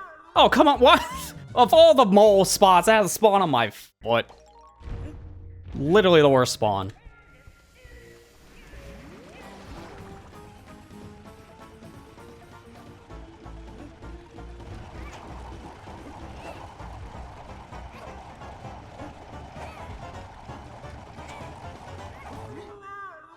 And that's just a bad jump. Yeah, I'd be so glad to get out of World 4, because this world is just bad. Like, there's not a single part of this world that I like, which is a pretty common statement for Returns players. There's not very much here that's memorable in a good way. It has some of the worst levels, which thankfully after this World 5, pace picks back up and we actually get to play the platformer again, but that won't be until next session. For now, I gotta deal with moles.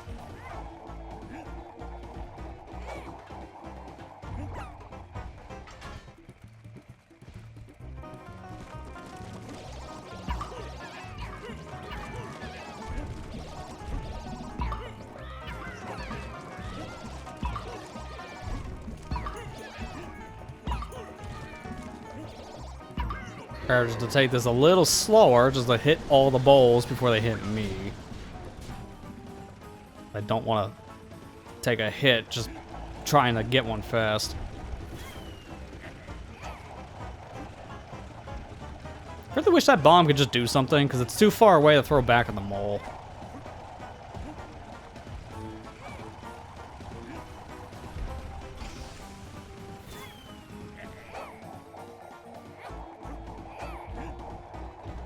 Such a jerk move to throw two, like, pickaxes at you at once, like that.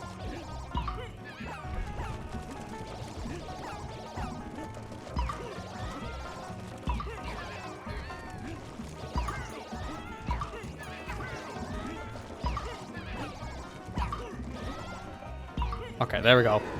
First time we got out of here.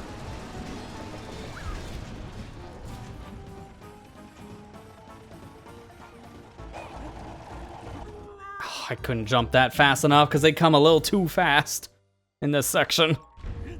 You have to jump. Like, that's how fast. As soon as you land, you gotta get right off the minecart for that second wrench. Or that second pickaxe. We're gonna call them all the things. Second tooth.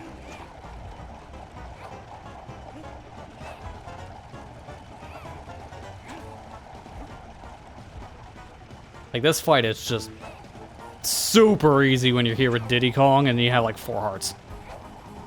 You just tank every hit, nothing's a problem. One of the easiest bosses in the game. But here in mirror mode, all that goes out the window because of the 1 health situation. And no Diddy Kong to save you. Because that really does help on these long roll jumps. what is a hitbox. I hit the other mole's head, but it counted as the swipe animation from the middle mole instead. So I got hit. That is so stupid. What are these hitboxes?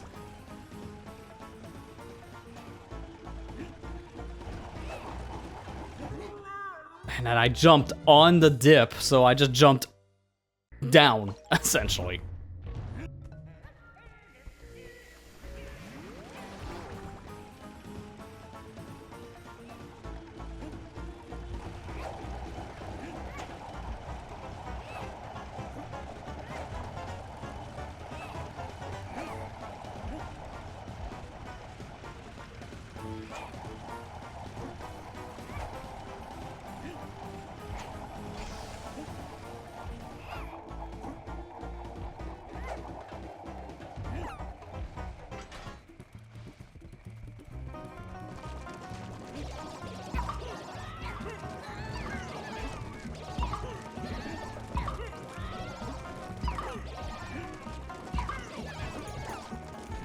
Okay, see you later. You ground for like all 1 second.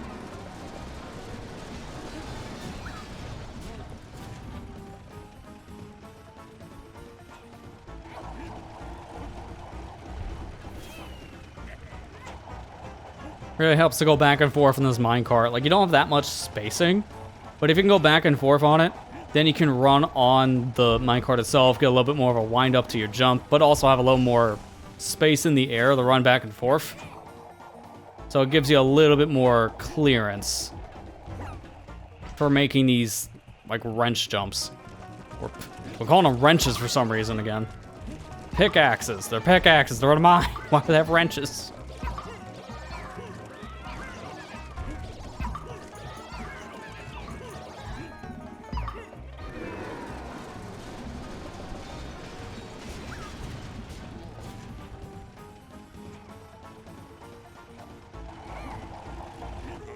Dude, man, that's too close. Every time I make the jump, it's like... It's the same timing as the other double pickaxe throws, but I'm just so much closer, I have less time to react to them.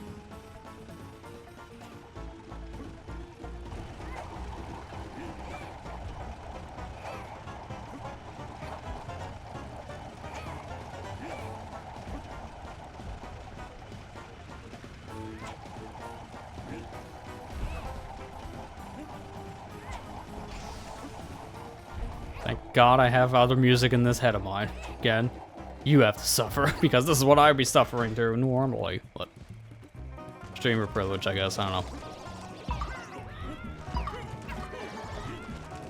I would put something else here, but I just don't want to deal with, like, DMCA or anything. It's not game music. It's a random playlist on Spotify to take the mind off the repetitive mole music.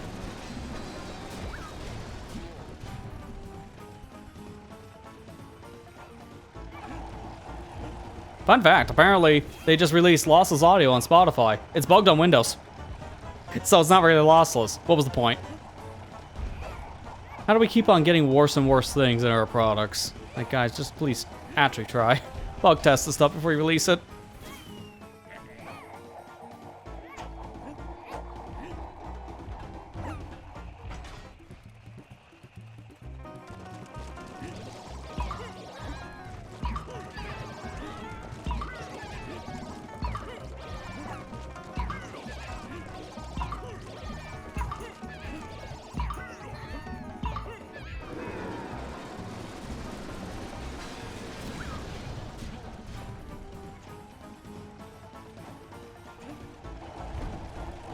Okay, I thought I was falling there for a second. That was really scary.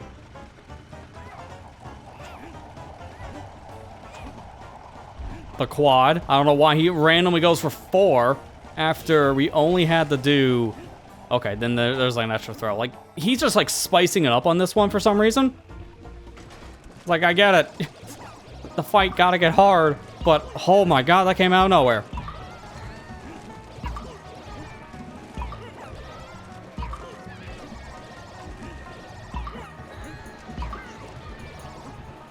Alright, that's it for the moles. Now I'm attaching to the main body, if I remember correctly. Which means I actually get to fight the real boss instead of just mooks. Which is kind of annoying. You do the whole thing against random enemies, then you get to fight this guy and learn his pattern after 20 minutes. Like, you legitimately have to go through so much BS on this just to get the real fight to start. Like, all this I'm doing right now is just... This is just the entree. It's not even the full course meal. This is your appetizer for it. Which, again, on normal difficulty settings with extra hearts and Diddy Kong, not that bad. In mirror mode, what the heck were they thinking?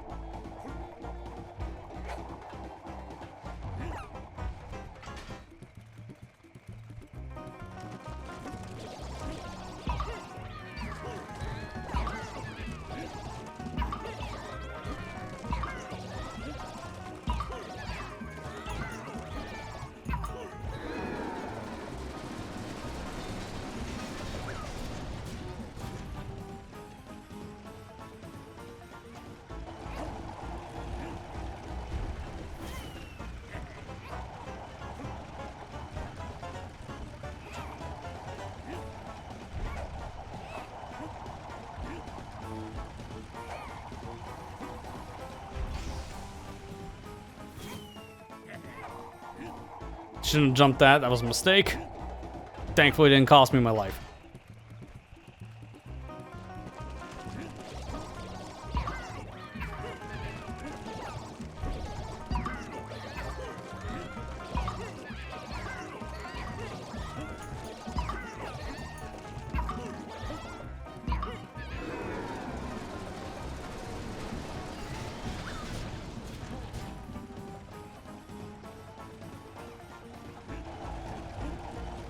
So fast.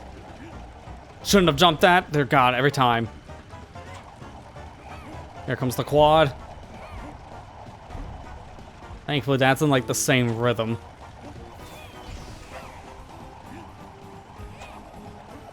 Why? Why'd I do that? I thought that was a lower one, not a higher one.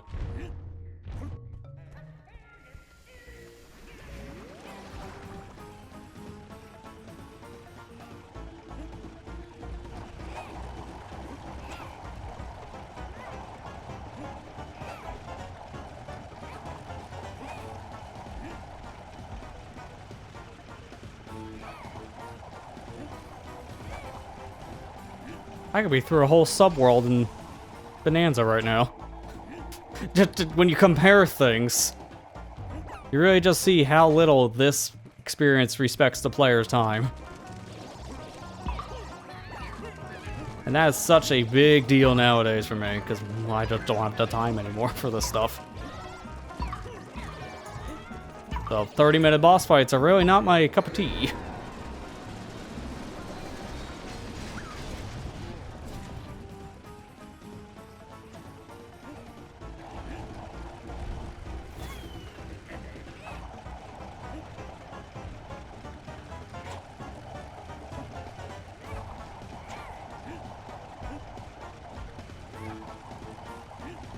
To be fair, I think the only game franchise I've really heard people say, I don't mind the long boss fights, is in the Dark Souls franchise, because that's kind of the point of those games.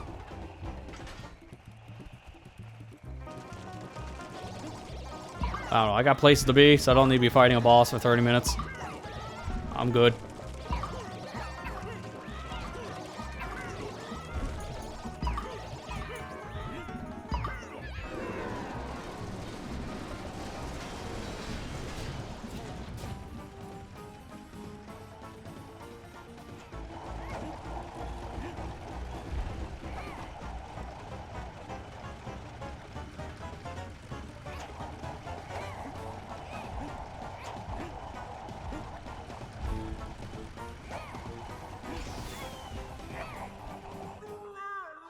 Nice. Nice. I thought that was the high one. It's the next one. You do so much in this fight, the attacks start to blend together. It's like, was this the high one? Was this the low one? Was this a bomb? Oh, I'm dead. Again, things that drag out like this are not fun. They don't respect the player's time, and that's the worst thing for a game to start to do. We're at that part.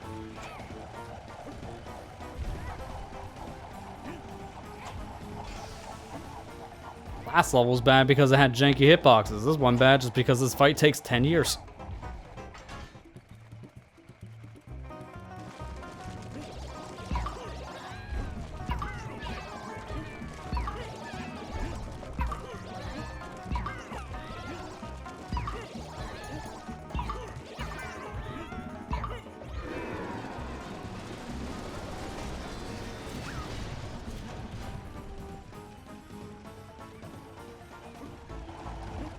Okay, and then the dip gets me. I was afraid of happening at some point again, because that hasn't happened in like 20 minutes. It's not helping that the 4K stage, as I mentioned during that whole fiasco, started to give me some eye fatigue with all the moving. This entire stage is just a moving background. This is not helping with my feeling of fatigue. It's actually making it worse. So I think I'm doing worse because I can barely focus.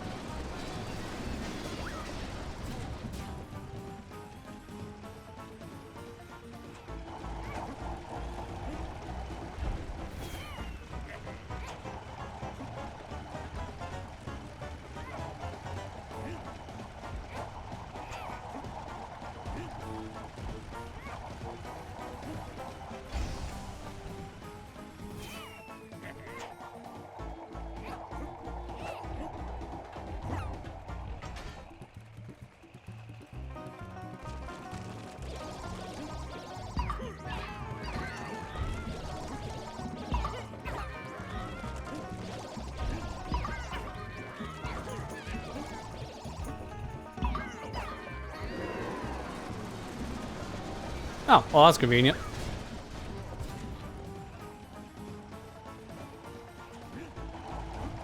Oh my god, the dip thing again, dude. I hate that. I hate when, like, both the phase 2 and the phase 3 pieces have a section where they're throwing double hooks at you, and there's a dip in the middle of one of the jumps. So if you jump too early, then you just die because you're jumping right into the thing you're trying to dodge. But if you duck, you're still gonna die because you're not gonna have enough time to stay down. It's a lose-lose. You have to get great timing. Again, really not that bad when you have some health to tank.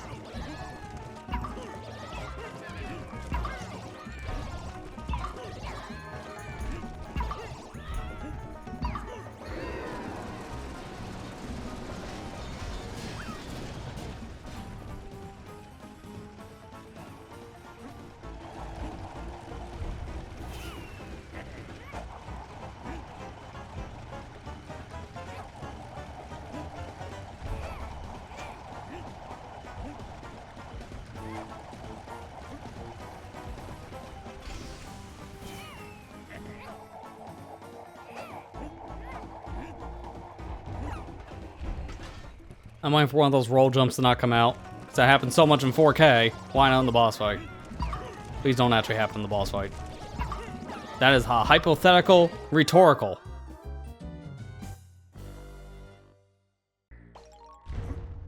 I'm so tired. I just want to stop, man. But I'm like right here. Just finish the stupid world.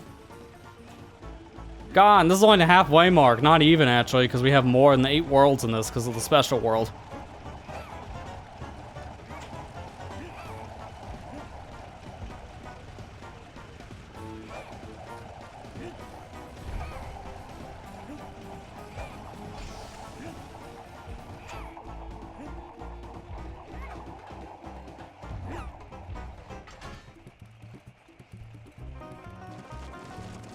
I don't even know the pattern for the big mole yet. I haven't learned it. Because he was on screen for all of 2 seconds. I had no time to react to anything and just instantly died. So I don't know what I'm doing after phase 3 of Mole Men. And that's making this worse. Because again, this is like a, like what, 5-6 minute lead up to the actual fight itself, and then you actually fight the boss. All of this is not even the boss. This is just a lead up section, which is so horrible.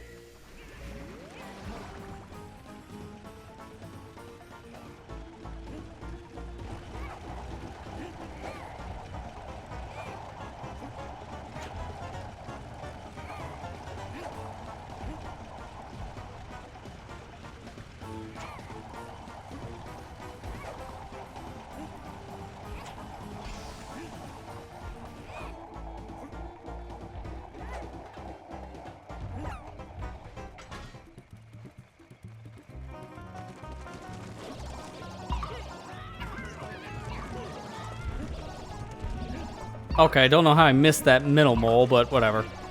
As long as I don't take a hit, doesn't matter.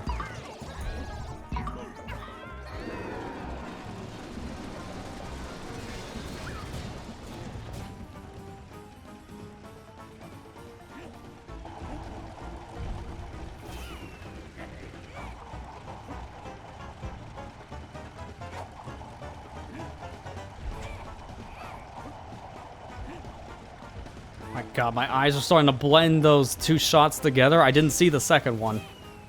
That's why doing this for so long is really bad, because everything starts blending in. It's not helping that this is a motion-focused throw attack with a lot of motion in the back. Eyes are starting to get distracted by those two motions.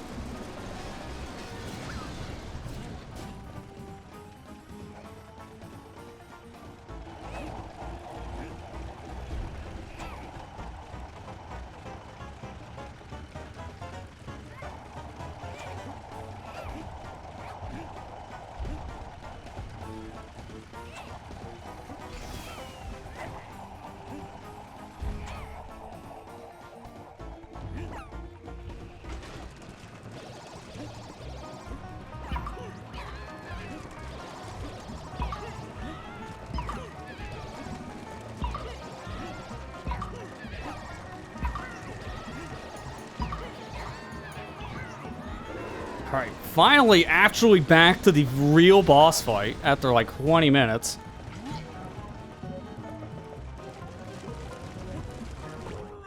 And gone. You can't react fast enough to that after 20 minutes of Mole Men. I'm literally like, oh my god, dude. I can barely see them at this point. Because I'm starting to get like motion sickness from all this movement. Like triggering like a vertigo response. It's getting way too much.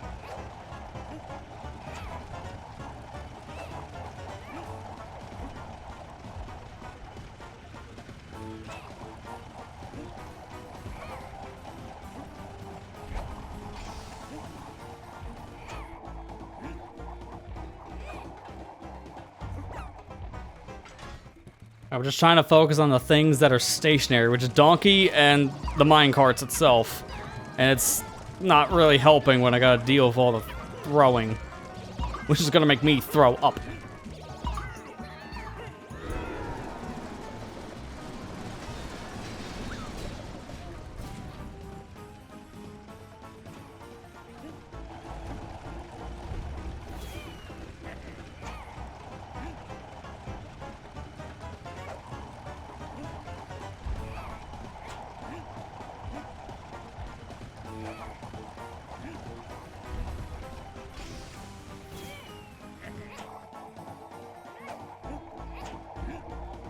Like, I can anticipate every single wrench throw that... Or pickaxes. Why do I want to keep on calling them wrenches? Every pickaxe throw at this point I can anticipate, because I've been through this too many times to count.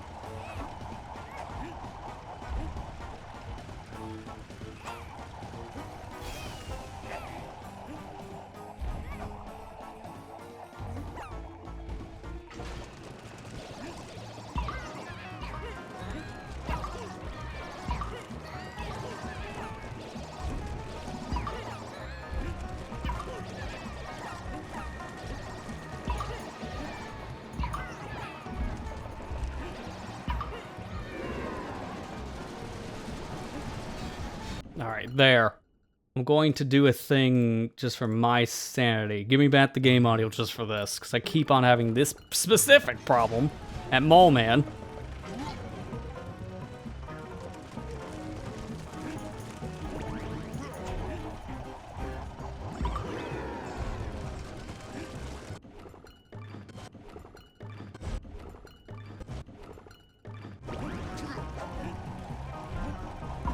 You may call it cheap, but I call it using the noggin to pause buffer this.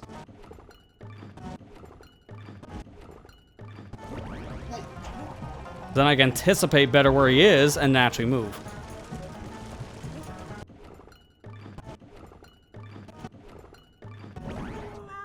That is why, because I couldn't tell he was there until he was on top of me. Because he spawned right when I landed. That is so bad. That is so stupid.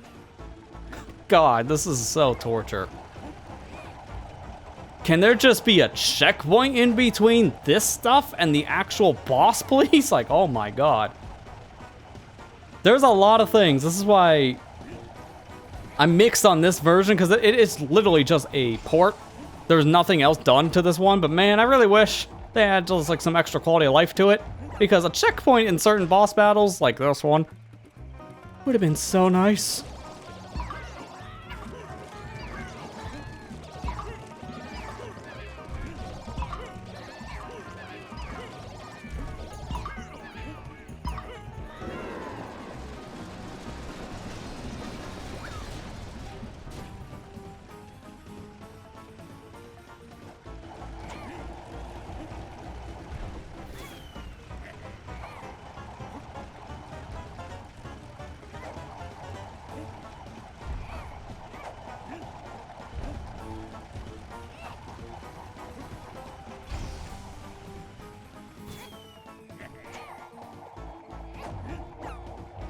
I'm just skipping that out of one. Oh, no more pickaxe. Pickaxe canceled.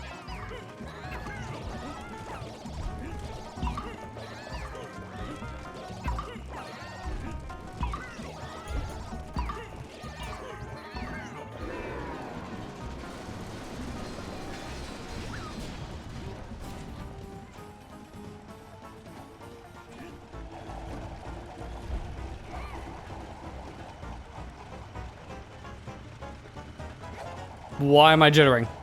That was weird. Must have been on the very edge of the car and about ready to fall off. Like that. I'm shocked it took this long for me to finally just not land the jump. I didn't move. My hands were off the D-pad. That was all momentum. Donkey just decided to go straight left, I guess, after jumping. And I was done in that phase too, which really sucked. Seriously, man, they needed a checkpoint for this stupid fight. I am so tired. I just want to go. I just want to sleep. I got work tomorrow. You don't respect my time, Mole. I still have to do the dang homework for the X-Fusion thing tomorrow, which I haven't done in 2 weeks because I just haven't had the chance. And now it's like, man, I don't know when I'm gonna have the chance.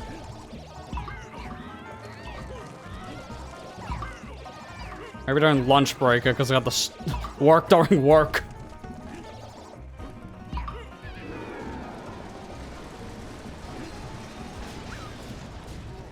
Yeah, I know you can roll jump to skip a bit on the slope, but the problem is if I miss that jump, I'm dead.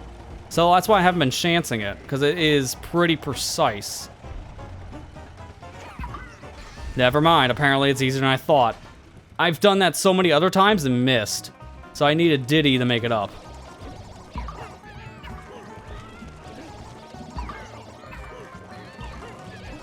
At this point, that doesn't really matter too much. It just saves me, like, a minute, if that.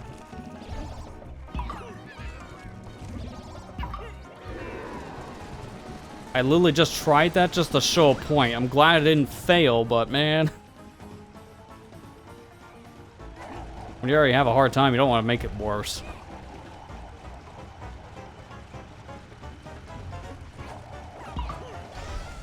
Yeah, legitimately don't think I could have cleared that without Diddy. Every time I try that in like my own playthroughs, I've always failed. Like 4K gave me the strength. Now just to figure out what to do with the main fight, like that's still a problem I'm having. I gotta figure this guy out.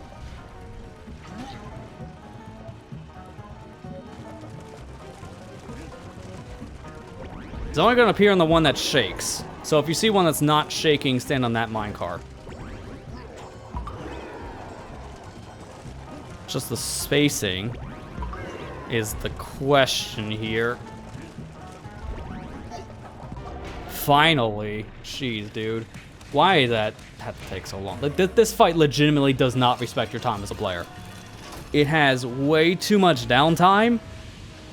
And man, vertigo issues. What's the term? It's probably gonna come tomorrow anyway, so it's probably good to learn it. What's the term for like all the things moving in a background? It's like these different like objects moving. It triggers like, it's not like a vertigo, but it's like something else. It starts with a T, I think. I was feeling that. I don't know what it's called. God, this is gonna bug me now. That's a medical term.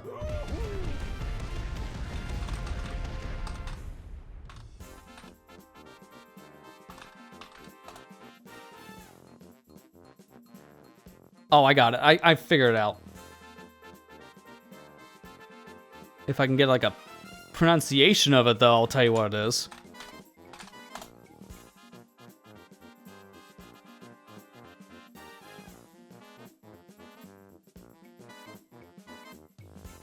Yeah, it's like, it's trypophobia. That's what it's called. It almost kind of felt like it was giving me that kind of a vibe, because it was just like small holes or bumps moving around in like a weird way. That's kind of what triggers it for some people. For me, it was the background moving with those pickaxes being thrown. That's like the small little hole or bump thing. It's a similar feel to that. It's more vertigo than anything else, but it's a similar feel to that. God. Done. It's ironic. Shortest world in the game took the longest time because of 2 levels, 4B and 4K. Those 2 alone took, like, I don't know how long at this point. I'm gonna fact check on time. Half the night, from what I'm seeing here. Because I got into, yeah, 2 hours ago. So that was literally half of the stream. 2 levels. Oh, that's definitely the hard mode playthrough experience if I've ever seen that myself. Well, thankfully we're done with Cave World, which means now we're going to Forest. And Forest, I remember this being a much better time compared to Cave. Not as stupid in a lot of areas, and less mine cars, and less barrels. So, next time we meet for Donkey Kong Country Returns, this is gonna be a little bit better. Thank God. Because I'm still fearing the worst over here. But we get the factory in due time. So, that's it for tonight's session of Donkey Kong Country Returns. Thanks everyone who came out.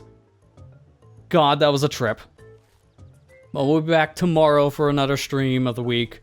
We got more Super Metroid X Fusion. We're gonna continue that. I still gotta figure out where to go. Again, I guess I got homework to do in the middle of my job tomorrow. I'll probably end up watching a video during a lunch break or something. So I'll figure out what we need to do since we're stuck in a weird spot in that ROM hack. But we're continuing that tomorrow. The only other thing to mention, bonus stuff has been going on since the end of last week for playthroughs, just trying to clean up the stuff for different series on the YouTube channel. This week we're going through all the Mario Kart 64 stuff, just showing all the remaining bits and pieces of that game that I haven't covered yet.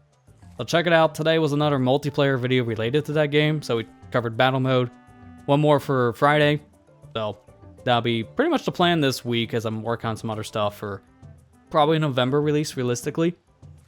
Oh, and then also check out the LP League, because we put up a little bit of a Halloween special that's going on throughout the month, starting today. So check out that channel too if you haven't already. But that's it for me. I'm exhausted, so I'm going to go. Thank you for watching. Hope you enjoyed. I'll see you back tomorrow for another stream. Take care and have a good night, everybody.